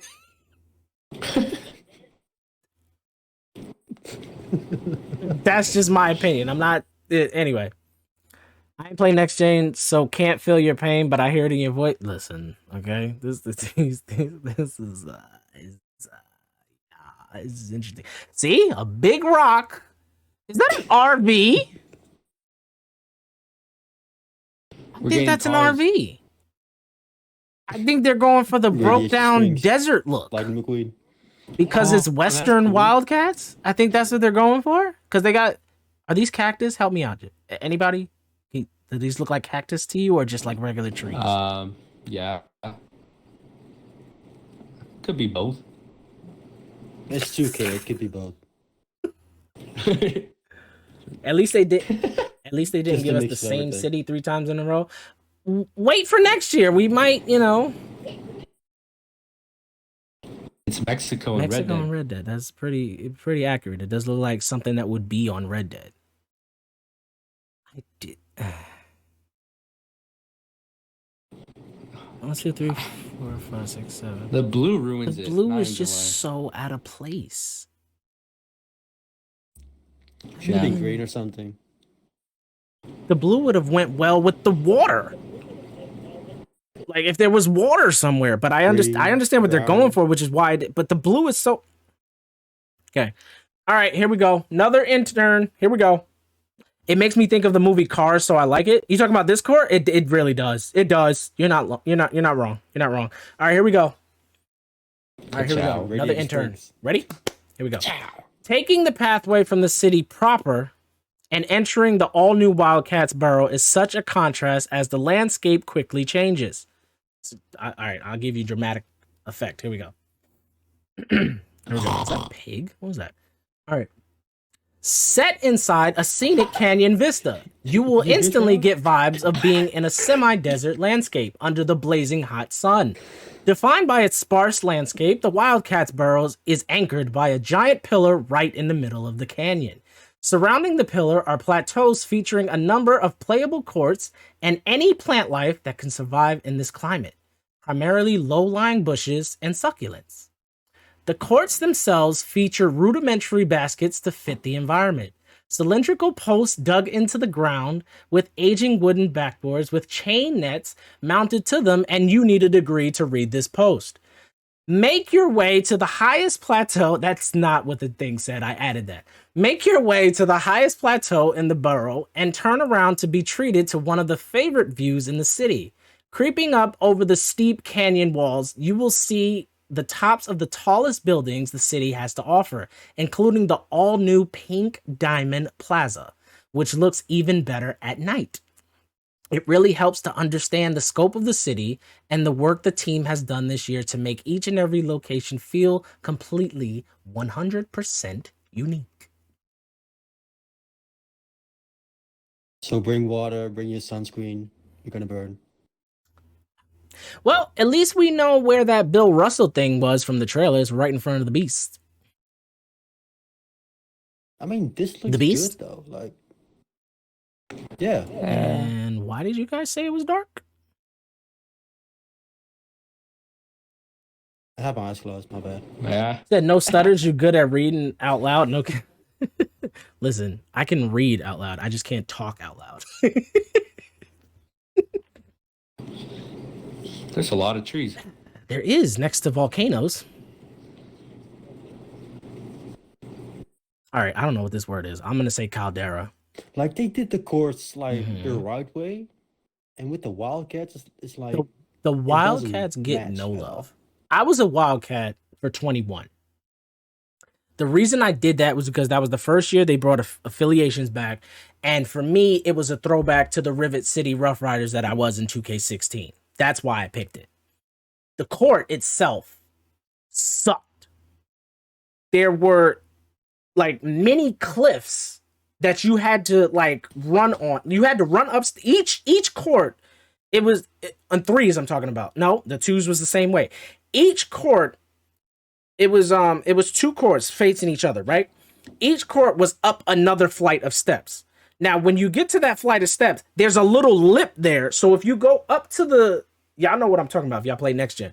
If you were up on either corner or the middle, there was a little lip in between the corner, the middle, and the other corner. So if you fell, you had to go back and run up the steps again. You know how many spots I lost because of that crap? Just saying. All right. So here we go. I mean, maybe certain sections of the map are dark. I don't know. Maybe. I don't know. It looks good in the dark, but I'm curious about when it's daytime. You mean like the contrast and stuff? Listen, I'll take brightness over 2K21. We could not see our faces on the court in next gen. We could not see our faces the entire year, no matter what time of day it was. You couldn't see your face. Sorry. Yeah, it's a little mini rant. Like, it looks good at night, but I'm curious about daytime. Like, for real. Yeah.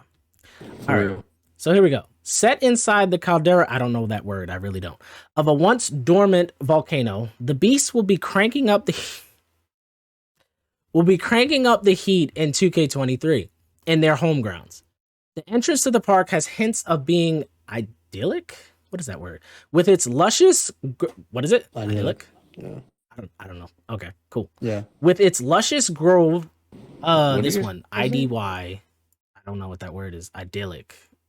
Good talk, Frog. Thanks. Hints of being idyllic with its luscious grove of palms and beach-like sand.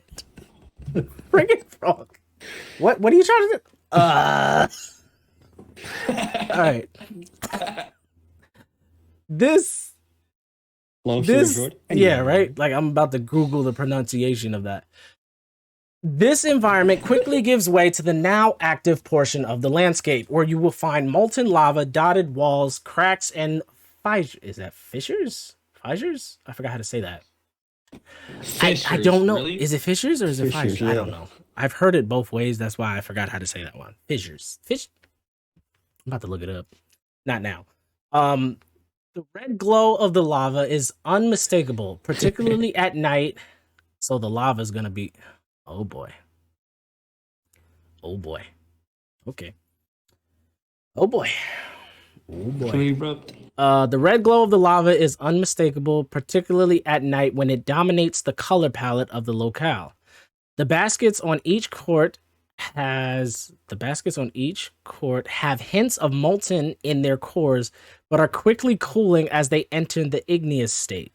The incredible level of detail in this burrow, in my opinion, really helps to immerse you into this rugged landscape, as it perfectly defines the tone for those that hail from the east. I don't know what that means. I think if you scored court lights or something. Could be. I don't know. Score the okay. What's that in the middle? That's supposed to be the inside of a volcano. Yeah, I don't. Why? Listen, dude, there's grass inside of them. Man, it's fine. They're not on fire or anything. It's fine. Is Park even playable on 4K? What do you mean? What do you mean? What do you mean? It's insane. Yes. Should be. 4K monitor? Yeah. I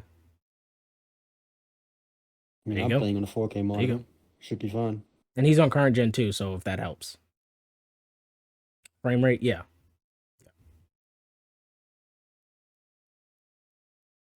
Doesn't that make the next gen perform better?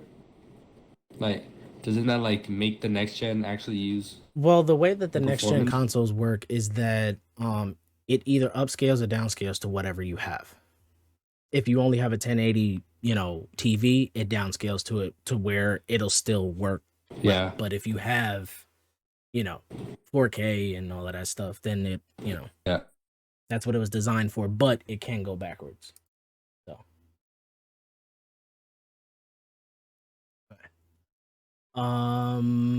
What else we got?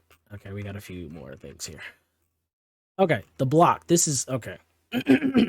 Okay. The theater, all new for NBA 2K23, details below. Okay.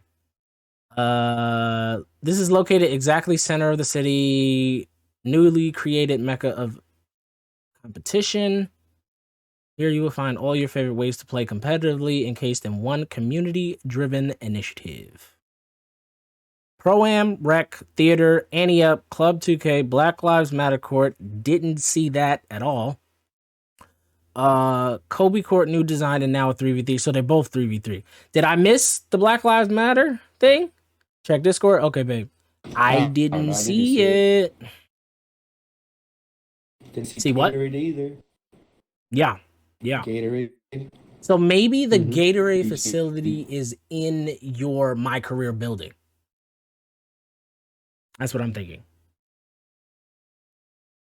Yeah. In the stadium? That's what I'm thinking. Hold on. Let me go Could back be, to but I this didn't see video anything. with him walking through. Let me see something, because I think I'm. If it was somewhere, it'd be here. Hold on. I'm looking. What did I say? I mean, then I agree with you. It's a lot of walking. Arena tunnel, locker room, press conference room. So yeah, it's not even on. I don't know where it is then. Unless maybe I'm They just forgot. going too far.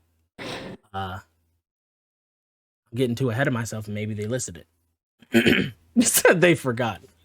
I mean, you'd think they would put it down on here. Yeah. I mean, you think they would, but it's 2K, so. My bad. All right. All right.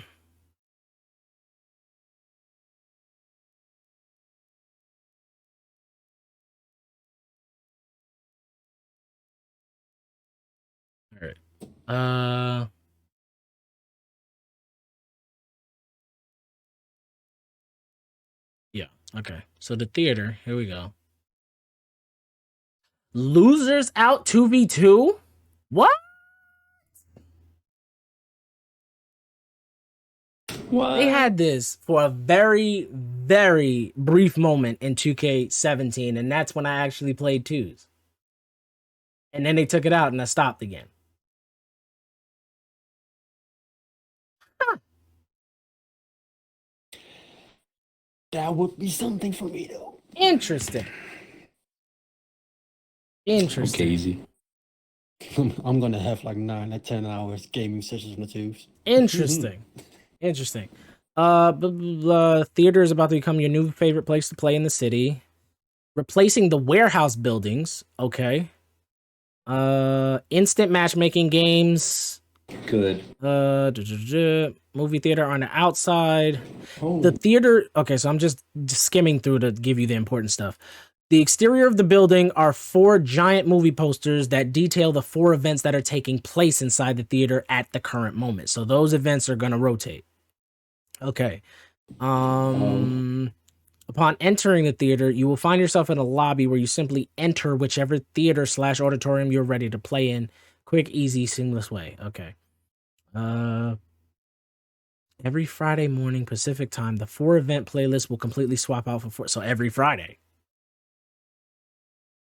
There you go. GG. There you go. So there's different ones? Yeah. Those 4? Oh, so they're already giving us week 1's schedule. Theater 1, Losers Out, a 2v2 experience where you come alone or bring a friend with you. Only catch is, as the name implies, the opposing team gets possession after made baskets. Hustle, a 3v3 experience where you can come alone or bring... Hustle features a 12-second shot clock to keep a non-stop lightning pace of play. Comp squads only. A 3v3 experience where you bring your own crew. Sure to be for 2K Vet. Comp modes bring competitive game tuning to the table where only the strong... Whatever. Rooks, no squads. A 3v3 experience where squads aren't allowed. A great place to level up your my play. No. I just... so it just hit me. That just hit me. Boot camp. No, That's great not for you. really. It just hit me. Replacing the warehouse buildings. As 2K became annoying for 22 next gen, I started grinding to 40 in the warehouse versus AIs because I didn't want to deal with Park anymore. So now they're telling me that it's going to be an event that rotates.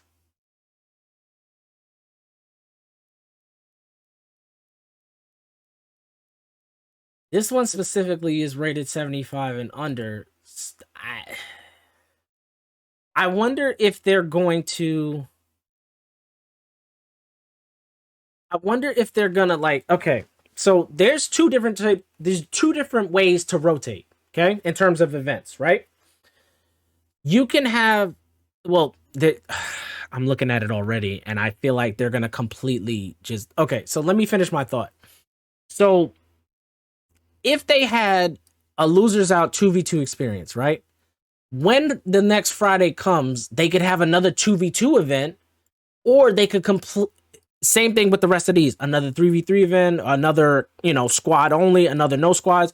So it feels like if I'm looking at the format of this correct, they have one 2v2 experience, one 3v3 experience, one 3v3 squad only experience, and one 3v3 no squad experience. So you see the format? So it's something for every player type. The reason why I'm saying there's two ways that you can rotate this is they can keep the same format and give you another 2v2 experience. They can give you another 3v3. They can give you another event for squad only, another event for no squads, or they can completely wipe it and just give it to you at random to where you may come up to a week where it's all 2v2 stuff. So this is why I'm wondering what happens here. See, look at this. They don't even... I'm not trying to be funny. This is just the way it looks. I'm not saying this is what happens, but it doesn't even seem like they have a plan.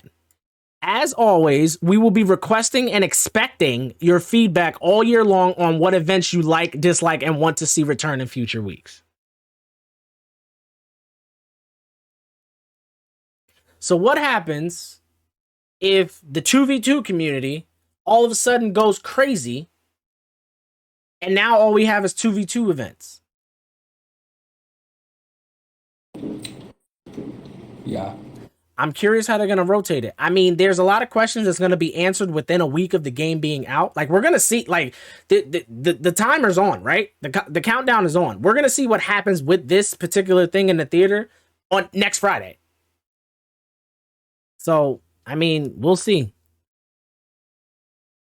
Said people playing less on the course in part. I would like the comp one with higher difficulty and some badges you can't use would be cool. Yeah, that makes sense. That makes sense because there's some tournaments in 21 that wouldn't allow you to use sniper, or you could only use it on bronze. Something like that. And then, going around the community, Ticino, when he would wager, you couldn't have tight handles on. Stuff like that. That'd be interesting. Blah, blah, blah, blah. Double or nothing. Earn double XP when you lose. Losing team or 0. Jesus Christ. You're gambling your XP now. That's tough. That's tough. Let's go. That's tough. He said, let's go. Shut down your opponent and a point is added to the vault. First team to hit a shot from beyond the arc will collect the...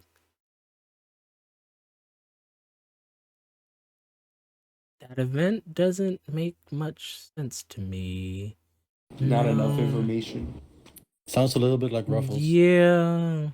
The only You're right. problem is first team to hit a shot from beyond the arc, so you have to hit a 3. Or maybe that's another line. And then they're telling you to bring your perimeter defense. Okay. All right. Pulling weight. Every player on the team must contribute towards their offense equally. More on this one when the time comes. Everything. This sounds like the team take thing already. Okay. Living the dream. My player will play to their true potential. Attributes and badges are maxed for the build during this event. That's messed up. They give you a tease as to what your player. That will be the. I mean, that would. One. Listen, this should have been in week 1. Hello. Yeah. That okay. Make it in week 1 so that people can, first at least the first 7 days can test out builds to see what they would be at their max potential.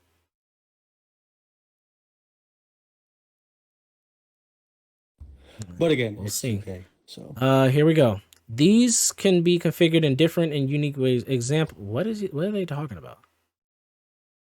Oh, they're talking about the events up there. Like they mad more. Okay. These can be configured. What'd you say? I don't know. These can be configured in different and unique ways. Example, they can be 2v2, 3v3, 5v5, squads only, no squads, level 40s only, Vipers only, etc. There are actually a lot of game types, and I'm keeping under wraps until their week arrives. The flexibility of the theater is something we've never had before and really opens up an experience we can all work on together to bring the community together. Okay. Arena. We can all work together. Yeah, they're going to be listening. Yeah, look at this. You're going to be walking behind the scenes. Arena tunnel, locker room, press conference. Bruh. You're telling me after the game, they're probably going to be like, walk to the press conference room. This is Frog. I can see him looking at the cheerleader right there. What? I mean, would you blame him? Okay. Okay, easy. Launch day explorer. It will be impossible to miss the arena. Full scale NBA arena. Navigate towards to play your games. As you can see from this is a sprawling plaza out front that contains people hanging out, meeting up with their friends, conversing, and just waiting to enter the arena to watch you put on the show. She got closer to the front doors, blah, blah, blah. Security, enter the building, blah, blah, blah. Players only entrance. Cool. Upon using your players, you'll find all new area for 2K23 that allows you to prepare for your upcoming NBA game. Perform a Russell Westbrook-esque fashion walk in front of the waiting media. Complete any quests if applicable. So this seems like the runway show thingy is gone from next gen. My man's just down.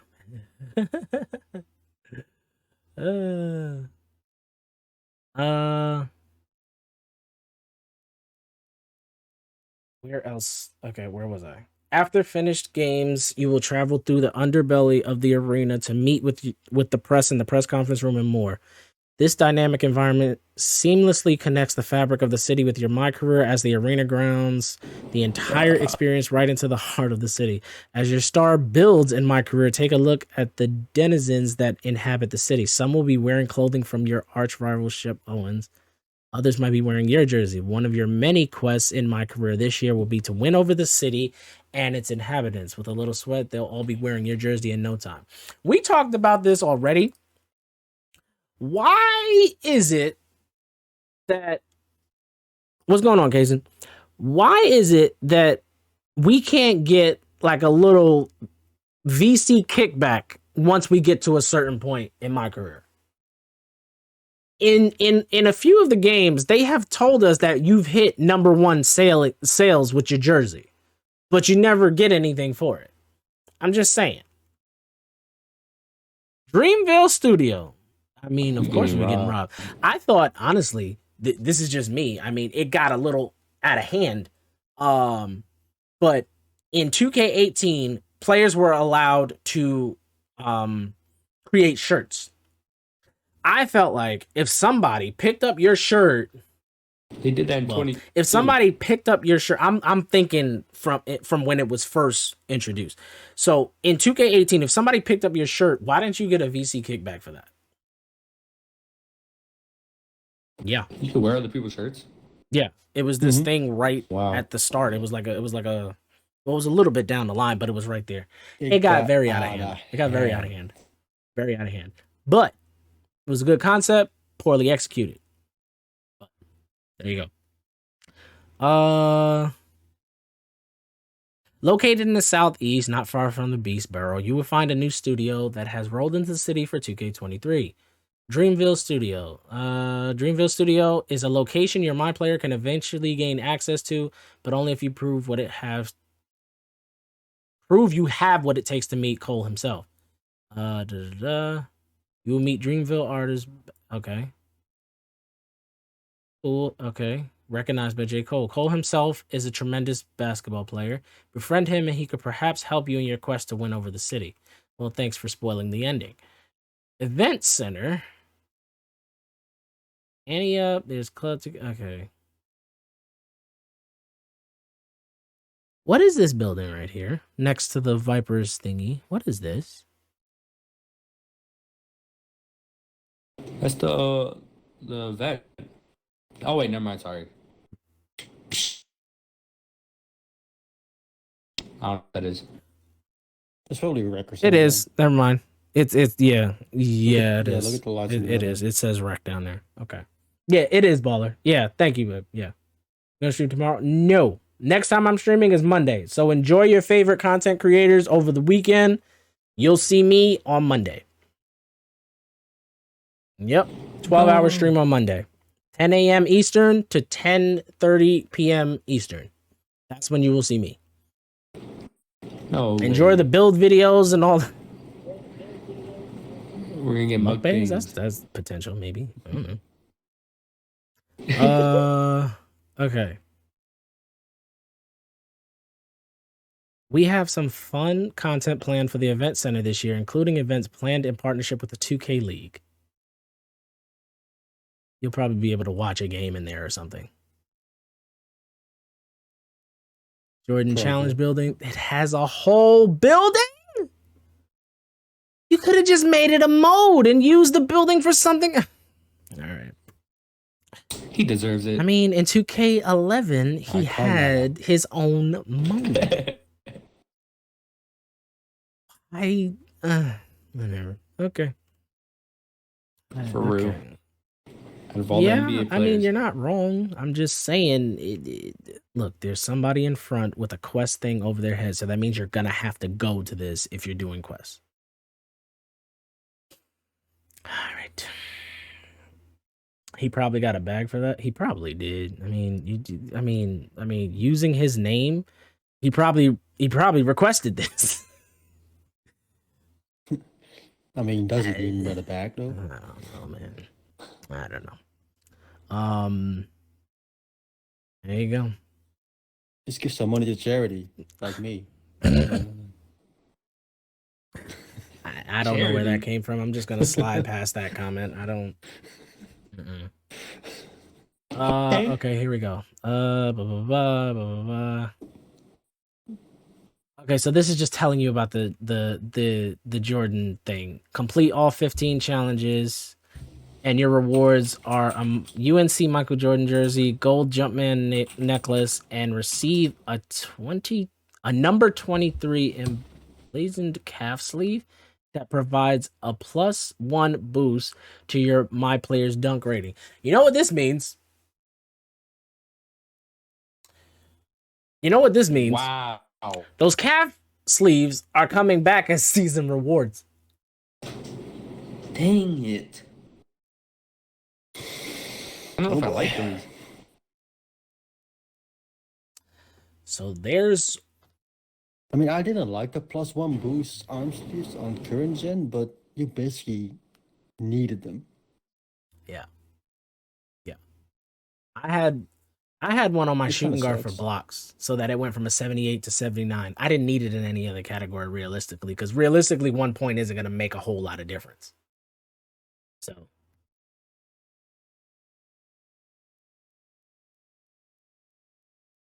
Baller, I saw that. If you're like 1 point short. It doesn't what? Wait, say again? Wait, say again? Then what's the point? Like if you have 84 driving dunk, you put on the arm sleeve for +1 driving dunk to get 85. You can buy the animations at Nope, it's only for in-game. Yep. Yep. You might get the animation, Yeah. but you can buy the dunk packages. But yeah, I did see that, Baller. I did see that. All right, so here we go. They just talked about Legend. Okay, so let's see how this goes. I'm gonna read this whole thing because I'm curious, genuinely curious. The race for Legend is back. In NBA 2K22, achieving Legend status required you to reach level 40 in 4 different seasons. That's it, exactly. For 2K23, we are mixing up the formula based solely on the feedback from you, our community. They just keep plugging that in there. This year, there are 4 different objectives for you to complete. Achieving those objectives will require an incredible amount of time, patience, and pure skill. For those who show the perseverance required, here they go with the words, required to reach this summit, I can say with confidence that you are going to enjoy the Legend Prize this year. I'm not going to give any hints on what it is, but I will say it is part cosmetic, part performance enhancing. In addition to that, the Legend prizes on current gen on the GOAT boat and the city on next gen are both unique and great. Will anyone in the community manage to get both? Cosmetic and performance enhancing. We no longer get a parrot. We got a zebra. It's probably gonna be another pair with like pirate clothing. I mean, it could be badge point, but I don't know. Performance 2 enhancing Gatorade bars. definitely seems like it's badge related because they know how serious the badge grind is. Yeah, but it's also part cosmetic. What? Who? The Oh, I don't The know. intern. I mean, he just probably told him what to write and he just went crazy with it. I don't know. He just added 16. the complex words. We don't know. They praised the Legend reward last year and it was a Yeah. Well, here's the thing. Here's the thing. You are not wrong, okay? You're 100% correct. Here's what I'm kind of latching onto. This word right there. And if they said or, then we're in trouble. We're in trouble. We're in trouble. The fact that it says and performance enhancing, it seems like it's a package that you're going to get. Maybe it's like the arm sleeves, but you don't get a +1, you get like a +5. Easyy, I need you to stop speaking that into existence. It's 2K, everything's possible. But anyway, so that's the only part that I'm latching onto. They said and performance enhancing. A parrot does nothing. It does nothing. Don't you What do you start. mean nothing? For who? Motivation. If I have encouragement. if I Don't am say on the life, court it's and I with a put my headphones on, I don't hear crap. I don't hear the parrot when the game ends. I don't hear the parrot during the game. I don't even hear it when I'm running around if I have my headphones on. So it completely defeats the purpose of it, doesn't it? That was ridiculous. That was absolutely ridiculous. I just want a zebra. All right, man. Yeah, we're coming up on the end of this stream. This man is talking about a zebra. All right. So let's read this. Nah, the Legend was gonna be a frog. You wish. I mean, probably for the Vipers. Yeah. I mean, you see all that water. All right. So seasons. This is the last thing we got here. So debuting in NBA 2K22, season was a huge success. I have trouble reading lies. I'm sorry. I'm sorry. I'm sorry.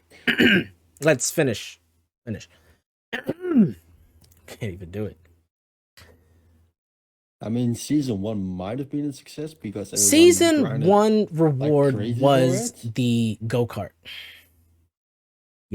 Yeah, I know, but after that, nobody cared about seasons anymore. Only reason I grinded season 4 was because it literally had a tiger and you could get a white one. So there's that. It just happened to coincide. I mean, the best season. The funny thing is, it just happened to coincide with my legend season. That's the ironic part of that whole situation. Anyway, let's continue reading. I was about to quit. I was about to quit. It just happened to be a tiger at the end of that, and I was done. Yeah, I was done. You already quit, basically. These guys know. These guys know. Season 4. When was that? November? December? December, I think. Okay. Let's read the article. This is I'm gonna do what they do on Twitter. This is not me. I do not work for 2K. These views are of 2K. They're not mine. Seasons was a huge success for our community. The format was quite simple. Yeah. Earn rewards for simply playing the game types you were already playing. And the best part, it was completely free. Thinking back to 2K21 and years prior, Seasons offers so much more value to you, the player. The static model it replaced priced somewhere between nothing and very little. Quite the upgrade. I don't even understand what that sentence meant. We're going to keep going. With Seasons, we have a fresh set of rewards available to earn every 6 weeks. Still the 6-week format. I'm very pleased to announce that Seasons will be returning to the city in NBA 2K23, and we've got a whole host of rewards planned for this coming year to improve upon the experience from last year. Seasons in 2K23 will once again allow players to access new content and earn rewards simply.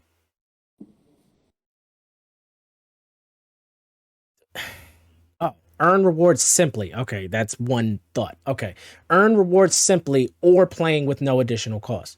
We will have information on Season 1 coming to you soon. Stay tuned.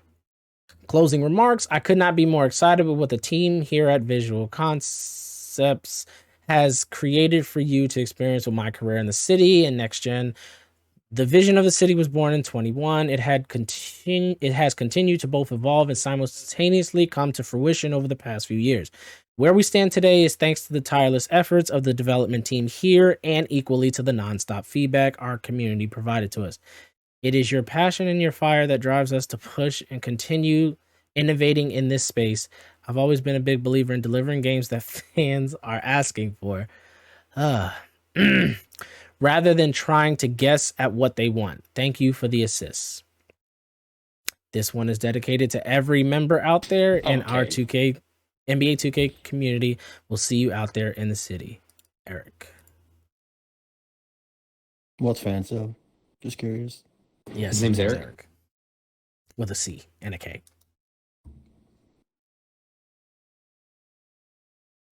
Say his last name. Thank you for tuning in. But yeah, we're gonna head out again. You guys enjoy your favorite content creators, enjoy the gameplay. I'll be watching people tomorrow probably. I'll get my hands on the game. I already have it pre-ordered. I'm gonna be playing it Friday at midnight launch and all of that, but you will see me on Monday. So again, enjoy whoever it is that you watch. For those who are going to be playing the game, I wish you well. I hope what I was able to do provided at least some explanation as to, hold up.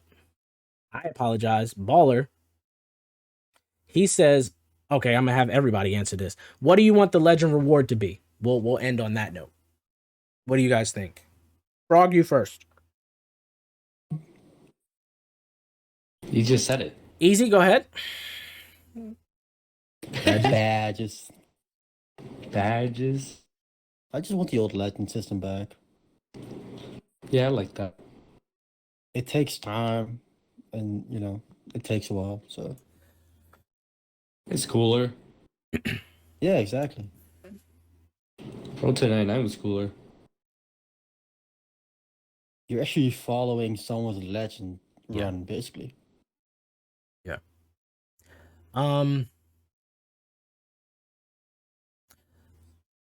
Or Zebra, whatever. Both. Yeah. And Zebra pack of badges. Yep.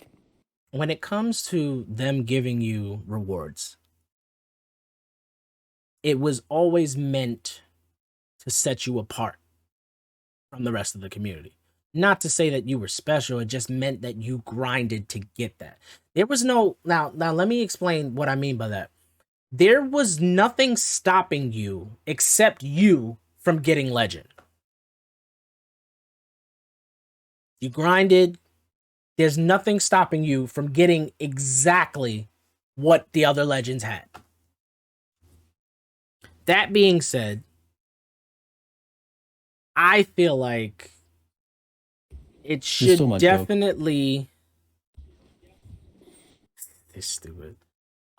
It should definitely be something that sets you apart. And in it, with what we found out thus far, and we didn't even go through all of the tweets that Wang was responding to people because the game has changed so much. I honestly believe that it would benefit. Now, I have a two-part answer. Number one, I definitely think it should be badge related. The reason I'm saying that is because the second part is I think becoming a legend should take longer. Maybe 6 or 7 seasons. Not 4. And I think maybe, okay, how about this? Maybe 5 seasons or 6, but they have to be consecutive seasons. That shows a grind to the game. I don't feel like it doesn't make sense to reward. I'm not, now hear me. If you have to do it, you have to do it. At the end of the day, this is a video game. Video games are supposed to be fun. Like you heard them say, I was done at season 4. I didn't want to play anymore. But I got legend because I had, enough stars and all of that stuff. That was the end of my season. It just happened to be a tiger. And I forgot who I said it to. I don't remember if it was one of these two or if I said it to my girl. I said, if it wasn't a tiger, I wouldn't have grinded it. That's me being real. So I didn't get legend because I necessarily wanted legend. I got it because literally Hunt for Glory was season 4. So I 100% think it should be badge related, but I believe in order to get it, it should take you longer to get it. I had people in game chat while I was on the randoms court, not in stage, not in rec, not in pro-am, on the randoms court in the Northside Knights part, say, bro, you're supposed to be a legend. That don't mean anything in 22. Again, not in any comp sense. He was just talking from legend. That didn't mean anything in 22. Make it mean something again. And with that, I'm signing off. You guys have an awesome time. I'd like to thank my panel guests, Eacyy and Frog. Appreciate you guys joining in for this. Appreciate you guys. And what? NP. I thought he said NP. I'm like, who's P? I thought he said about 2K, like MP. I was like, huh? Anyway, see what you did, Frog? See what you did? Anyway, you guys. My bad. It's 5 Yeah, a.m. I appreciate you guys. Don't worry. Stop past my bedtime. Build you cook up. It's gonna be awesome, baller. I'm just gonna say that. I'm not one to lie to anybody, anyone. Everybody who knows me, I don't lie. It's gonna be awesome. Anyway, but you guys enjoy your night. Enjoy. Usually I stream Monday, Wednesday, Friday, but I am taking this time off to figure out some things. And yeah. I'll see y'all Monday. Like I said, 10 a.m. Eastern Standard Time. Also on YouTube. But you guys enjoy. Like I said, enjoy the content that you're gonna see this weekend. Try to learn the game if you can. But I promise you, if you show up here Monday, I'll have a lot of answers for you. You can ask me. You can ask pretty much anything. I'm gonna have a lot of answers for you because I'm gonna spend time with this. I don't just look at this to. I'm just gonna leave it at that. Y'all enjoy. I'll see y'all Monday, and y'all know how this goes. Follow the socials: Discord, Twitter, Xbox, YouTube, TikTok coming soon. I appreciate every single one of y'all. Until then, y'all know the motto: if you're gonna do it right. Peace, y'all. Tiger out. Later, y'all. GG. Of course, you said.